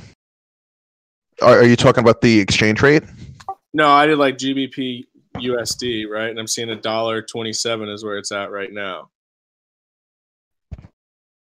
Yeah. Well, no, I have 20 in pound dollar in the cable rates, and I have 10 in cable yen. It's combined. Those are all my positions. Is combined to be 20 in cable rates for cable dollar and 20 or 10 in cable yen. Cable is the pound, so is the sterling. Yeah.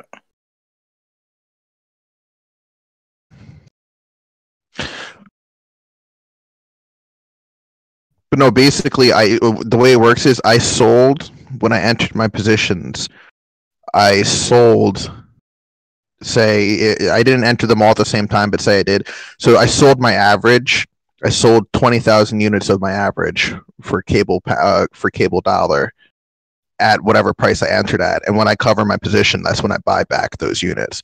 It's like shorting a stock. You short at a price and you cover at another price. All right, so for those watching MBOT, it looks like it just did an initial double bottom and bounced, but we'll see what happens. Hopefully we break under.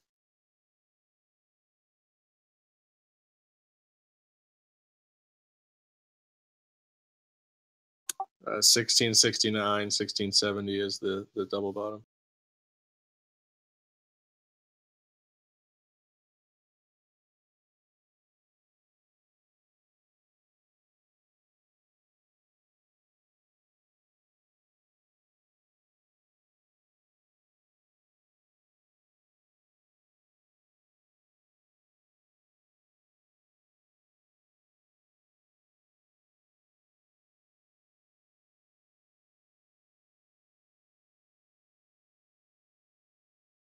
I wish this darn thing had options so I CTB. could just buy a call against it. What, MBOT? Yeah, because I mean, if they hold this level, and there's not like an offering or something tonight, then we're in trouble.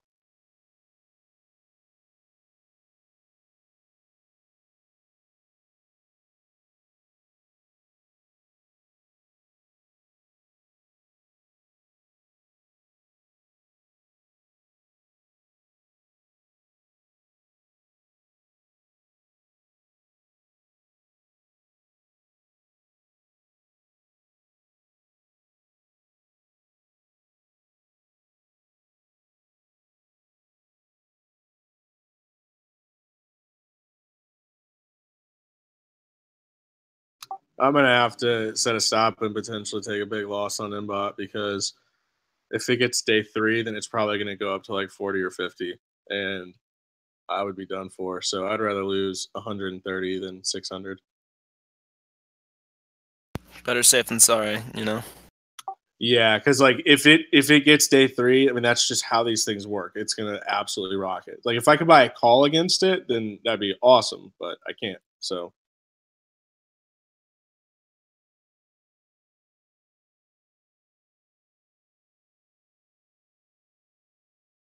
I mean, definitely learning the lesson. This was it was such a tiny position too. This is like a little side account that I have, and I just did 10 shares, and then after I saw the offering, did 10 more shares, and just looking to make like $100 or $150 when it goes back to 2.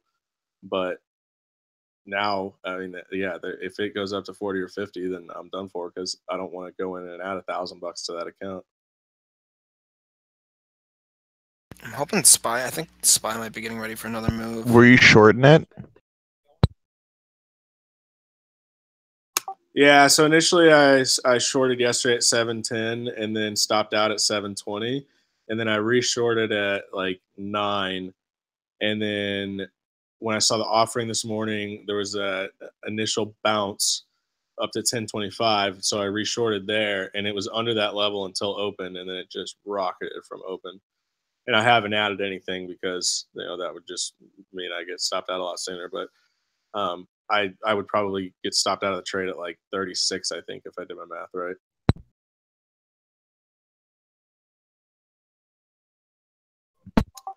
But I mean, again, this isn't anything life changing. It's $130 is nothing. I'm not concerned about that. This is just a learning experience. So they sell $3 million worth of shares, and the stock price goes up by 77%. Well, yeah, I think the problem is they only sold, $3 million worth of shares. They didn't really dilute the float that much, and that's easy. Whoever is pushing this thing, then they're. I wouldn't be surprised if there's a group of traders pumping and propping the shit out of this right now. I would not be surprised if that's what's going on here. Yeah, or if someone is someone's getting ready to take a big short position on it and warrants or something. Unless they took the short while everybody was going long. Massed it in a bunch of small orders. I know Guy Gentile's a talking head, but this is not him pushing this. I mean, he's trading it, but this is not him.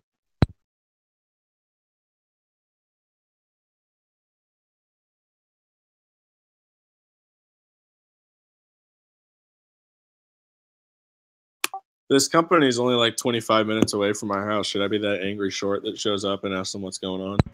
Yeah, you should. You should be like, I bet against your company. What's going on here? That's funny, man. I am interested to see their office. I'm gonna look it up. Yeah, I know Constellation's like right near me. Oh fuck. Spy, what you doing, man? Toys R Us headquarters is right near me, but they're already bankrupt, so. Oh wait, you know what? It says that they're in California on Google, but I thought I saw on Tastyworks it said HQ is in Hingham, Mass.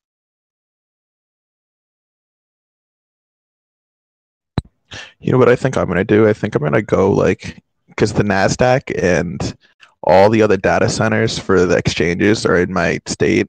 I think I'm going to go sit next to their data centers and see if that speeds up my order flow. Genius. I mean, Master IQ. You know how many millions of dollars hedge funds spend on that?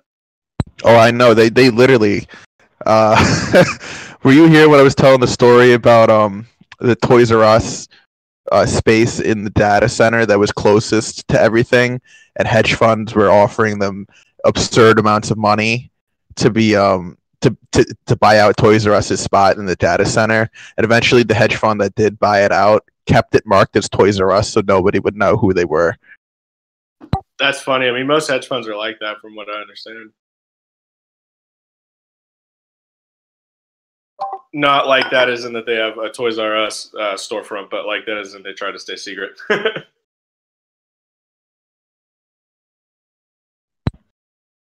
I really like Two Sigma. If I could become an expert coder, I'd definitely try to get a job there.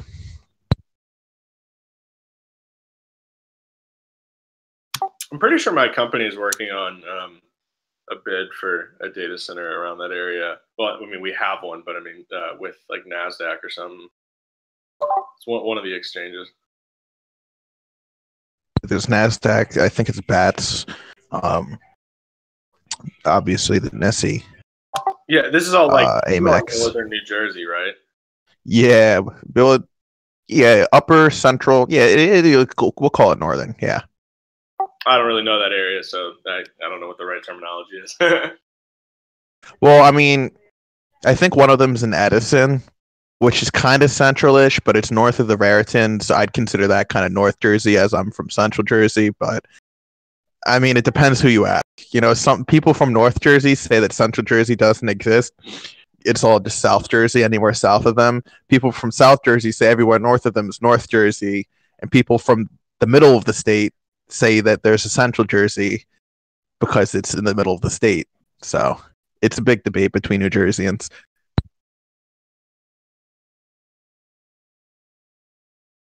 I just want Spy to do something.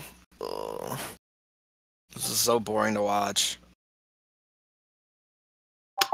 Yeah, I mean, being that it's over 260 after such a long period of consolidation, I went ahead and bought a call that expires tomorrow to hedge against my monthly puts, and I think that actually could be a moneymaker. I mean, look at we consolidated, we're over 260, so I think we might see something big. Yeah, that's the only reason why I'm holding on to this AMD position. I have like 750 shares right now. You say short or long? I'm long. Okay, that's what I thought. Yeah, that's what I was saying. Is I think I would be long right now. Yeah, I'm willing to risk like 1%, so that's the only reason why I'm like holding out on this position. Well, it looks like SPY should bounce right here.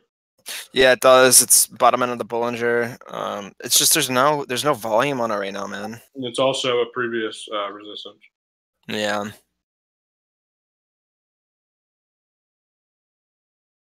I'd love to see. It could be that they're waiting for Brexit. That could be That could be it, but you're not going to be able to trade that unless you're trading futures. U.S. markets will be closed, and after hours will actually. After hours ends at what, 6 or 8? Oh shit! No, you're right. Oh, you're right. Now I'm thinking of the news conference that comes after it. My bad. And I'm also thinking of in British time because it's 7 p.m. in England when the vote's happening. So I was thinking of 7 p.m. here.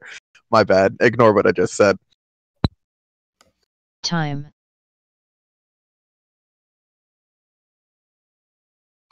That's why we got a team.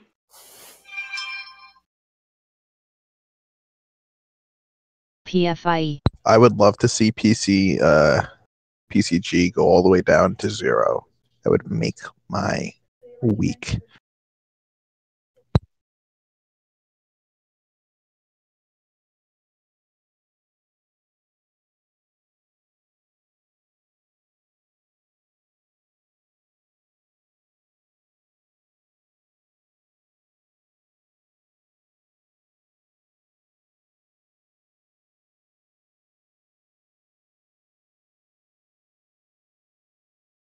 I know. I kept thinking I was too late to the party to short or buy puts against PCG, but holy cow! I luckily managed to get in at 1904. I wish I got in when it was at 49, 42, which was the high of the year. It looks like PCG is a dumpster fire. No, it's they start fires. I mean, yeah, they start the dumpster fires.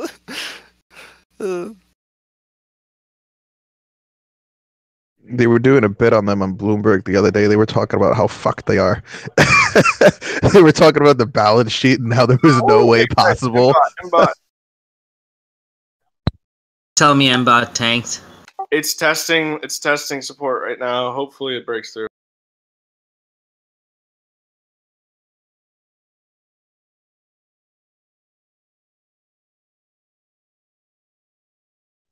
I think it's going to start falling here. It's testing the Yeah, 15. it's testing this support level for the third time.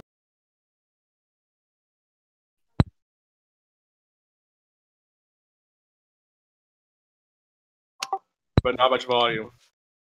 I got to make another. Does anybody have a good stockbroker for stocks like this where Thinkorswim doesn't have shares to short?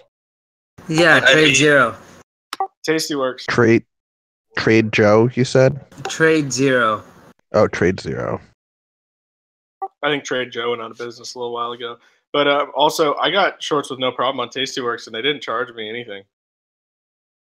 They didn't charge you commissions? Like 2 cents, I think. A share? Yeah, that's reasonable. You know, it's usually under 5 cents a share. That's institutional pricing. I get respect in the streets, man. I think the most I paid for a borrow was like 15 cents a share, and that was like Tilray. Yeah, Tilray has always been expensive to short.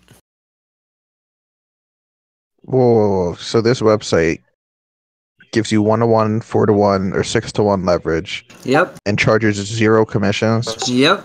It's amazing.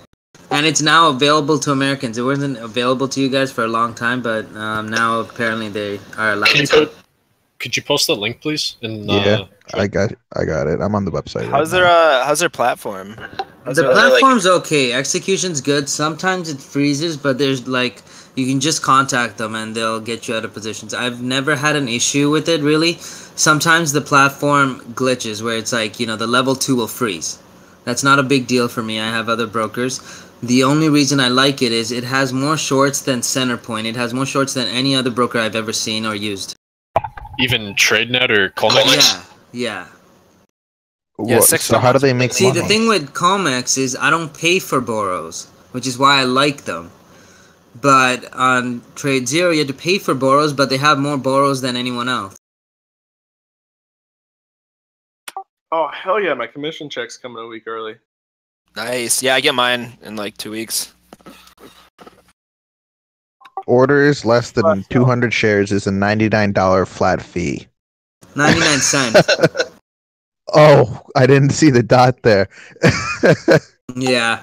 You can't, I mean, it's not made for smaller shares, but yeah, like, that's why, like, I think we got used to trading over 200 shares, because it wasn't free for us, but it was cheaper. Actually, no, it was free limit orders before. Now it's just, like, free if you just run it through their routing. Were you just talking about slug. Sorry? Were you just talking about Trade Zero? Yeah. Yeah, guys. I've got Trade Zero now. Since they opened up in the U.S., I haven't found anything not to like yet. I've read a lot of rumors that they. Say again. I hate the charts, and Oh, yeah, guys, I've been using this thing for like over 10 years. I think 8 years. No, I think it's like 8 years that I've been using Trade Zero. It was my first ever day trading platform. Does that one get around PDT? No, it still has PDT, and in Canada it's 6-to-1, but in the US it's 4-to-1. They have no commissions, which is crazy on everything. Limits, markets, and options. The only thing I've heard is that they lag behind. Sometimes it can like freeze or lag, so the price is wrong, which is kind of a big issue, but I haven't seen it yet. It happens once in a while, and when they do that, so let's say there's that one day that their platform fucked up. You can call them, get out of your positions. A, B, the next following weeks they gave us free borrows on anything we wanted to short, so we didn't have to pay for borrows, which was they're really good in that sense. You're talking about Trade Zero, not TradeNet? Trade Zero. So they're available in the US now. Yep. Cool.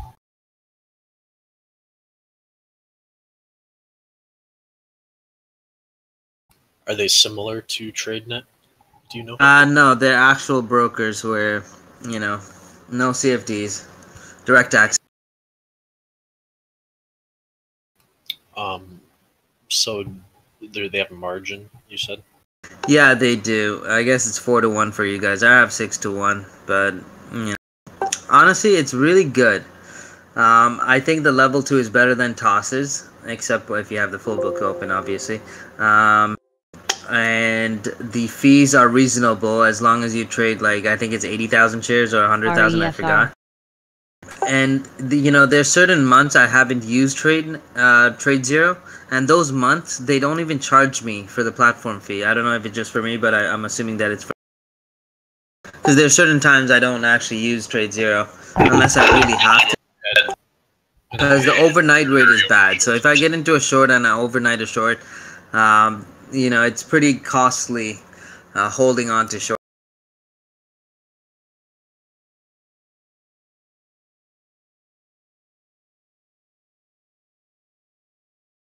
Man, SPY looked really good on the 15-minute, but it just closed an ugly 5-minute candle.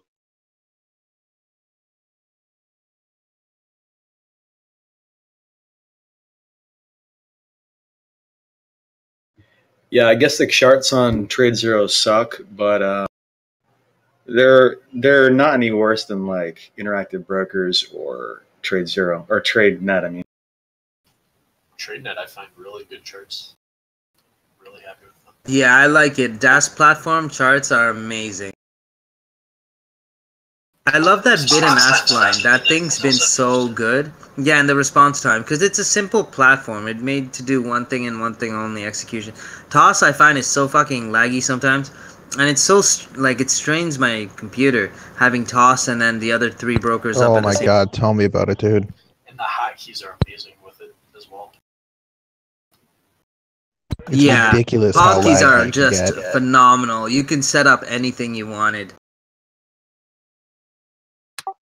Man, Mbot, like, it's got to make some kind of explosive move soon. The volume is just drying up like crazy.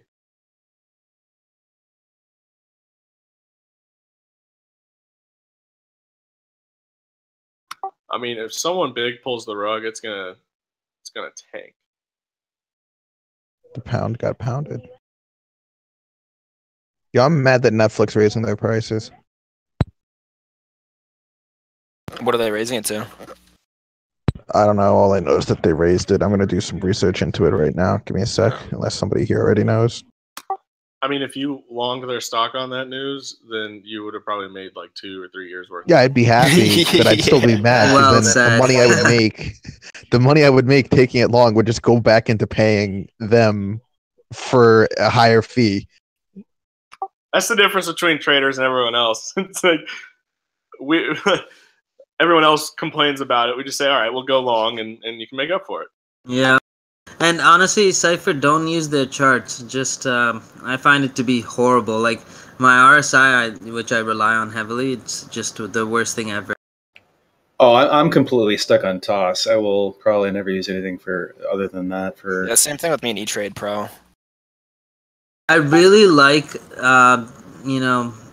comics for one thing, the bid and ask line. If I can get that onto a DAS platform, I won't ever technically need to use the charts. All right, I got the Netflix prices. So standard plan will go from 11 to 13. Premium will go from 14 to 16. Basic will go from 8 to 9. Oh, that's not bad. That's a small black coffee at Starbucks. Yeah, but what, the price increase, like the dollar amount, or how much they actually cost? Because the increase for like a tall black coffee, and then I would say the actual amount for like a grande frappuccino. Well, these are more than 50% increases. Not 50%. They're like 20, less than 20% increase, which is acceptable for the industry. Usually 7% growth is fine. Think about how much people pay for cable. Like, I mean, I said cable. 15%. The only reason why I'm glad I still have TV services is because I have a smart TV now, so it's better quality.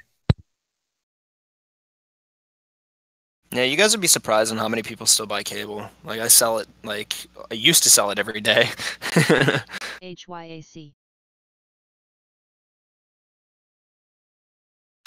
God, who is holding Mbot up? So what if we all put in big short orders and then cancel them. Like we basically spoof. Would that theoretically bring the price down? Sounds like a bad idea. Illegal. It would be breaking federal laws, but it would get the price down for you guys. Just make it pretty clear that we The don't. short won't appear, guys. It shouldn't appear, right? Wait, hold on. Flip the dip. Trade zero doesn't limit the amount of day trades? I will. They definitely do in the United States, though. That makes no sense. I'm pretty sure they do. They do. They in the have US. to if they're in the U.S. Yeah, like for me in Canada, we don't have PDT. Anyone that doesn't reside in America doesn't have to worry about PDT. So for us, it's Probably not for a cash account. I don't think it's DAS. I wish Yeah, it but was. cash accounts, don't you have to wait for the transaction to settle before you can reuse Yeah, that but there's capital? there's no PDT for a cash account. Yeah, Only when PDT you only have applies to margin, but you just have to wait for the settlement. Yeah, so basically, if you do that, you just have to. If you have like a 5K account, trade with like $250 or $500 at a time, and that basically gives you unlimited trades. Or just open a share trader account and get 6-to-1 margin and don't have the PDT. Yeah, sure trader. Yeah, but SureTrader charges like $16 a transaction. Trade zero is free, and you have more shorts than SureTrader. The short trader literally just kills you with fees. That's how he I makes still think money. TradeNet's the best though. The margin's way larger. Tastyworks is literally Margin-wise, the old yes. Can you use Thinkorswim TradeNet in board. the States? Oh, absolutely. You can? Okay. Any of you guys ever use Ustock? Yeah, I hated it's really bad. Like anything that gets volatile, you cannot trade because Literally, the only good thing about TradeNet they're basically is the market. Ustock trade is basically just a dark pool. I mean, it's not Wait, basically. Stocks to trade is a dark pool, you said? Yeah, That's like Yeah, Ustock Trade is pretty much dark. I mean, they do have super users that will execute trades on the market for you, but I mean, I don't know. I wouldn't trust them at all with my money. Get stuck in things there. You basically have to use limit orders. Yeah, I mean, if you're swing trading, it's a good deal. Honestly, Ustock trade's great, but I wouldn't use it for Yeah, anything. but then you may as well. The only advantage there is Multiple if days. you're worried about stop losses. But like otherwise, you may as well just use Robinhood. Mm-hmm.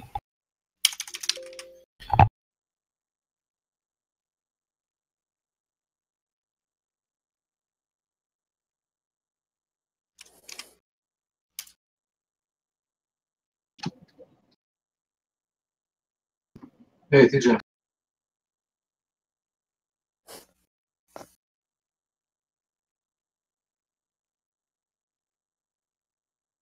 Hey, what's up? Check me out.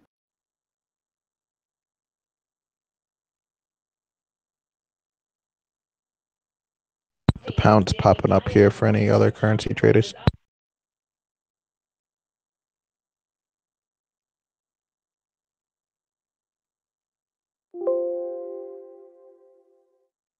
So I was looking at the executive board for Tastyworks, and it's literally Thinkorswim. There's the both the co-founders of Thinkorswim, the old CTO of Thinkorswim, and the old CFO. Yeah, that's how of they started. Thinkorswim. They sold their main business to, Toss, and then they took over. They just started their own. So they started Toss, sold it to TD Ameritrade, and then started Tastyworks, basically. Yep. I don't get why they need 3 KTOV. CEOs, though. There's 2 probably- co-CEOs and then a CEO. Probably friends. Only thing that's ever upset me about Tastyworks was when I canceled an order and it filled, but like I couldn't prove it, and I ended up losing a decent chunk of change, like 2 or 3 days worth of profit off of a put that went against me, and I tried to cancel it.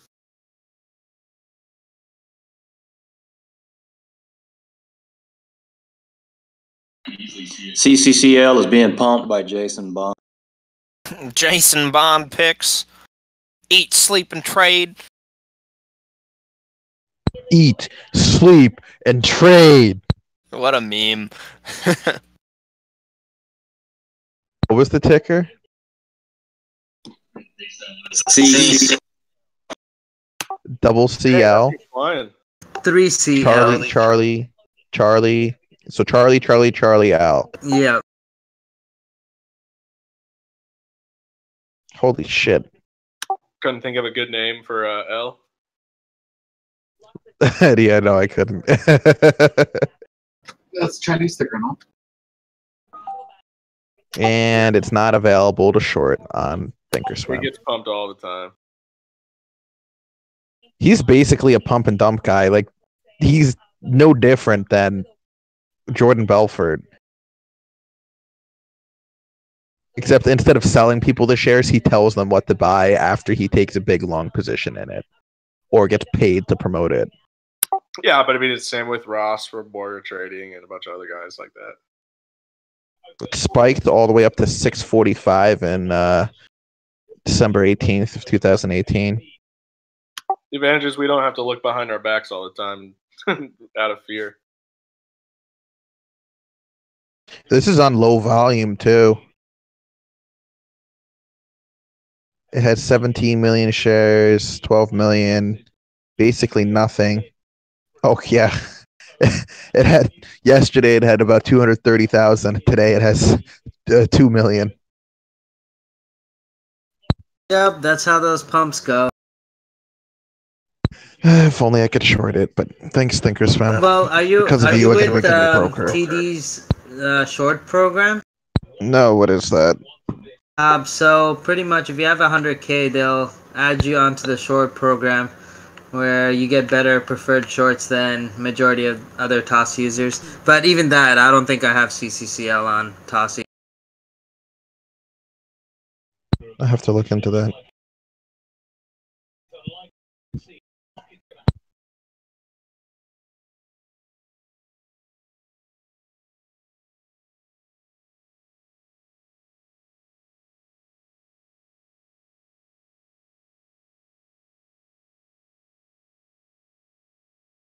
Man, whoever is doing this is just not letting Mbot go below like 1675. SPY is revving up though.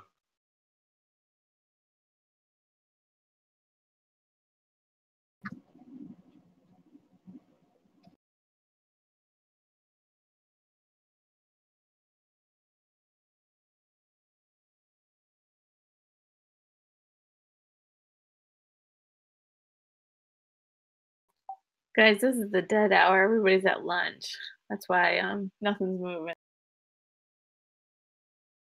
At least SPY's over 260. It's up 1% of the day, or at least the S&P is.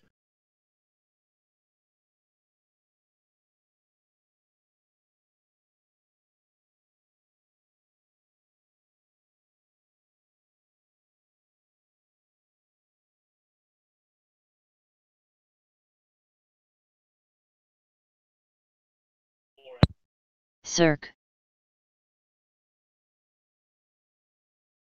Yeah, I don't think this is getting passed. Doesn't sound like Corbyn's going to support it either.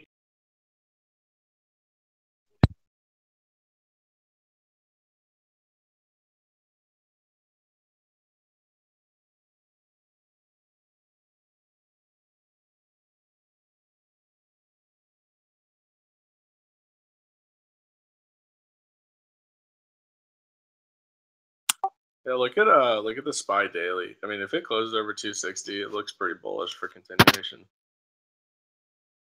You know, I was so happy when this thing went into a bear market and then it completely rebounded. Yeah, I wasn't. It's kind of cost me on last week and this week.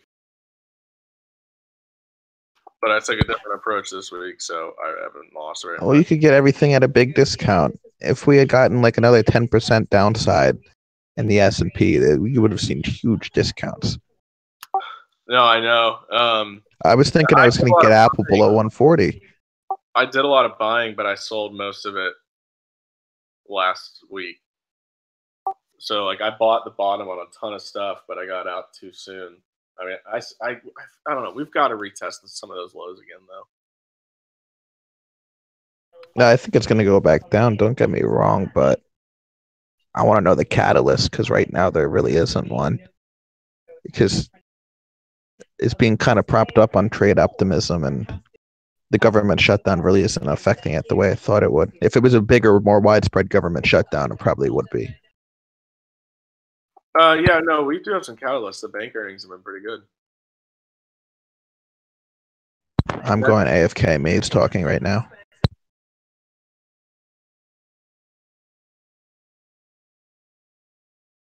Yeah, let us know. Let us know what comes out of that if you can. The markets will probably tell us sooner. Yeah, true. Just watch the pound.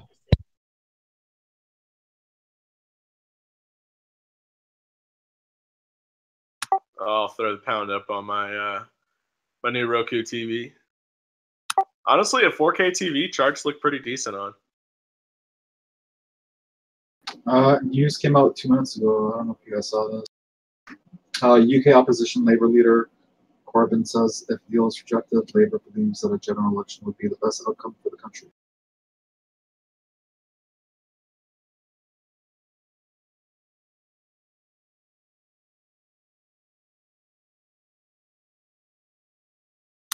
Pound is tanking. And I am laughing all the way to the bank. Congrats, man. Getting an ab workout and making money. No, I'll just buy myself an ab rocket after this. Are you closing any of it yet? Or are you holding? Hell no. Hell no. I almost just closed my positions too when the pound spiked back up, and I was like, "Nah." I got really tight. I have trailing stops though, and they're really tight trailing stops.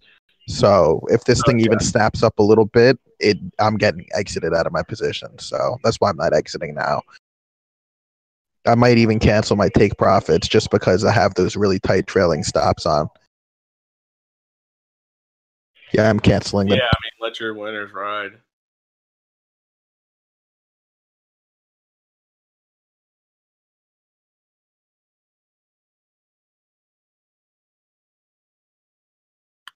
Man, you might get a nice tank here on the 5 minute if it forms like 3 big red candles.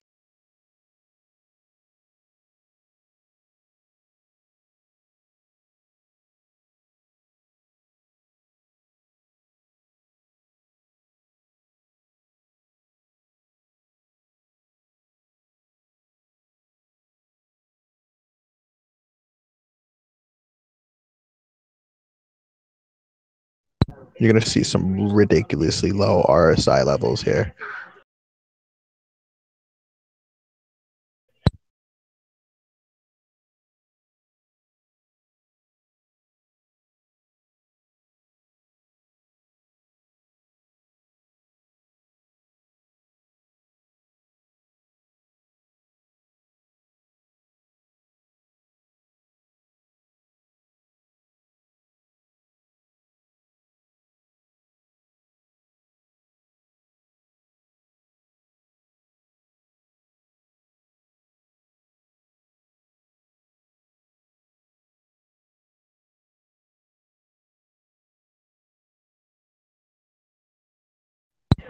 If anybody's interested, Theresa May's talking on Bloomberg right now. That's what I'm watching.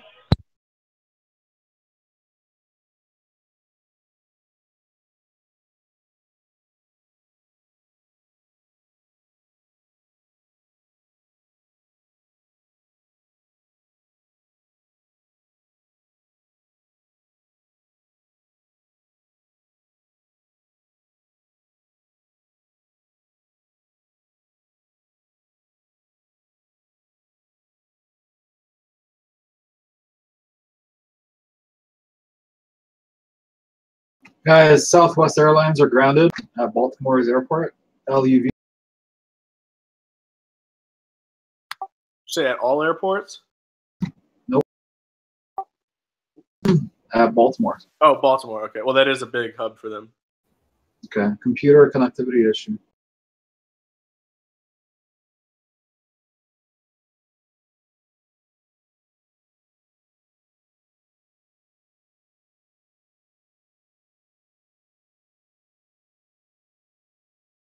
Man, that's going to lead to some misery for some people when you combine it with the longer TSA lines and stuff.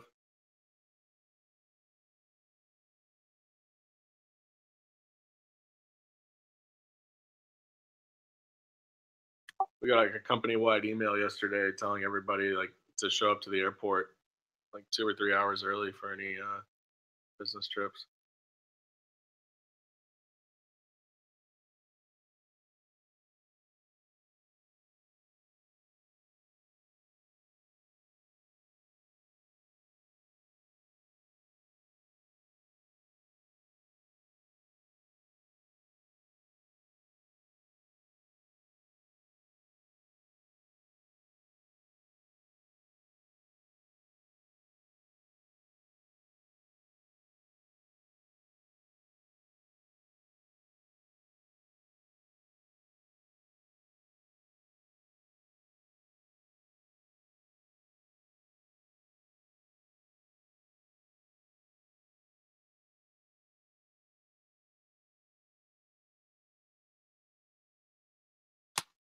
Inbot finally broke below that support. Let's see if it closes under.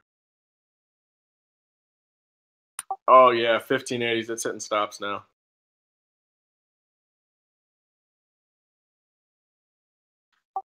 $15.30. Let's go.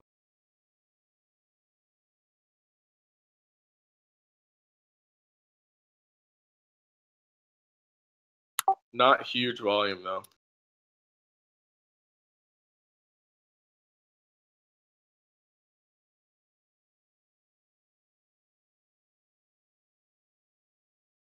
Mbot halted. Let's go.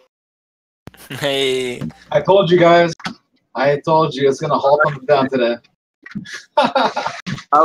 Yes, I am here. Let me open up my broker.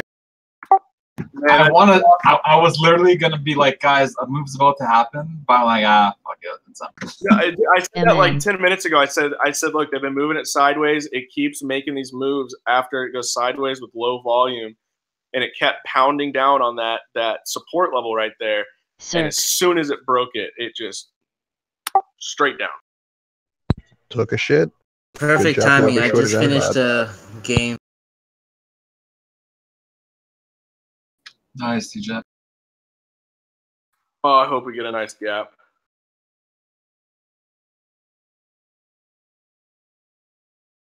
The next bid I see right now is at 15.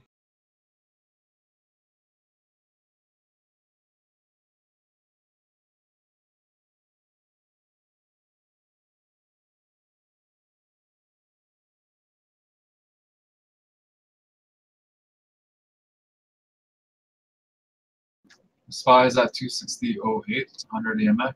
That's a huge pull. Wow. SSYS. The difference that made in my PM. Yeah, I can't even imagine. For me, it was like $30. Good job on the hold. Actually, no, never mind. It was like $60. Thank you. Iron hands. I told you, Johnny Walker, he never fails me. What, did you start drinking when it kept going up? Yeah, I was like, you know what? After I was down 50K, I was like, you know what? Screw it. Me, I'm just staring at it, doing absolutely nothing. So I'm like, start my birthday right.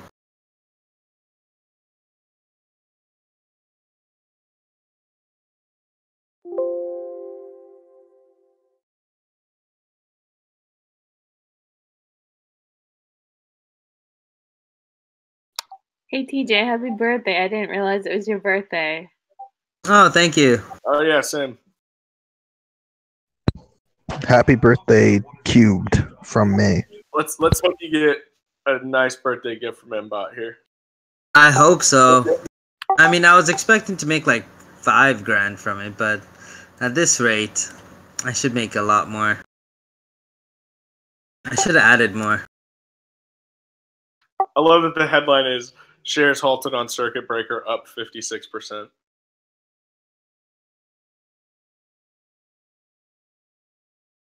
But the thing that sucks is like, even if it goes like 2 or 3, my P&L is not much higher than like what I was down.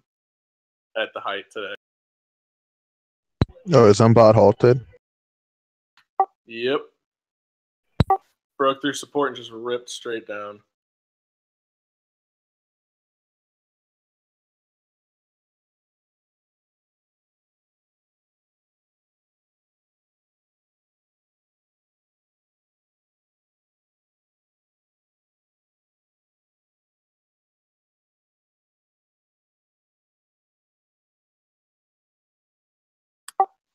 And the funny thing, like thinking, in hindsight, like if I had gone long where I went short initially and then was able to go short at the top today, how much money that would have been from like such a small starter size.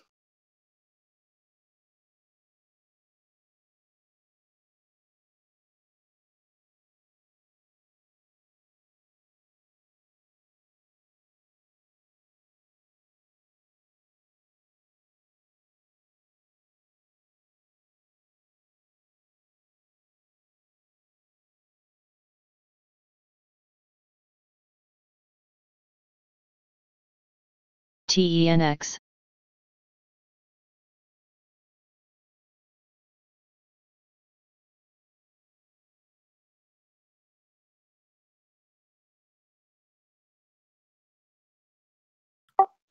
I mean, I know it doesn't mean a ton, but right now the next bid on Mbot is 1386.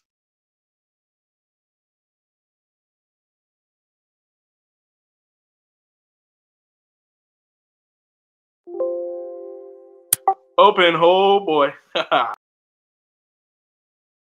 1437. Damn, son. The second you said open, I just flipped on Thinkorswim. 1429. 21. Spreads are nasty. Anyways, it's in the right direction. I just gotta hold on a bit longer. Oh, you're right. The spreads are nasty. It's 25-cent spread from what I'm seeing.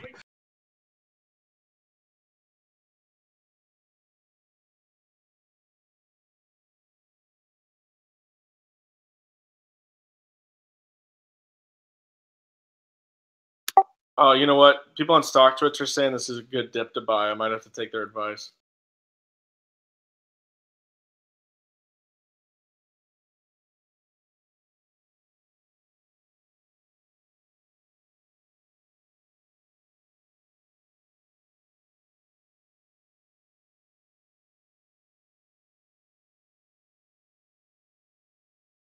All right. Well, they filled the gap from the halt.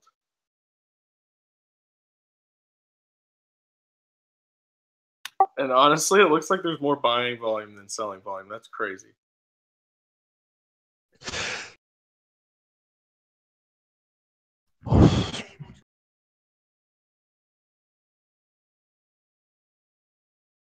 Never mind. That's changing.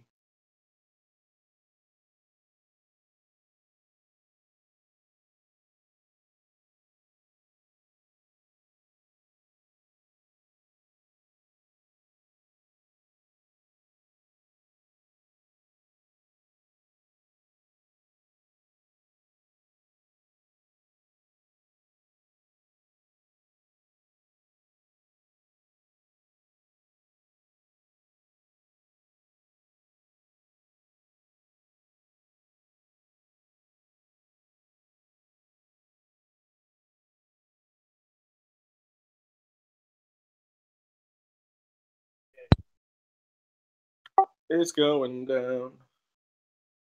I'm yelling timber.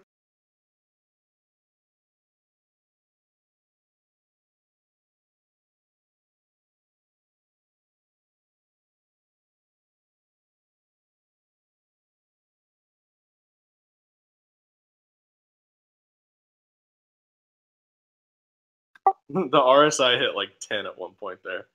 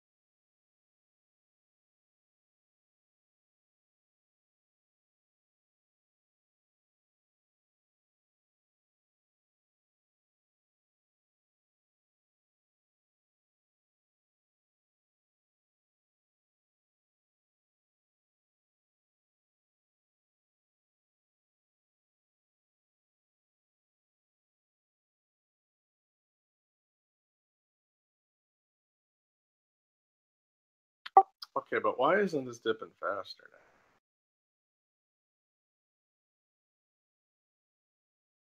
now? There's actually some like pretty big bids that are going through.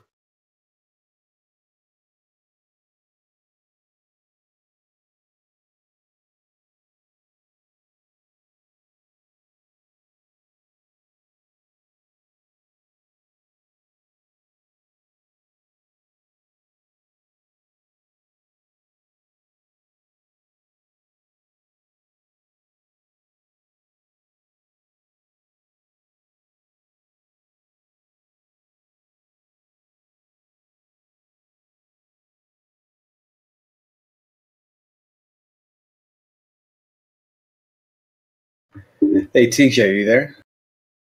Oh, there goes the big dump again. Hit 1374. Yeah, I'm here.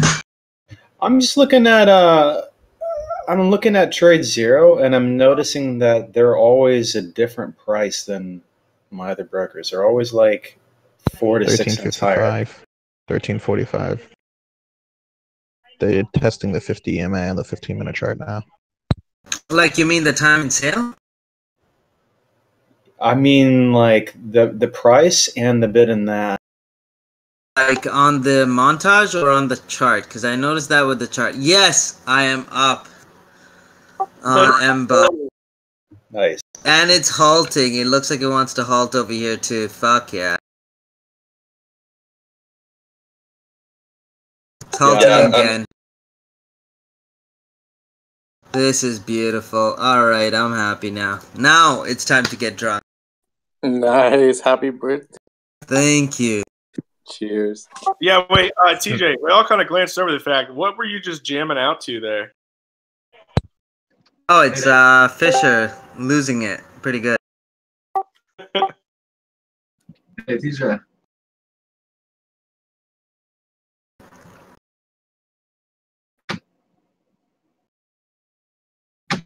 Get the Johnny ready.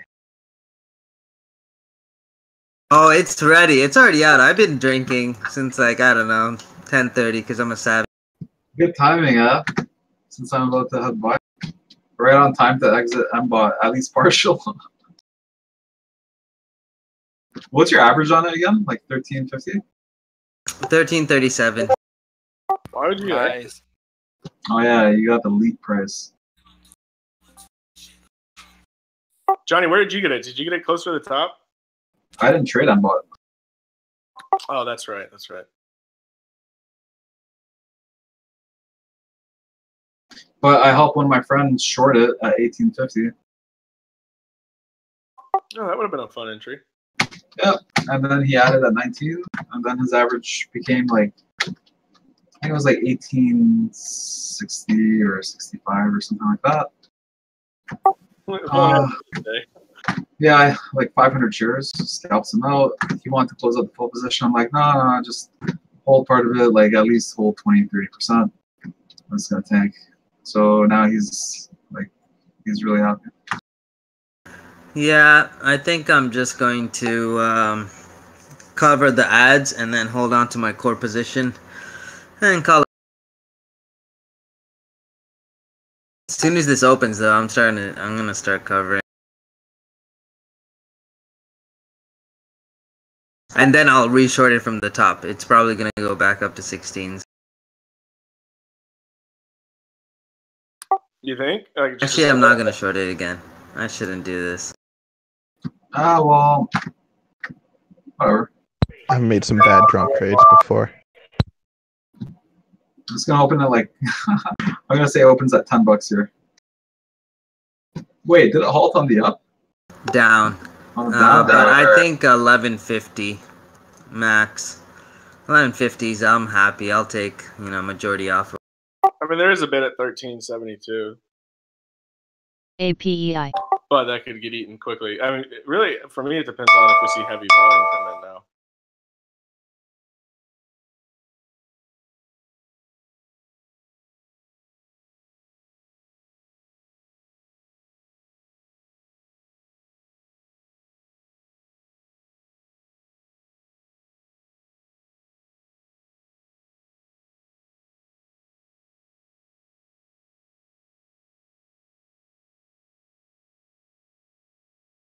Man, I haven't gone out in so long to clubs, but can't wait. It's gonna be crazy. Didn't you go out on New Year's? Yeah, but that doesn't count. That's like New Year's. Everyone has to go out. It's mandatory. I feel that. I completely agree with that.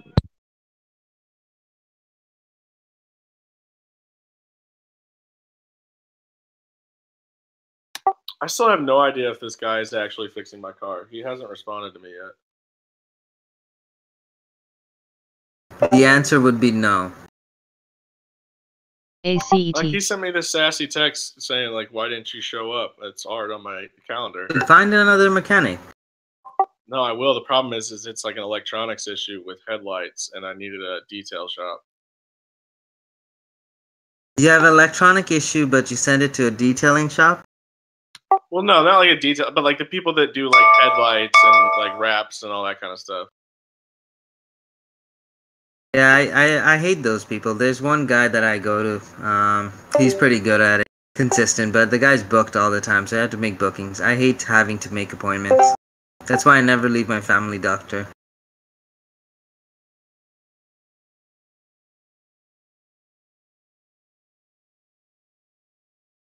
Thanks for the heads up, Johnny.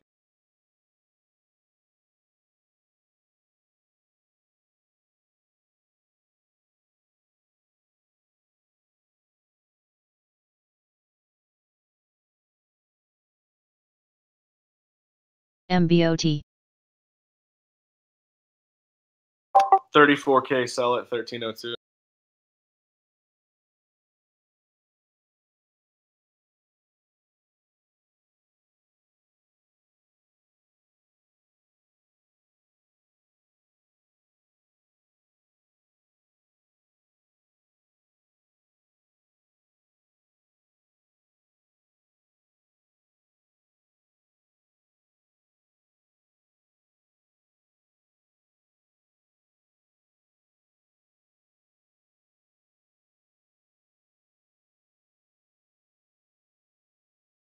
Spy just ripped. It did indeed.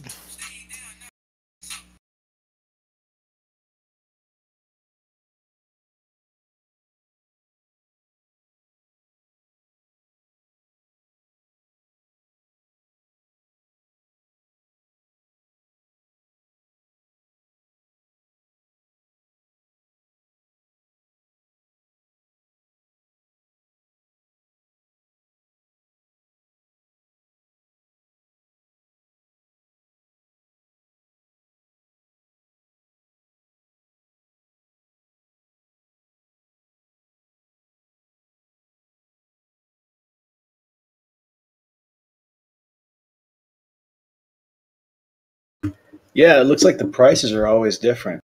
Even the chart is different. GT. I found that the charts are different. Are you talking about Trade Zero? Yeah.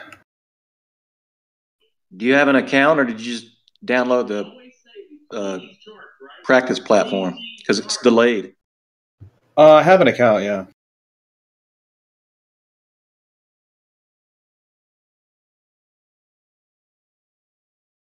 All right, people, stop buying MBOT.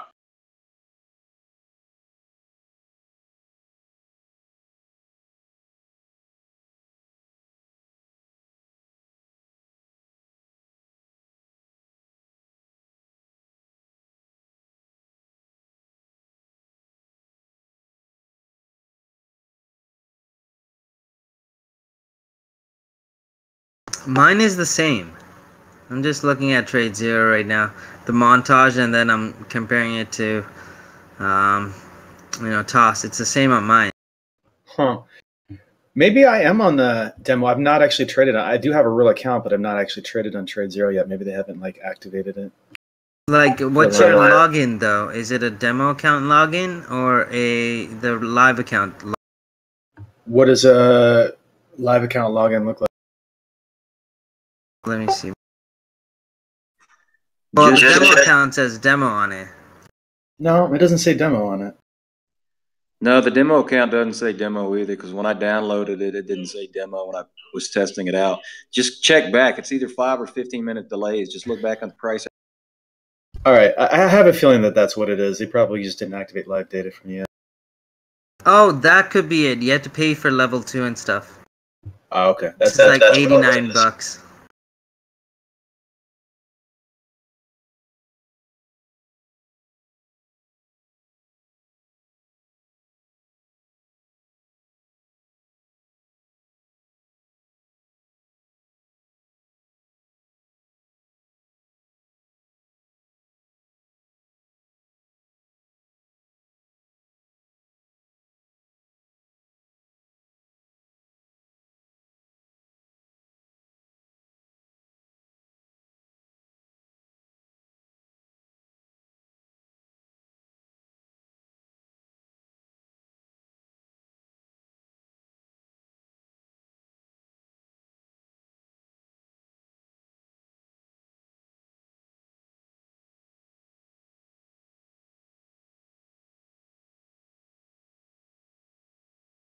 The heck did they just do to Spy?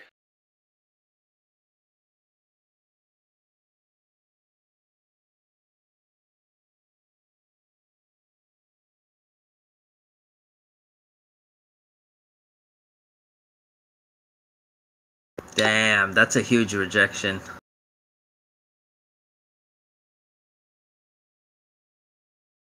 They just ran it up just to put it down again. That's gotta hurt.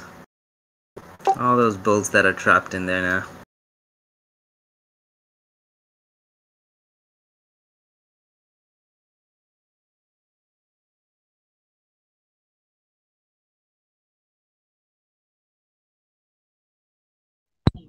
Oh, damn, it squeezed up.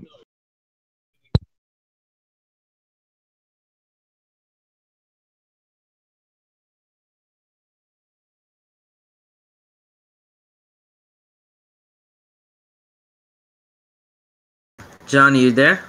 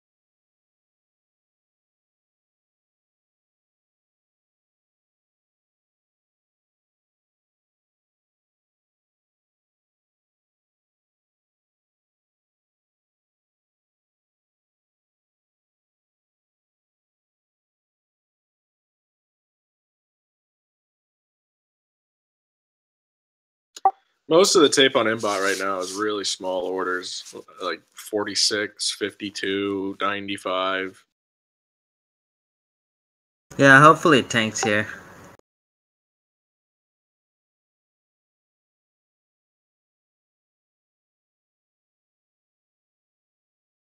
But I mean, looking at the volume, like unless they were getting out earlier, there's still some big guys in this.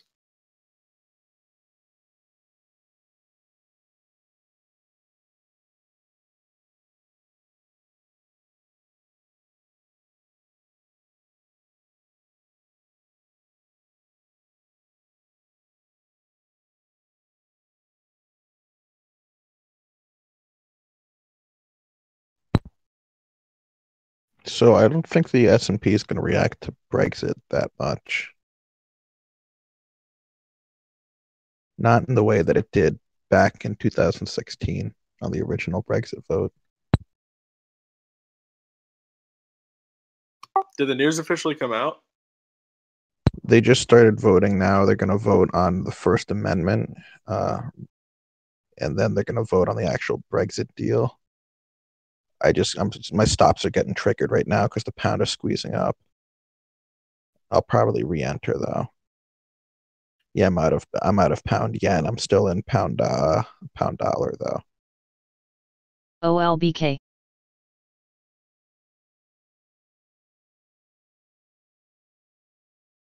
So hold on.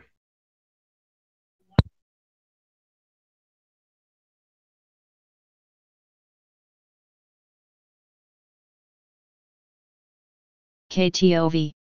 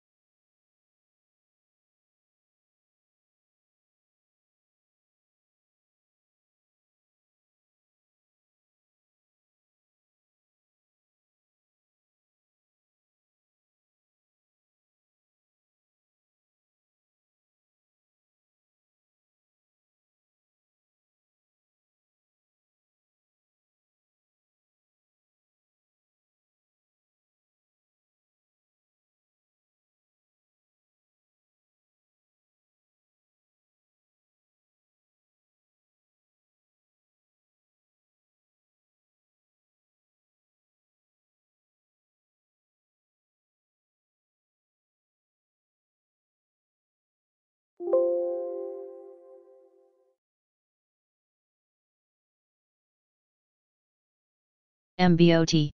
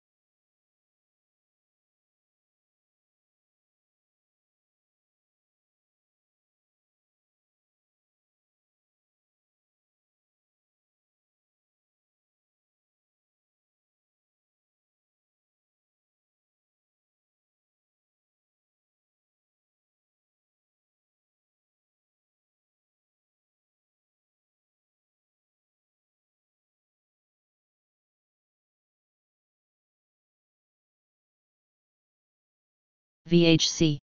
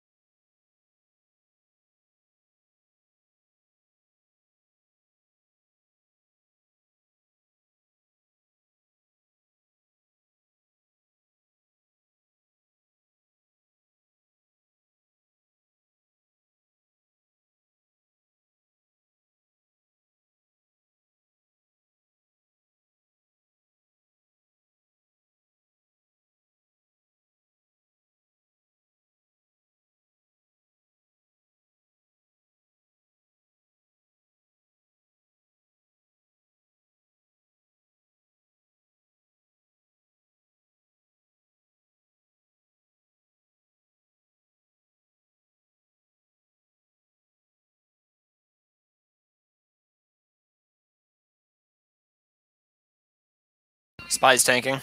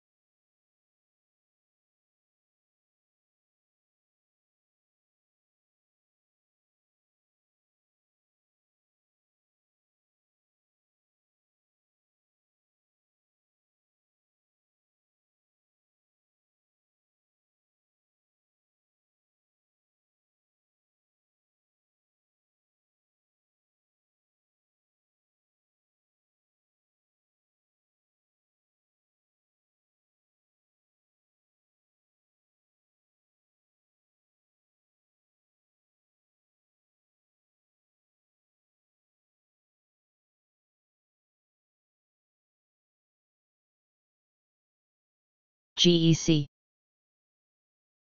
Mbot is approaching the high of the beginning of the previous big red 5-minute candle. So hopefully it should dump again here.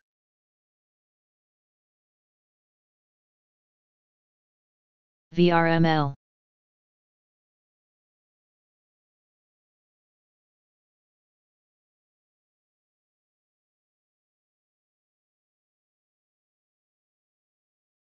The volume is dissipating as it moves up too.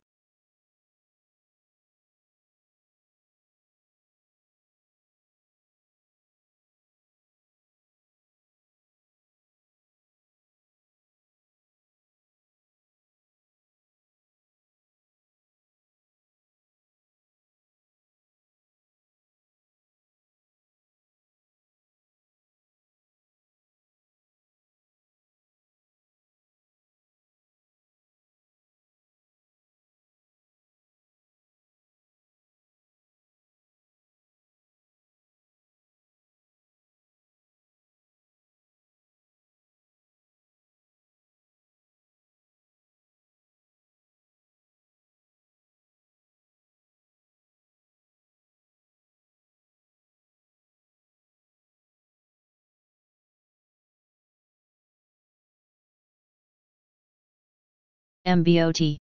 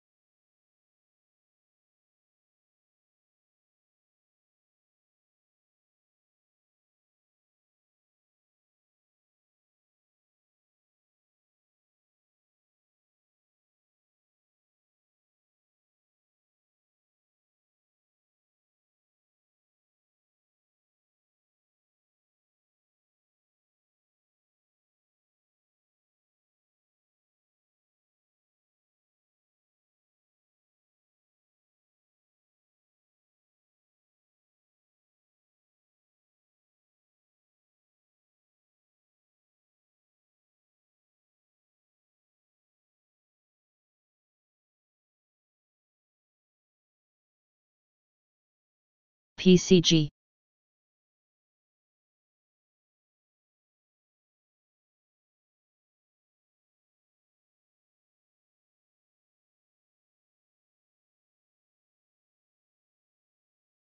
VHC.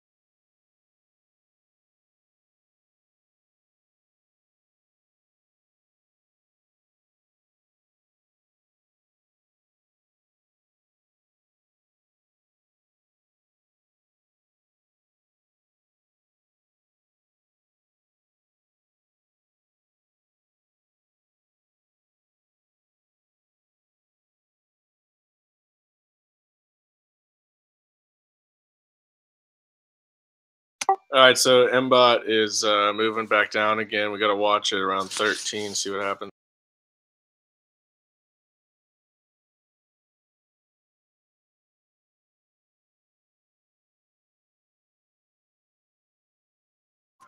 Selling volume still isn't that heavy.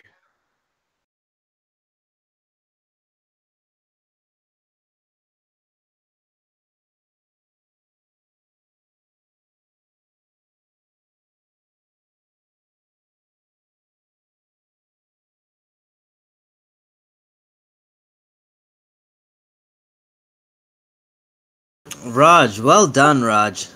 Proud of you.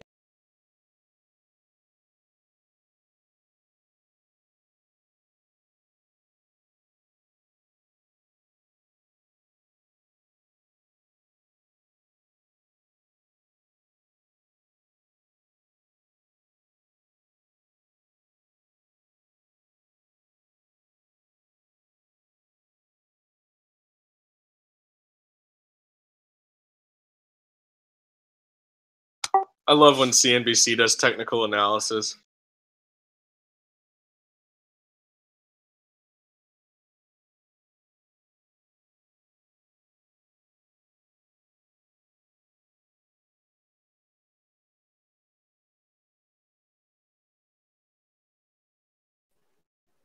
Damn, what happened to Goodyear Tire today?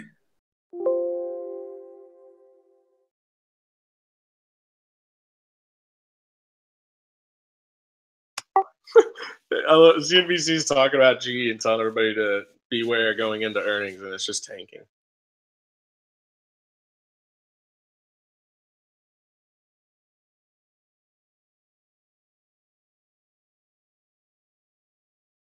CCCU.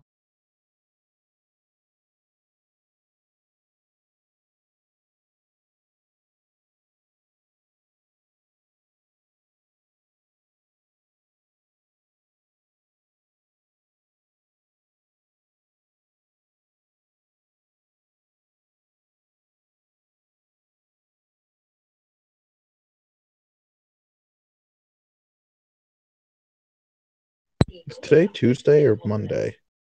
Tuesday, right? Yeah. It is definitely Tuesday. Thank you.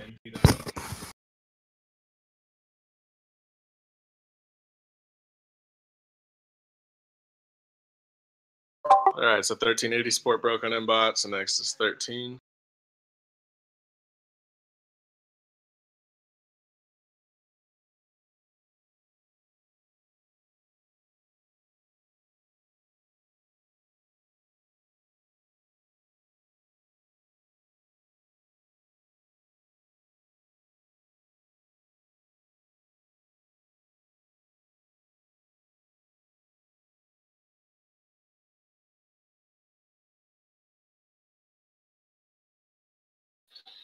Gas has been a legitimate roller coaster today. Look at the chart.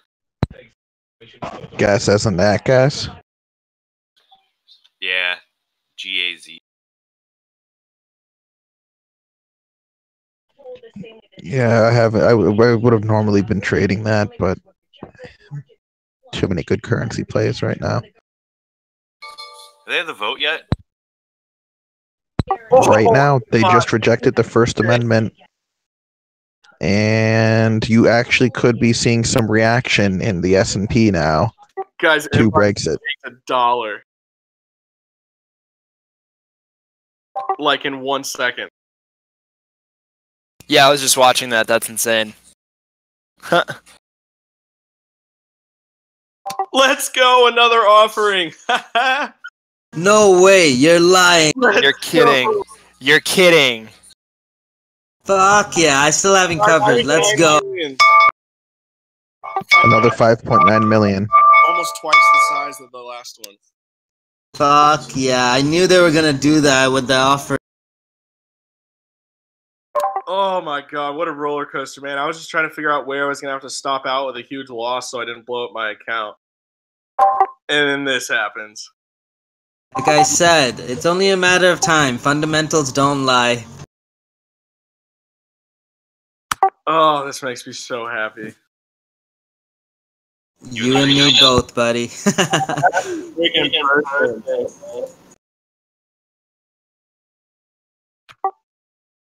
You should shoot them an email and thank them for this opportunity.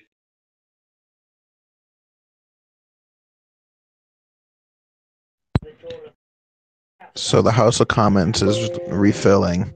So we're going to have the answer to the vote very soon.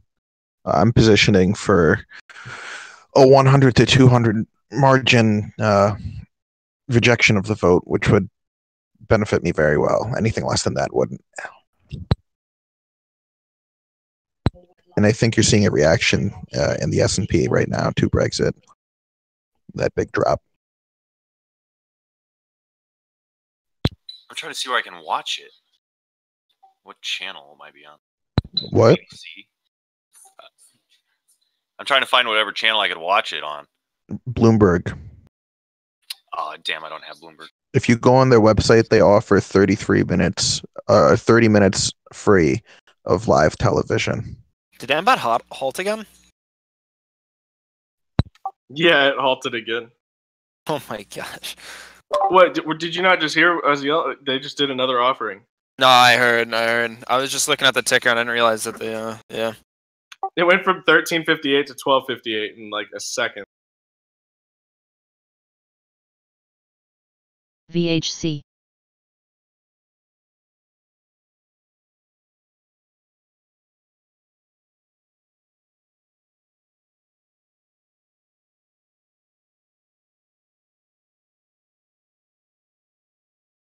It went from $18 to $12.53 within like an hour. What platform are you guys shorting this on? Colmex? Tasty works for me. I mean, in hindsight, I have a terrible entry. I wasn't able to average up today, so I'm not in the money until like 9:50. They had shares available, or did you have to locate, or what? No, I had no problem. I shorted yesterday in the 9s and then added another half to it this morning when they announced the first offering, where I thought this was going to happen, but I guess it took 2 offerings. I'm using Trade Zero. And he's back to partying. Geez, Diaz is up $2 in a couple minutes. Does these two normally swing this much that fast? Yeah, if you get volatility in nat gas, you're gonna get volatility in DGAS and UGAS or UNG or KLD and Boyle, any of the nat gas ETFs. If you get a lot of volatility in same thing with the crude ETFs. You get a lot of volatility in the futures, you can get volatility in the ETFs. TJ, are you going to cover it all here? Nope. Or I mean, I think I'm just going to let it ride. Oh yeah, I'm not covering. There's no I'm way. thinking at least like $5 for the first cover, because then it's worth the risk that I took on it. Right, right.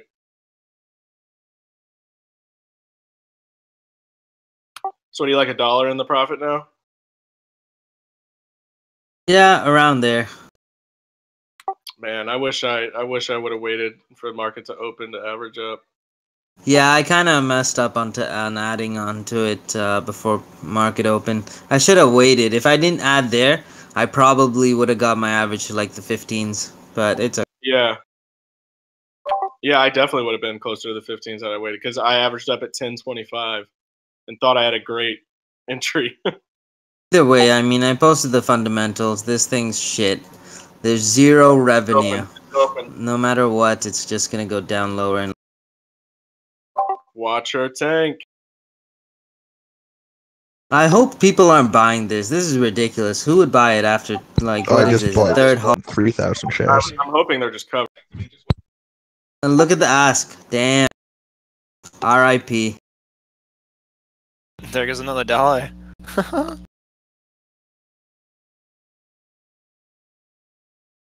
That's the thing about this play, you know, fundamental short plays like this on penny stocks. I have a high success rate, but the drawdown is ridiculous. AWX was the worst. It's halting again. Halting. Fuck yeah. When it was up 76% an hour ago. Now it's only up 9. Back to open. Oh man, I kind of feel bad for the people learning their lesson on this one, but you know what? I learned that a year ago, and I almost learned another lesson today. I mean, I think I still did. I'm just glad I stayed small. No, the trick is just staying small. You know, AWX, I was in way too heavy. Even when I had to cover, I was making the stock go up every time I tried to cover. And, you know, I learned my lesson. Just take it small. You know, I think what was the AWX was like 70,000 shares? A bit higher. I think it went up to like 120. And then I got squeezed the hell out of it, so, yeah. Best stock to expo so far. Now all the shorts think they're these smart guys. I would say yeah. Yeah. That probably is true. And I'm not taking credit for it because other people did all that DD and figured it out. Yeah, I want to give a shout out to CFA. He's the one that sent us the, you know, the fundamentals. He actually goes through the filings, figured out there's a, you know, a shelf. And that alone just made me short it because I knew this company. We knew what's going to happen. Yo, did you guys see that Reddit post about the Clemson football team? That's so funny. Yeah, one of my buddies actually, he's a linebacker for Clemson. Dude, Trump really served them all Big Macs. Yeah, not even joking. Yeah, Big Macs and like Papa John's and Taco Bell.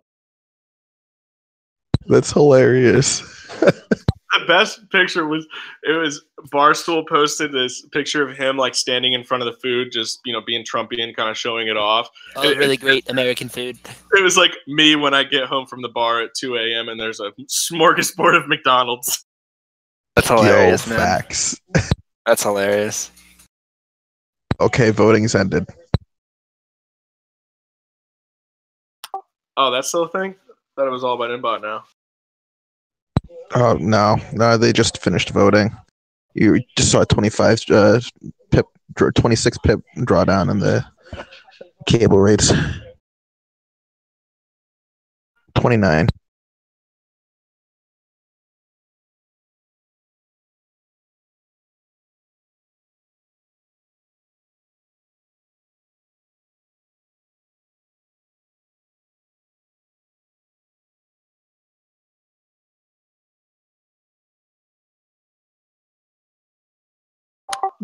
Someone just on Imbot. Day traders just taking their profits. Don't worry. Genius. Master IQ. I think I'll take it long here then. Full port long. All right, guys. Well, I'm done for the day. Go back to my drinking.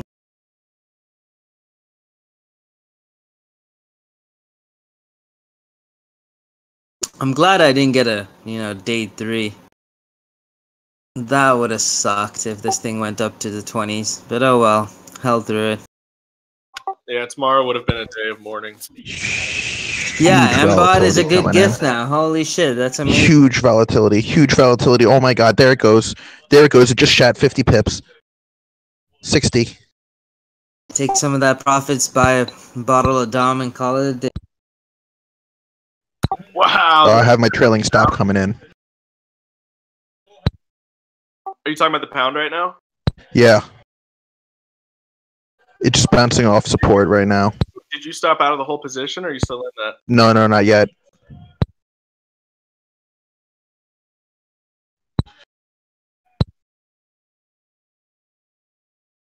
I'm out. That was a good move. I'm done trading now, too. Have a good one, everyone. I'm playing a CGC breakout. Nice play on that, man. Thanks. Have a good one. Yeah, well played, man. Have a good one.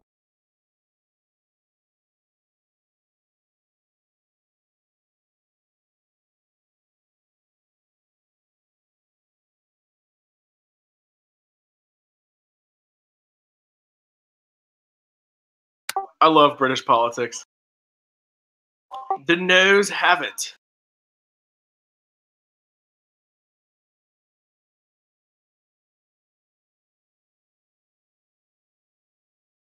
Cheerio, mate. Inbot's open again. You're printing money right now.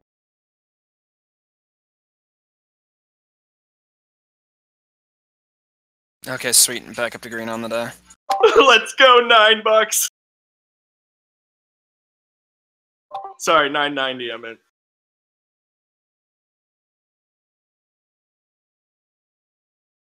Yeah, you guys got to turn on CNBC right now. It's awesome British politics. They're all going crazy on each other.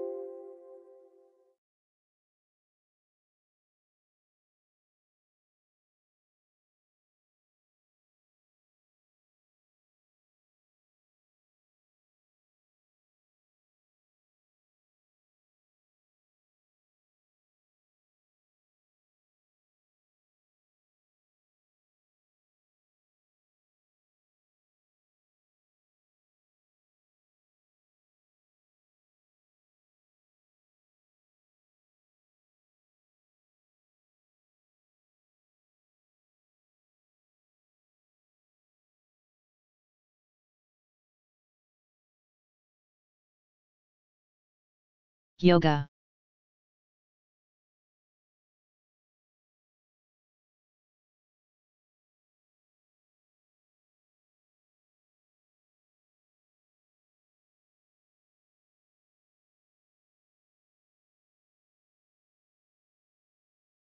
MBOT.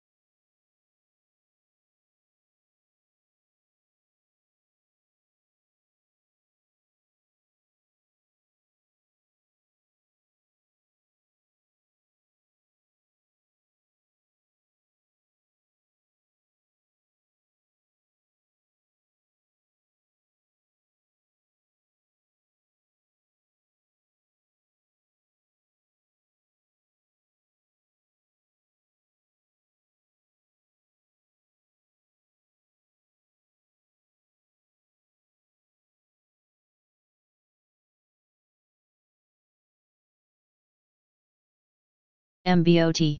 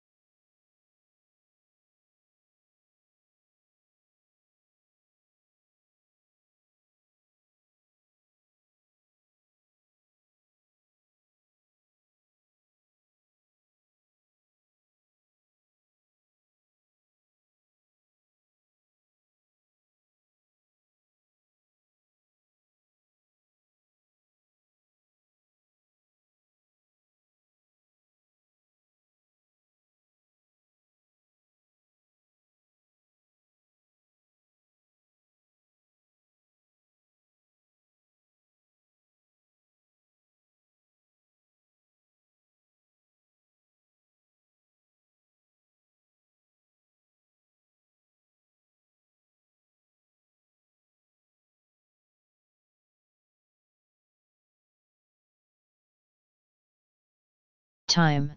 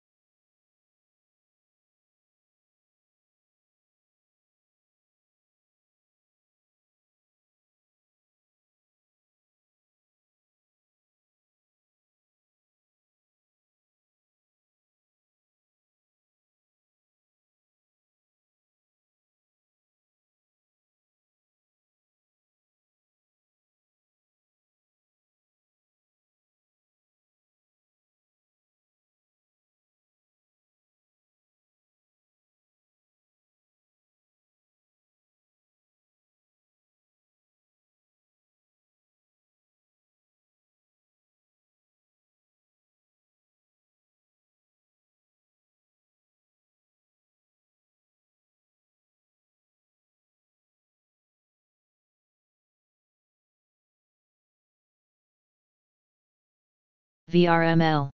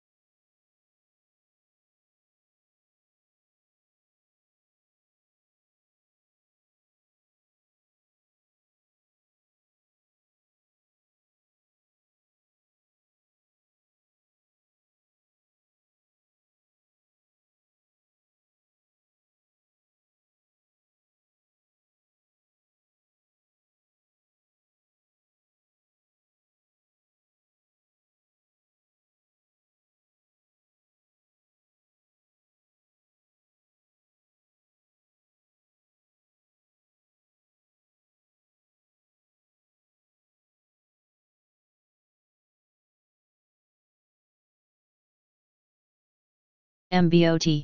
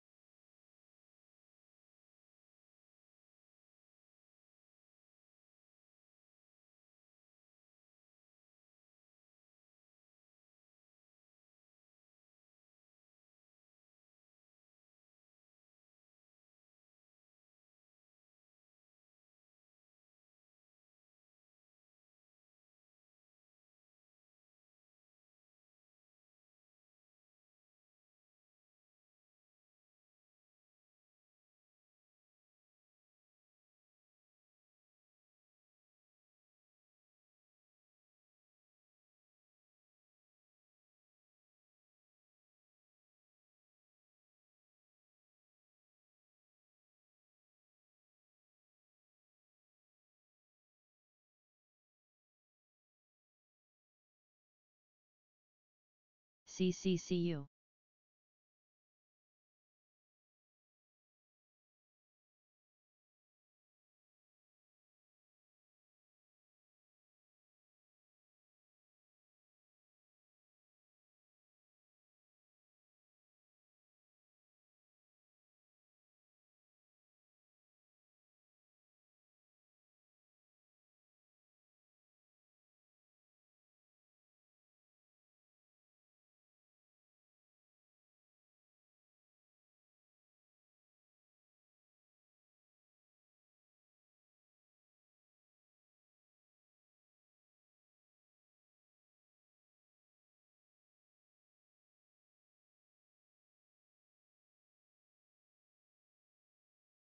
KTOV. Time.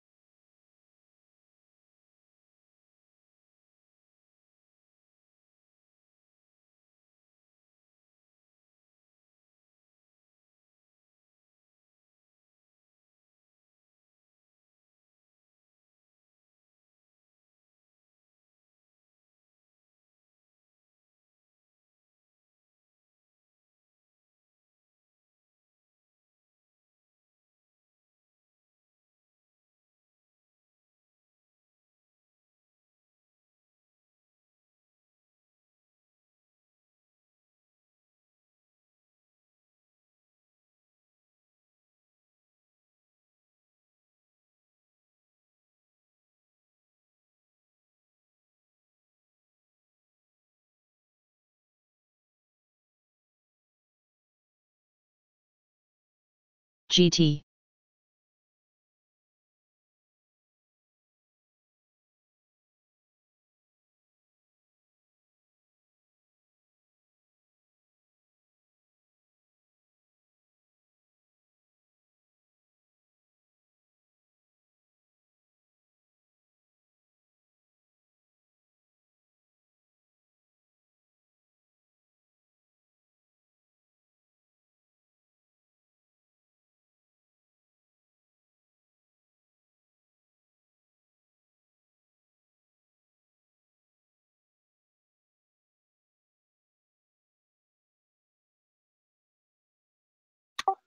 All right, Simbot's taking some more.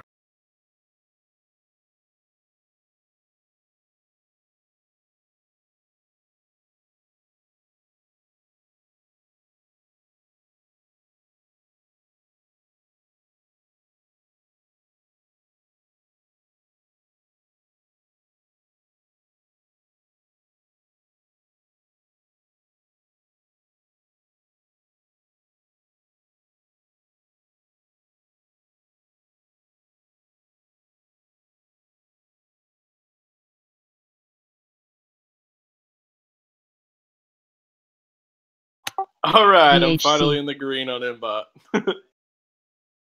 What a round trip. Congrats, man.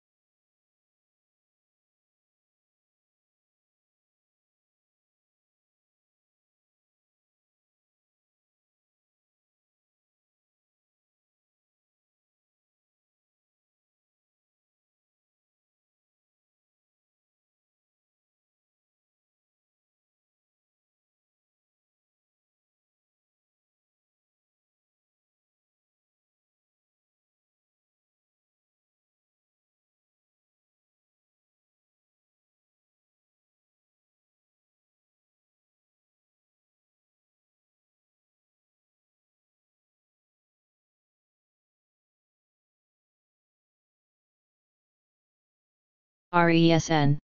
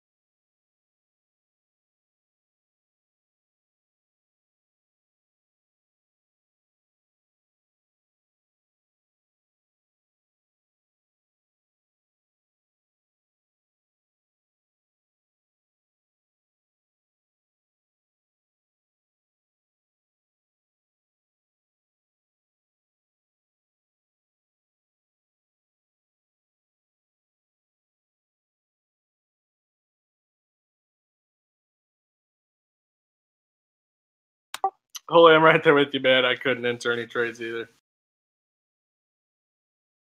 At least on this account. So yeah, I mean, luckily I got a $9 something average, 9.55, I think.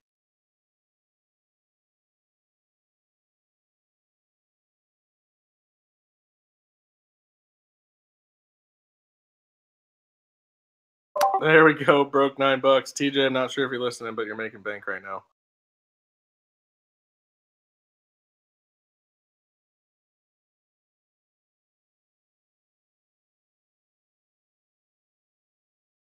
I do see some support right here, but then after that, 750.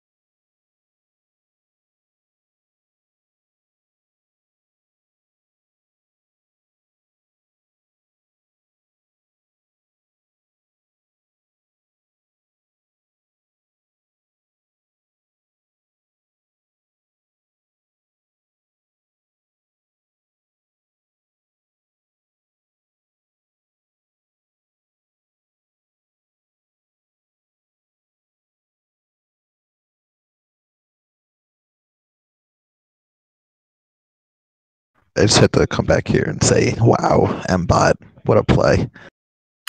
Dude, what a round trip.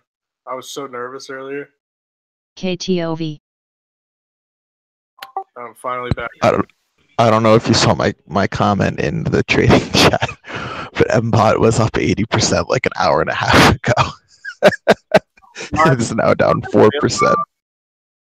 So on this smaller account of mine, my available buying power went down to like $2, and now it's back up to 390. Were you close to a margin call? No, but if it went for day 3, then yes, I was gonna get a call. I didn't even trade with margin. I literally had 20 shares on a $500 or $450 account, and I had to ask. What was your average? Play it safe.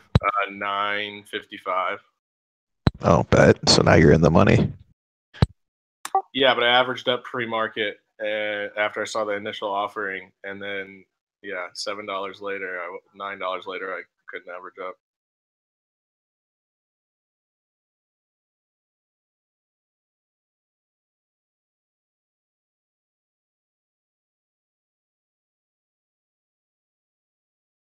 I think the major move is done, though. I think it's just going to fade a bit. I mean, maybe we get another $4 or $5 down tomorrow. Same thing with the currency markets. It was already all factored in. Luckily, I got stopped out with a decent chunk of change. Yeah, man. I mean, that's made up almost the entire day.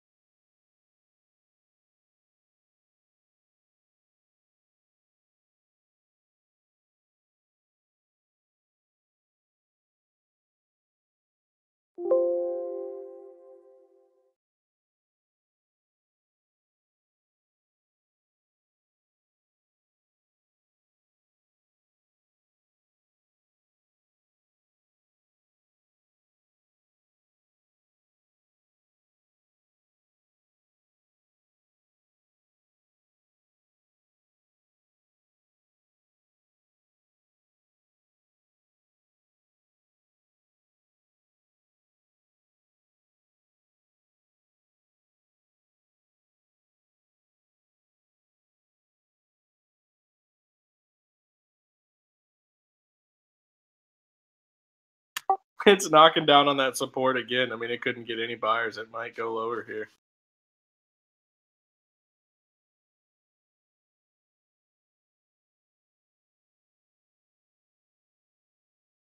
But I mean, realistically, it's gotta consolidate some more.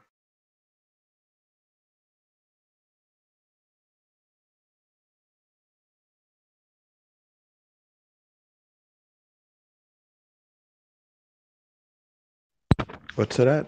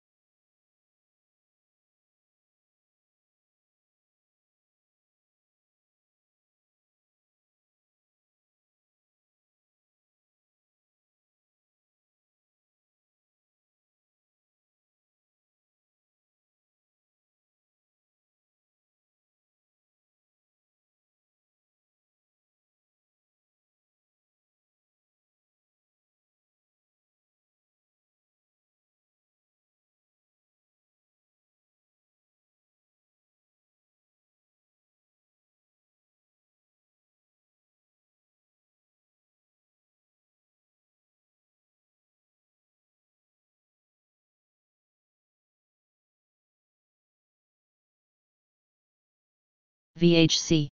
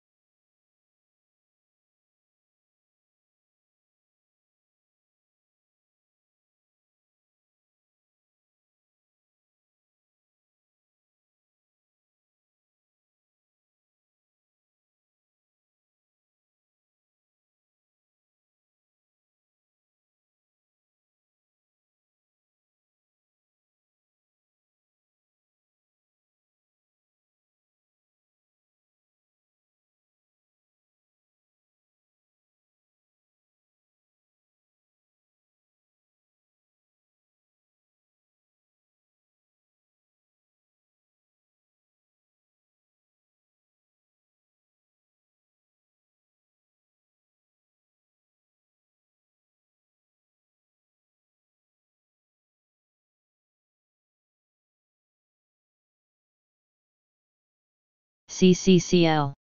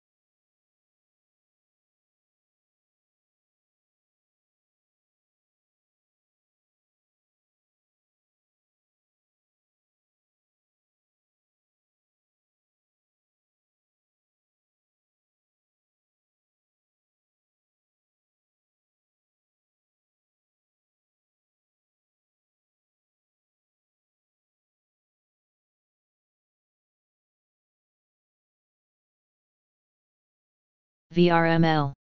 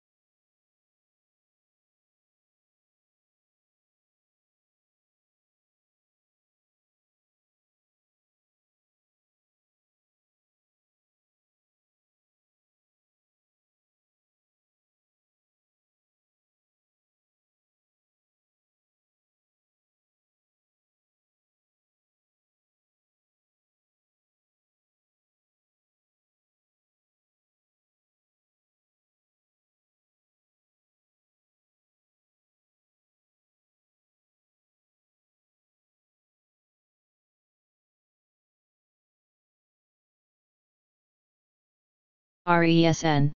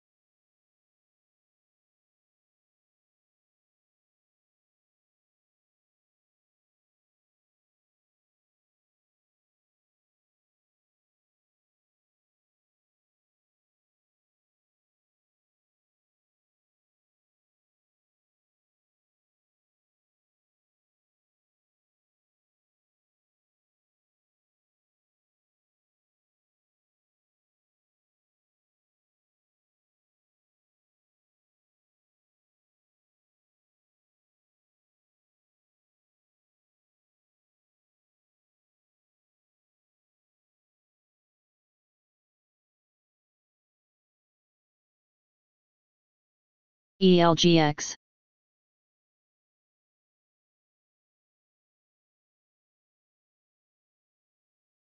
Mbot should go to like 750 here.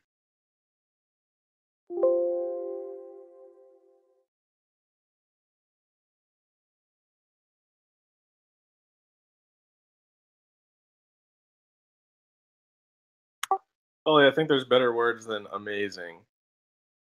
Shocking, maybe. I didn't love it, though.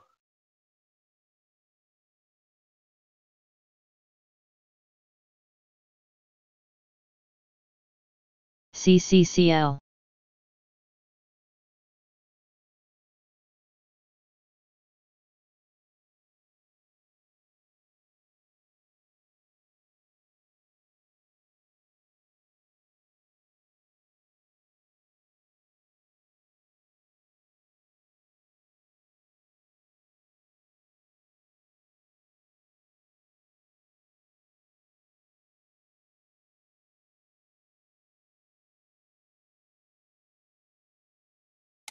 Mbot still going down.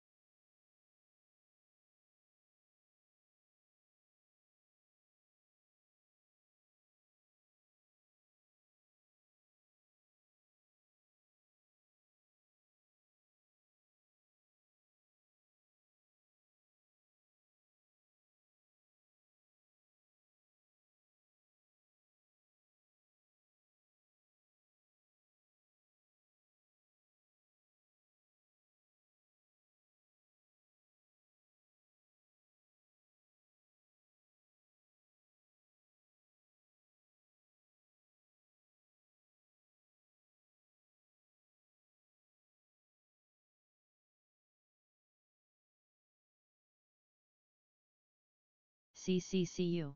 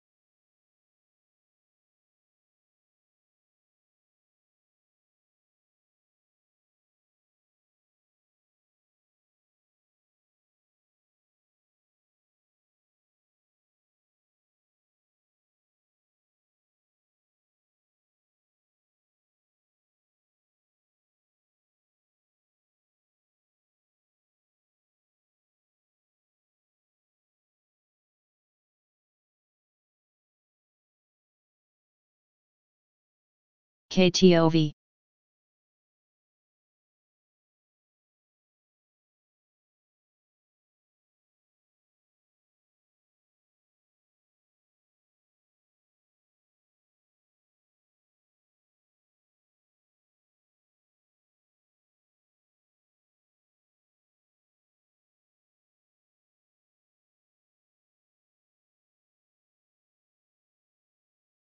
CCCL.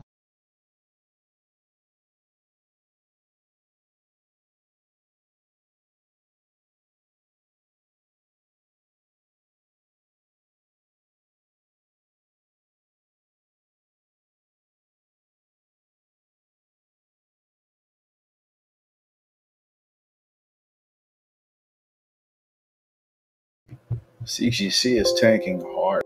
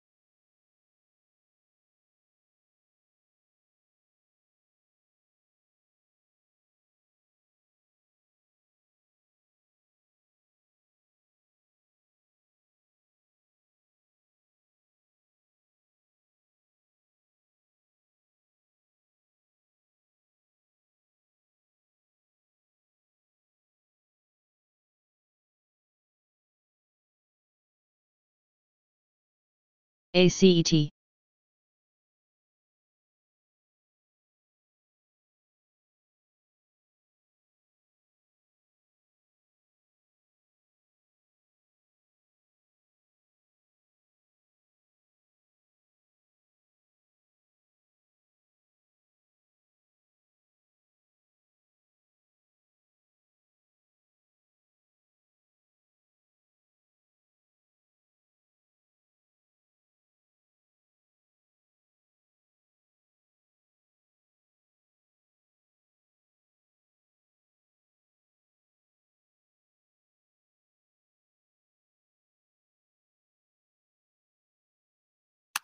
TJ disappears to drink and then comes back with money gifts.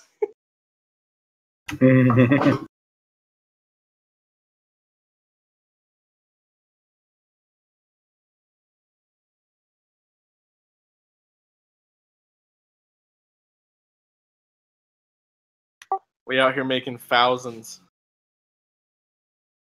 with a capital F.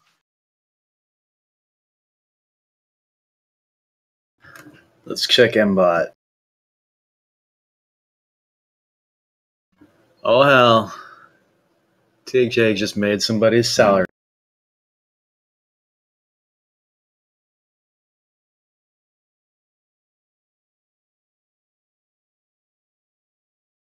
IGLD.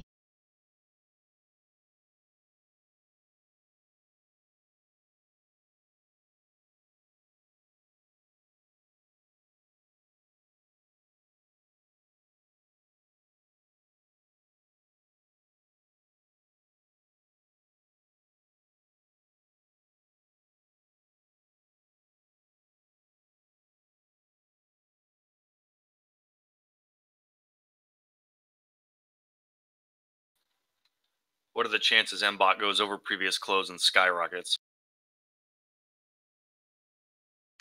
Don't say things like that.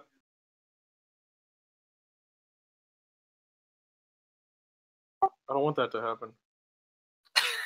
I'm not in it either way.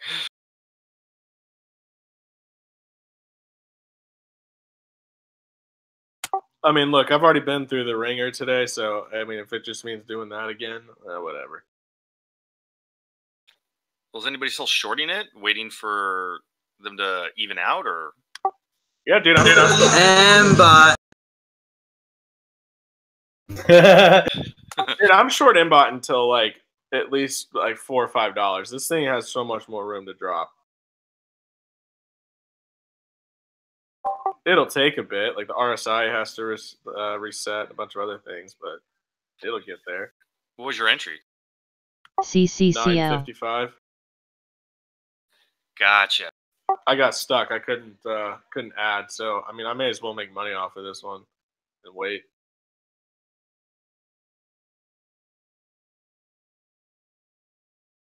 I prefer they do it sooner rather than later, so I don't have my money held hostage for a long time. But I really, really wanted to get in when I saw it at $18 today. yeah, I wanted to add too. I mean, I could have, but it was just too risky. That would meant I would have blown up my account if it went to like $30.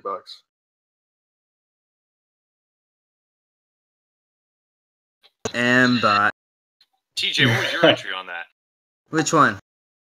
Mbot. Your short. Oh, 1337 is my average. Yep. What was your original entry? I think it was like 750-ish. How many times did you have to add? 3 times. That's not too bad. Yeah, I didn't add until I had to. And yesterday I was playing with smaller sizes. Today, obviously, I had to go in a bit heavier. The big mistake that I made was holding on instead of doing what I told myself I should do, which is stop out as soon as I saw the after hours / pre-market high day break. Because if I'd done that, I could have gone in and made a ton. Post your P&L, TJ. Oh, once I'm done.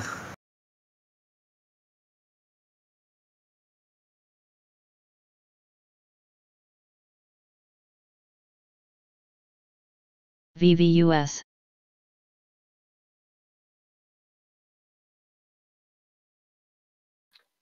I don't know how much of a role the EMAs play on a ticker like this, but it's right back at the 8 EMA, which is where it failed again last time.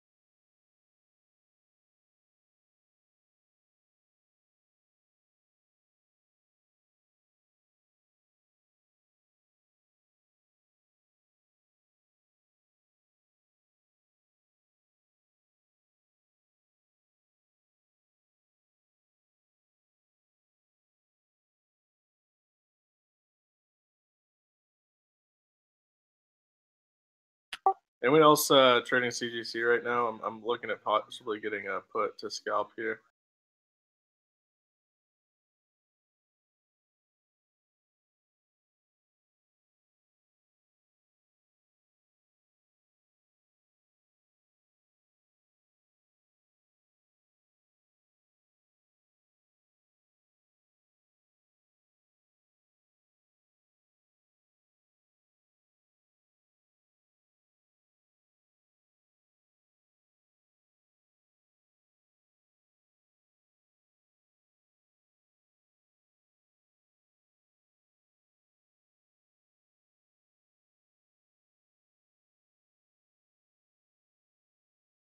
KTOV.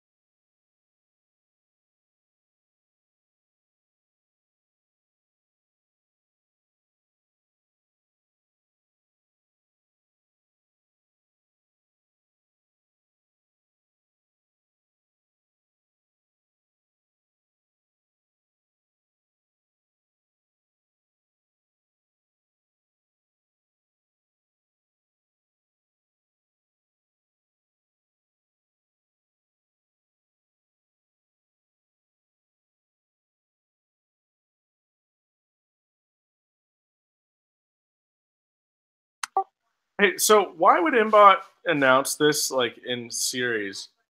The offerings. Why not just do it all at once and let the thing run up to like $30?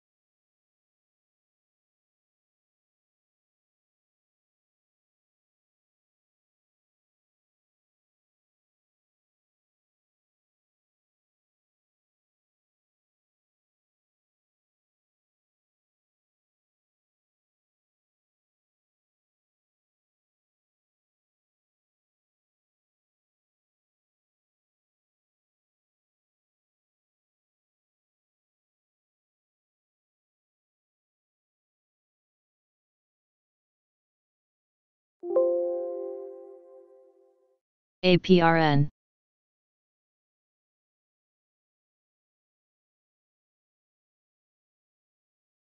MITK. That daily on Inbot is the biggest inverse hammer I've ever seen. CCCL.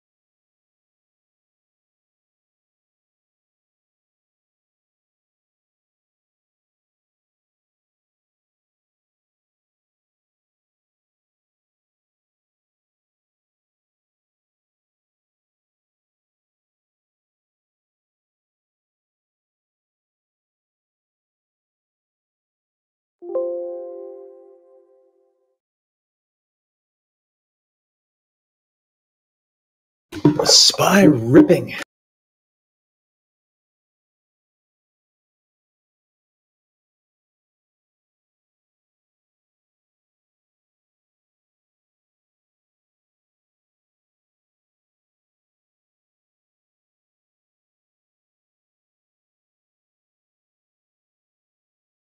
What are the STML. major ERs for tomorrow?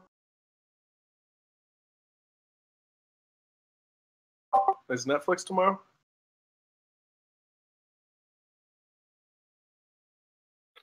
I think Netflix is Thursday.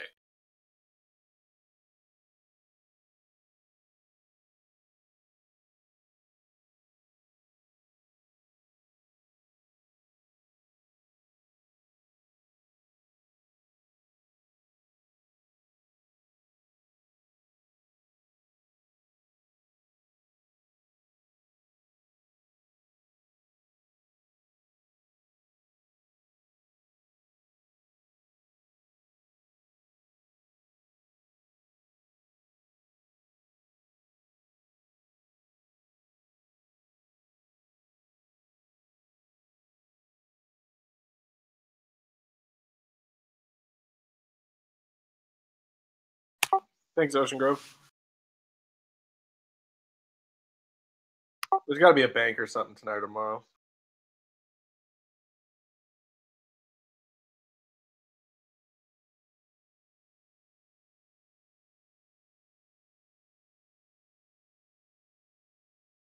KTOV. Goldman Sachs is tomorrow.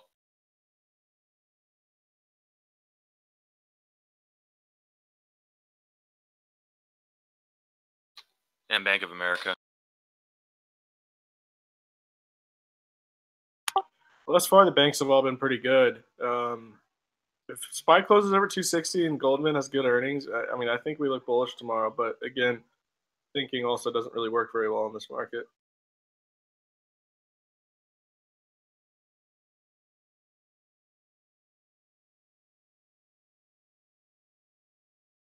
But I also feel like it's too late to make a trade on it. Like after the first bank came out with good earnings, then it kind of gave away what was going to happen with the others.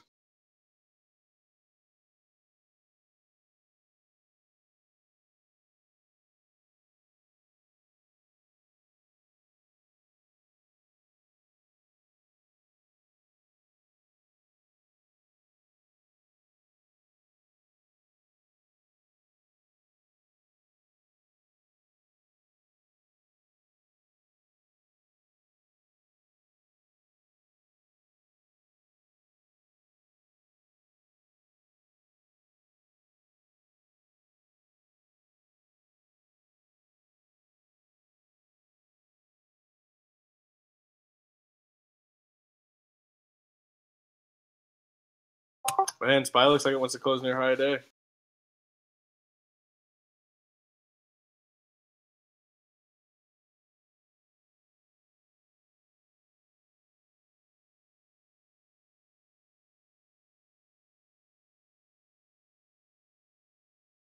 All right, let's see how hard Mbot sells off here at the end of the day.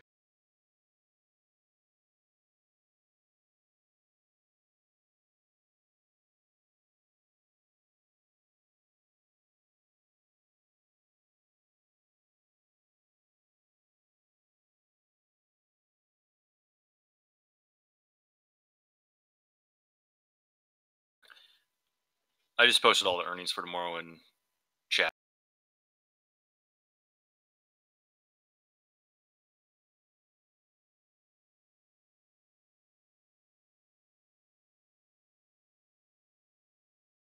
Well, that's quite a few banks.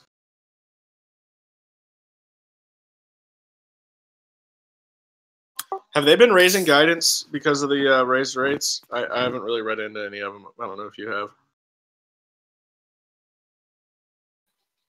No, I haven't looked.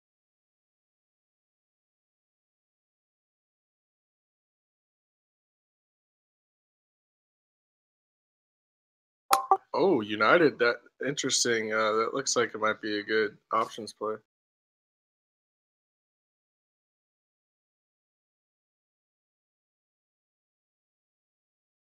How you guys doing? Look at Mbot. That's all you got to do.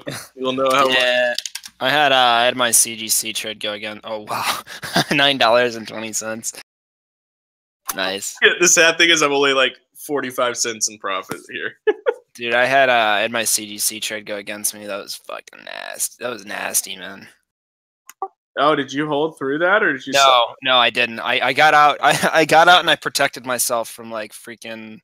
So I don't know. I'm guilty because I was kind of revenge trading, and I realized that while I was in the middle of the trade, and yeah, I let it get the best of me, but it could have been a lot worse because I closed out with like a $600 loss, and then it tanked like $4 after that. So it's like I trusted my intuition, and I just cut out, and I'm not trading anymore for the rest of the day.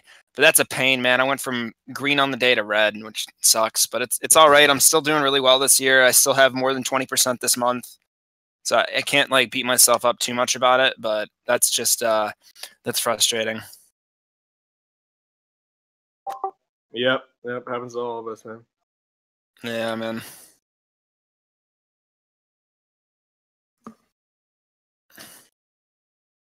And now my account's not at that nice even number I want it to be at, which is annoying.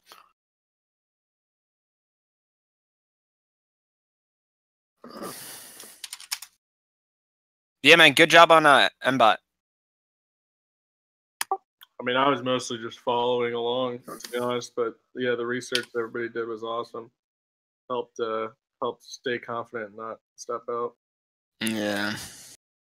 I mean, I was gonna have to stop out if it went over 20, but I'm just gonna probably spend the rest of the night like reviewing my trades because I was doing pretty good. I was doing really good actually at the start of the day, and then I yeah, kind of tanked it.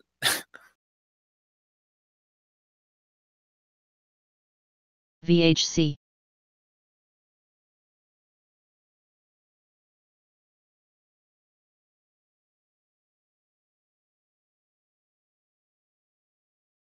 CREG.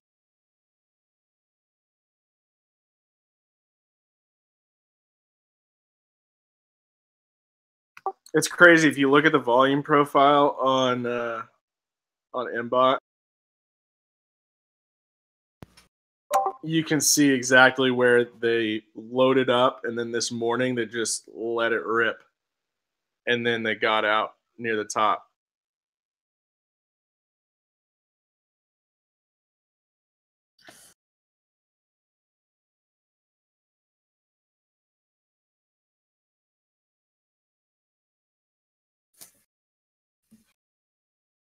God, dude, I literally wiped out all my gains from yesterday.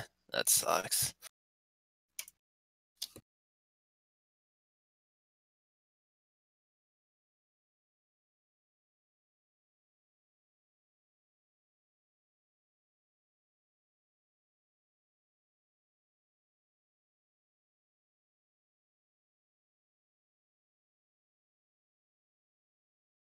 I wonder how much I paid in commissions today.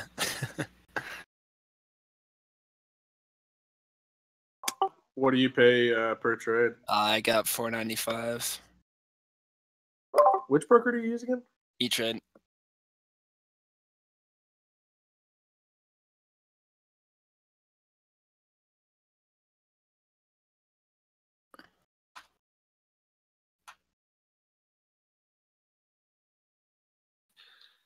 Yeah, I went with CMEG to trade, but I found a discount code for like Bear Bulls traders or something like that online, so my commissions are $2.95. Dude, awesome. And I think their commissions right now is like $3.95, so you could probably negotiate your E-Trade commission. Yeah, I probably could, honestly. Like so far, I mean, just this year, man, I have like $500 in commissions. That's in 15 days.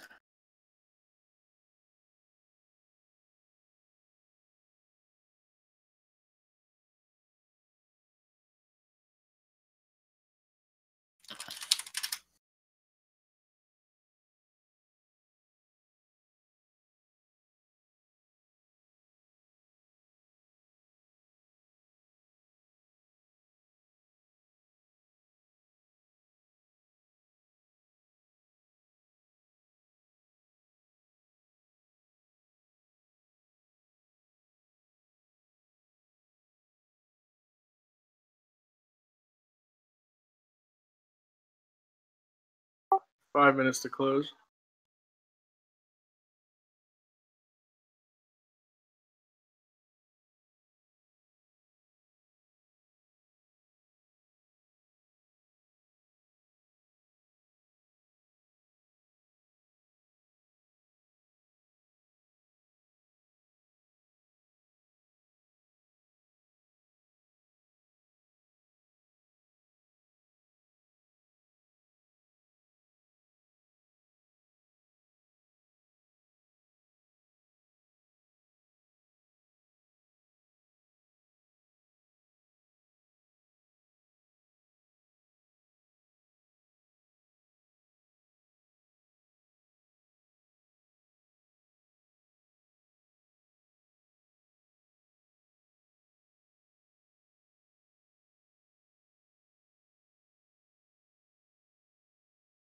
KTOV.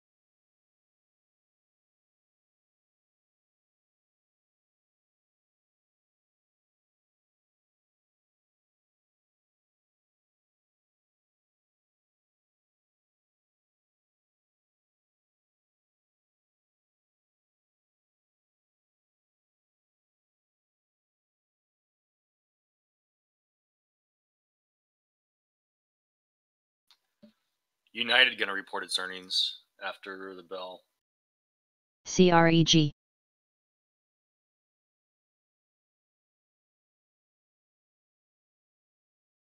CCCL.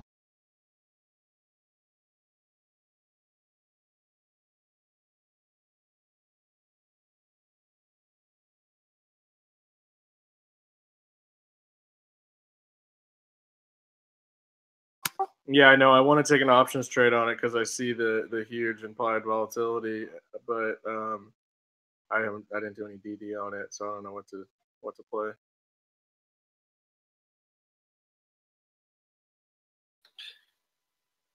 EPS goes long, or is up, go long. No, I'm saying I would do an options play on it, but I can't do that after close. Oh, that's right. Yeah, I don't trade options. I got a buddy. I think TJ was talking about just trading the names that you know. I got a buddy. All he does is trade Disney and the Dow because they move the same way. And he's just doing like iron condor. He was doing iron condors on Disney because it didn't move for the longest time, and he was just making money hand over fist. Yeah, I've been working on SPY. That's what I scalp options on because it's so high liquidity. But I kind of broke away from that, to be honest with you, when I traded shorted MBOT, and now I've been stuck with that. My money's been hostage until now, and now I'm just waiting for it to finish playing out. But I would have been a lot better off had I said screw that and just traded SPY intraday.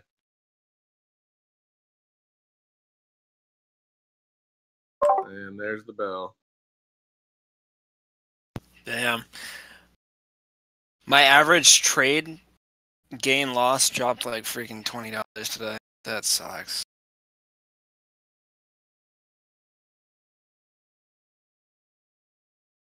Damn. So yesterday, like I had my average trade, I was averaging like $92 profit, and it dropped down to $73.06 today. I hope MBOT does another PR for an offering right now. Just watch it go to $3 after hours.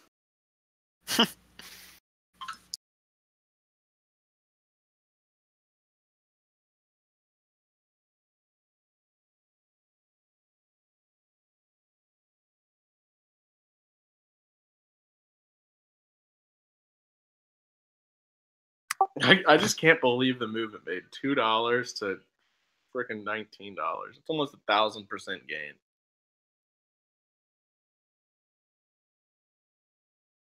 And I literally had 50 shares of it that I did like a quick scalp on a couple months back. If I held that, it would have been so much.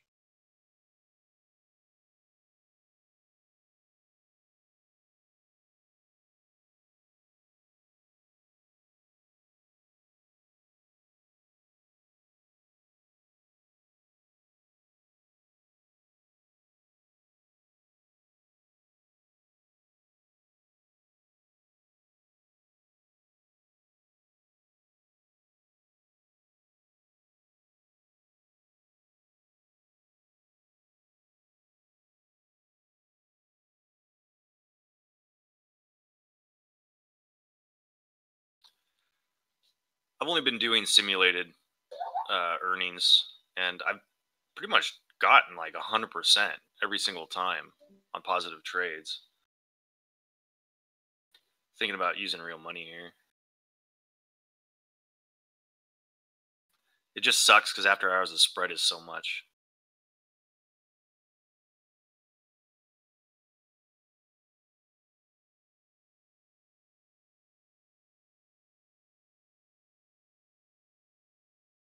Well, that's what the fun comes in.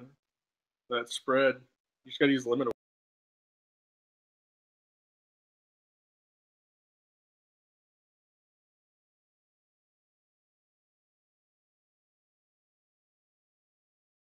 All right. Well, I guess we probably won't get news on Mbot. It's not doing anything after hours so far.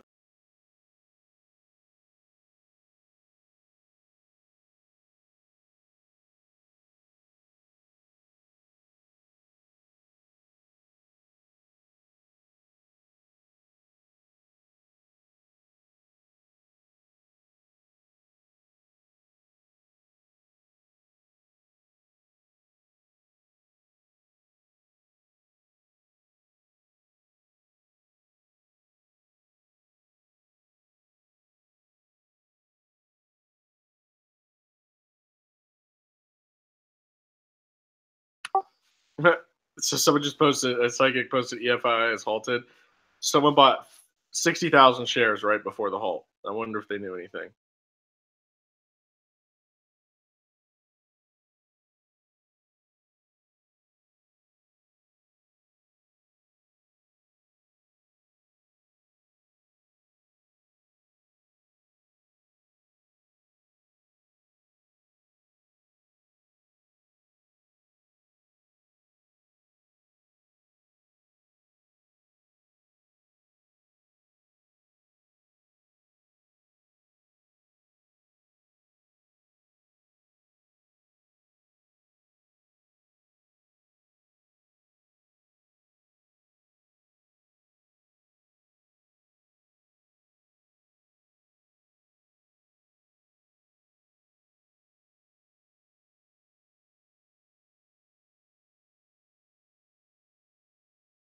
All right. Well, I'm going to hop off for now. It's good trading with you guys.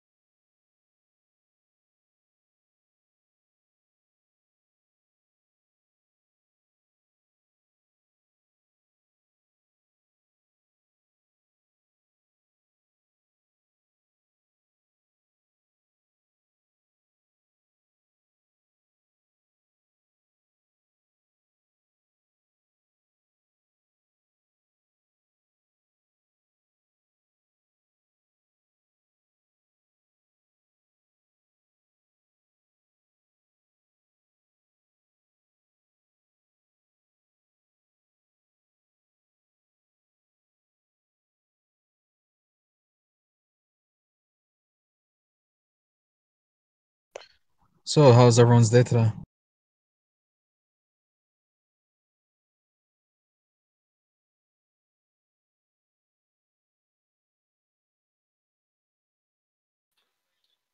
Just waiting on United Airlines earnings.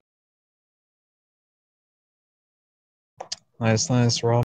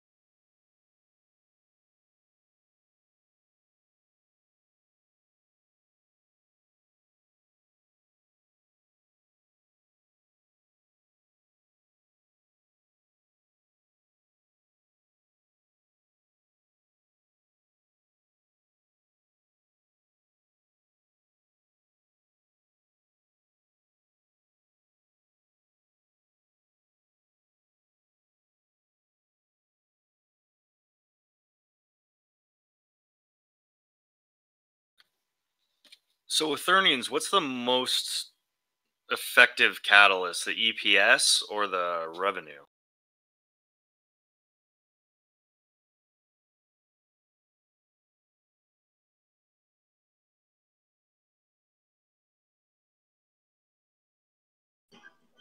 What's the most effective catalyst for what?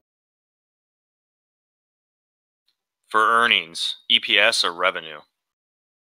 Because sometimes one is lower and the other is higher. If they're both up, yeah, the stock skyrockets, or the reverse. But I mean, if they're opposing each other, which one is more effective?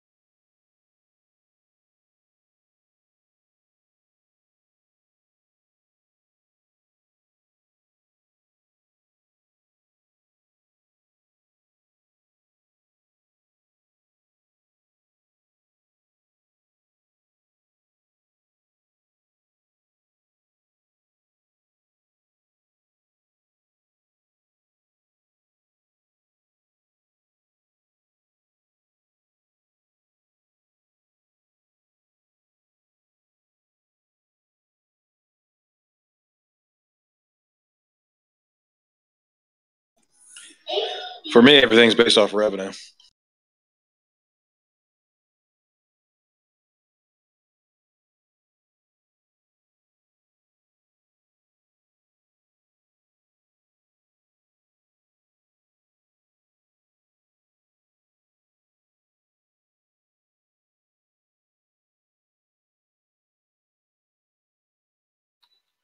United's up on everything, and Benzinga was late to the party with this one.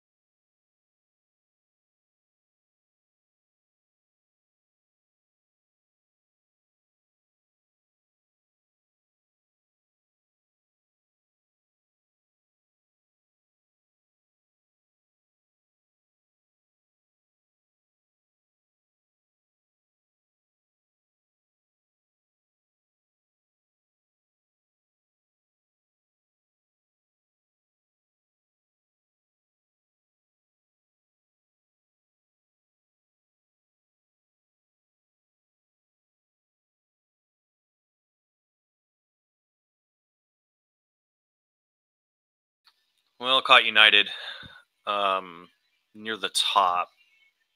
Still sold offers a little bit of profit. Just lagging at 85.50 right now.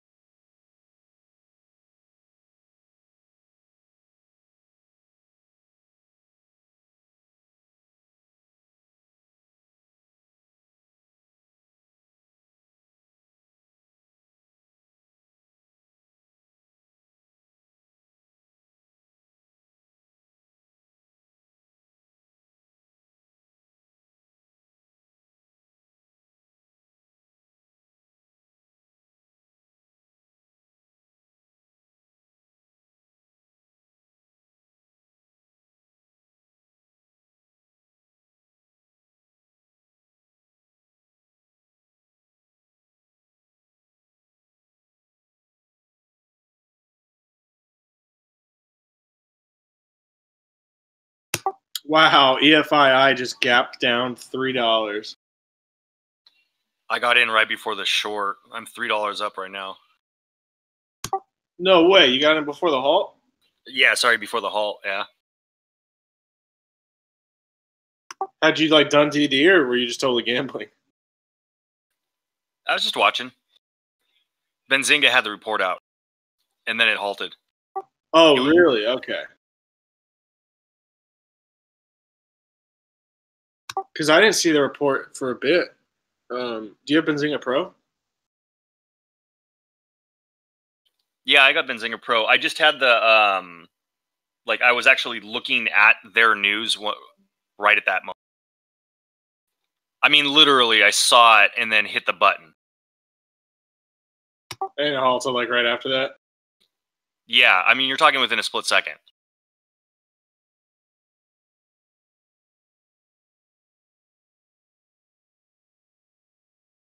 Not much volume, though. Did you get to cover? I covered a half at 24. It's crazy. It's like moving on like no volume. Like that move down to 22, I see like 600 shares doing that.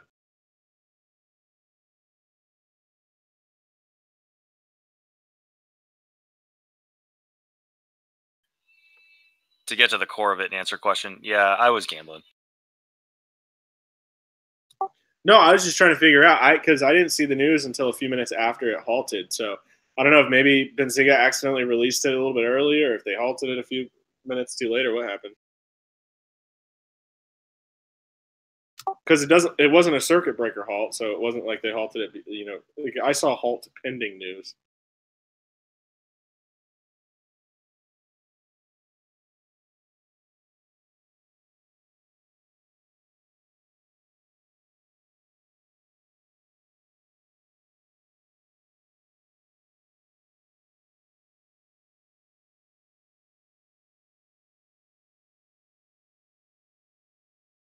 Yeah, I mean, all it was an adjustment.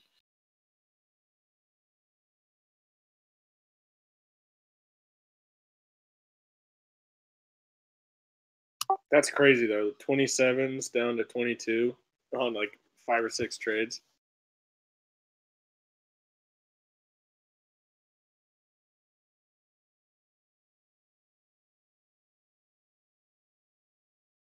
I wish Mbot would do that again.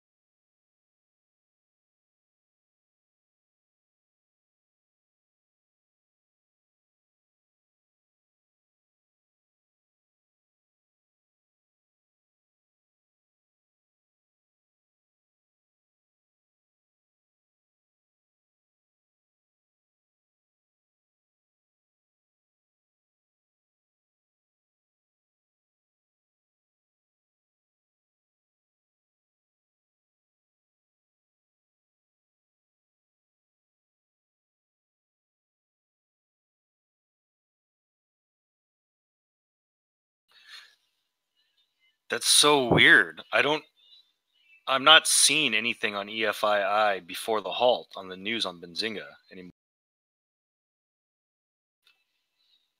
They deleted the evidence. I mean, I'm roughly new to this, like 6 months in. Like, has that happened? I have to assume it has. Probably. I mean, I have no clue. I'm guessing those systems are automated to a degree to avoid that from happening. But you got to talk about the SEC in conjunction with Benzinga and all these other people that know stuff ahead of time.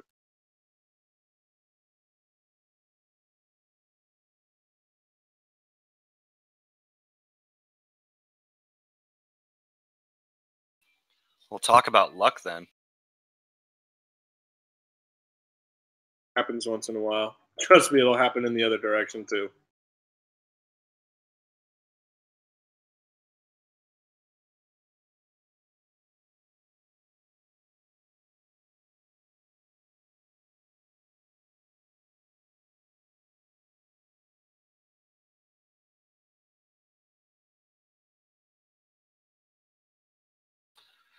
All right, I'm out. Everyone have a good day. See you, man.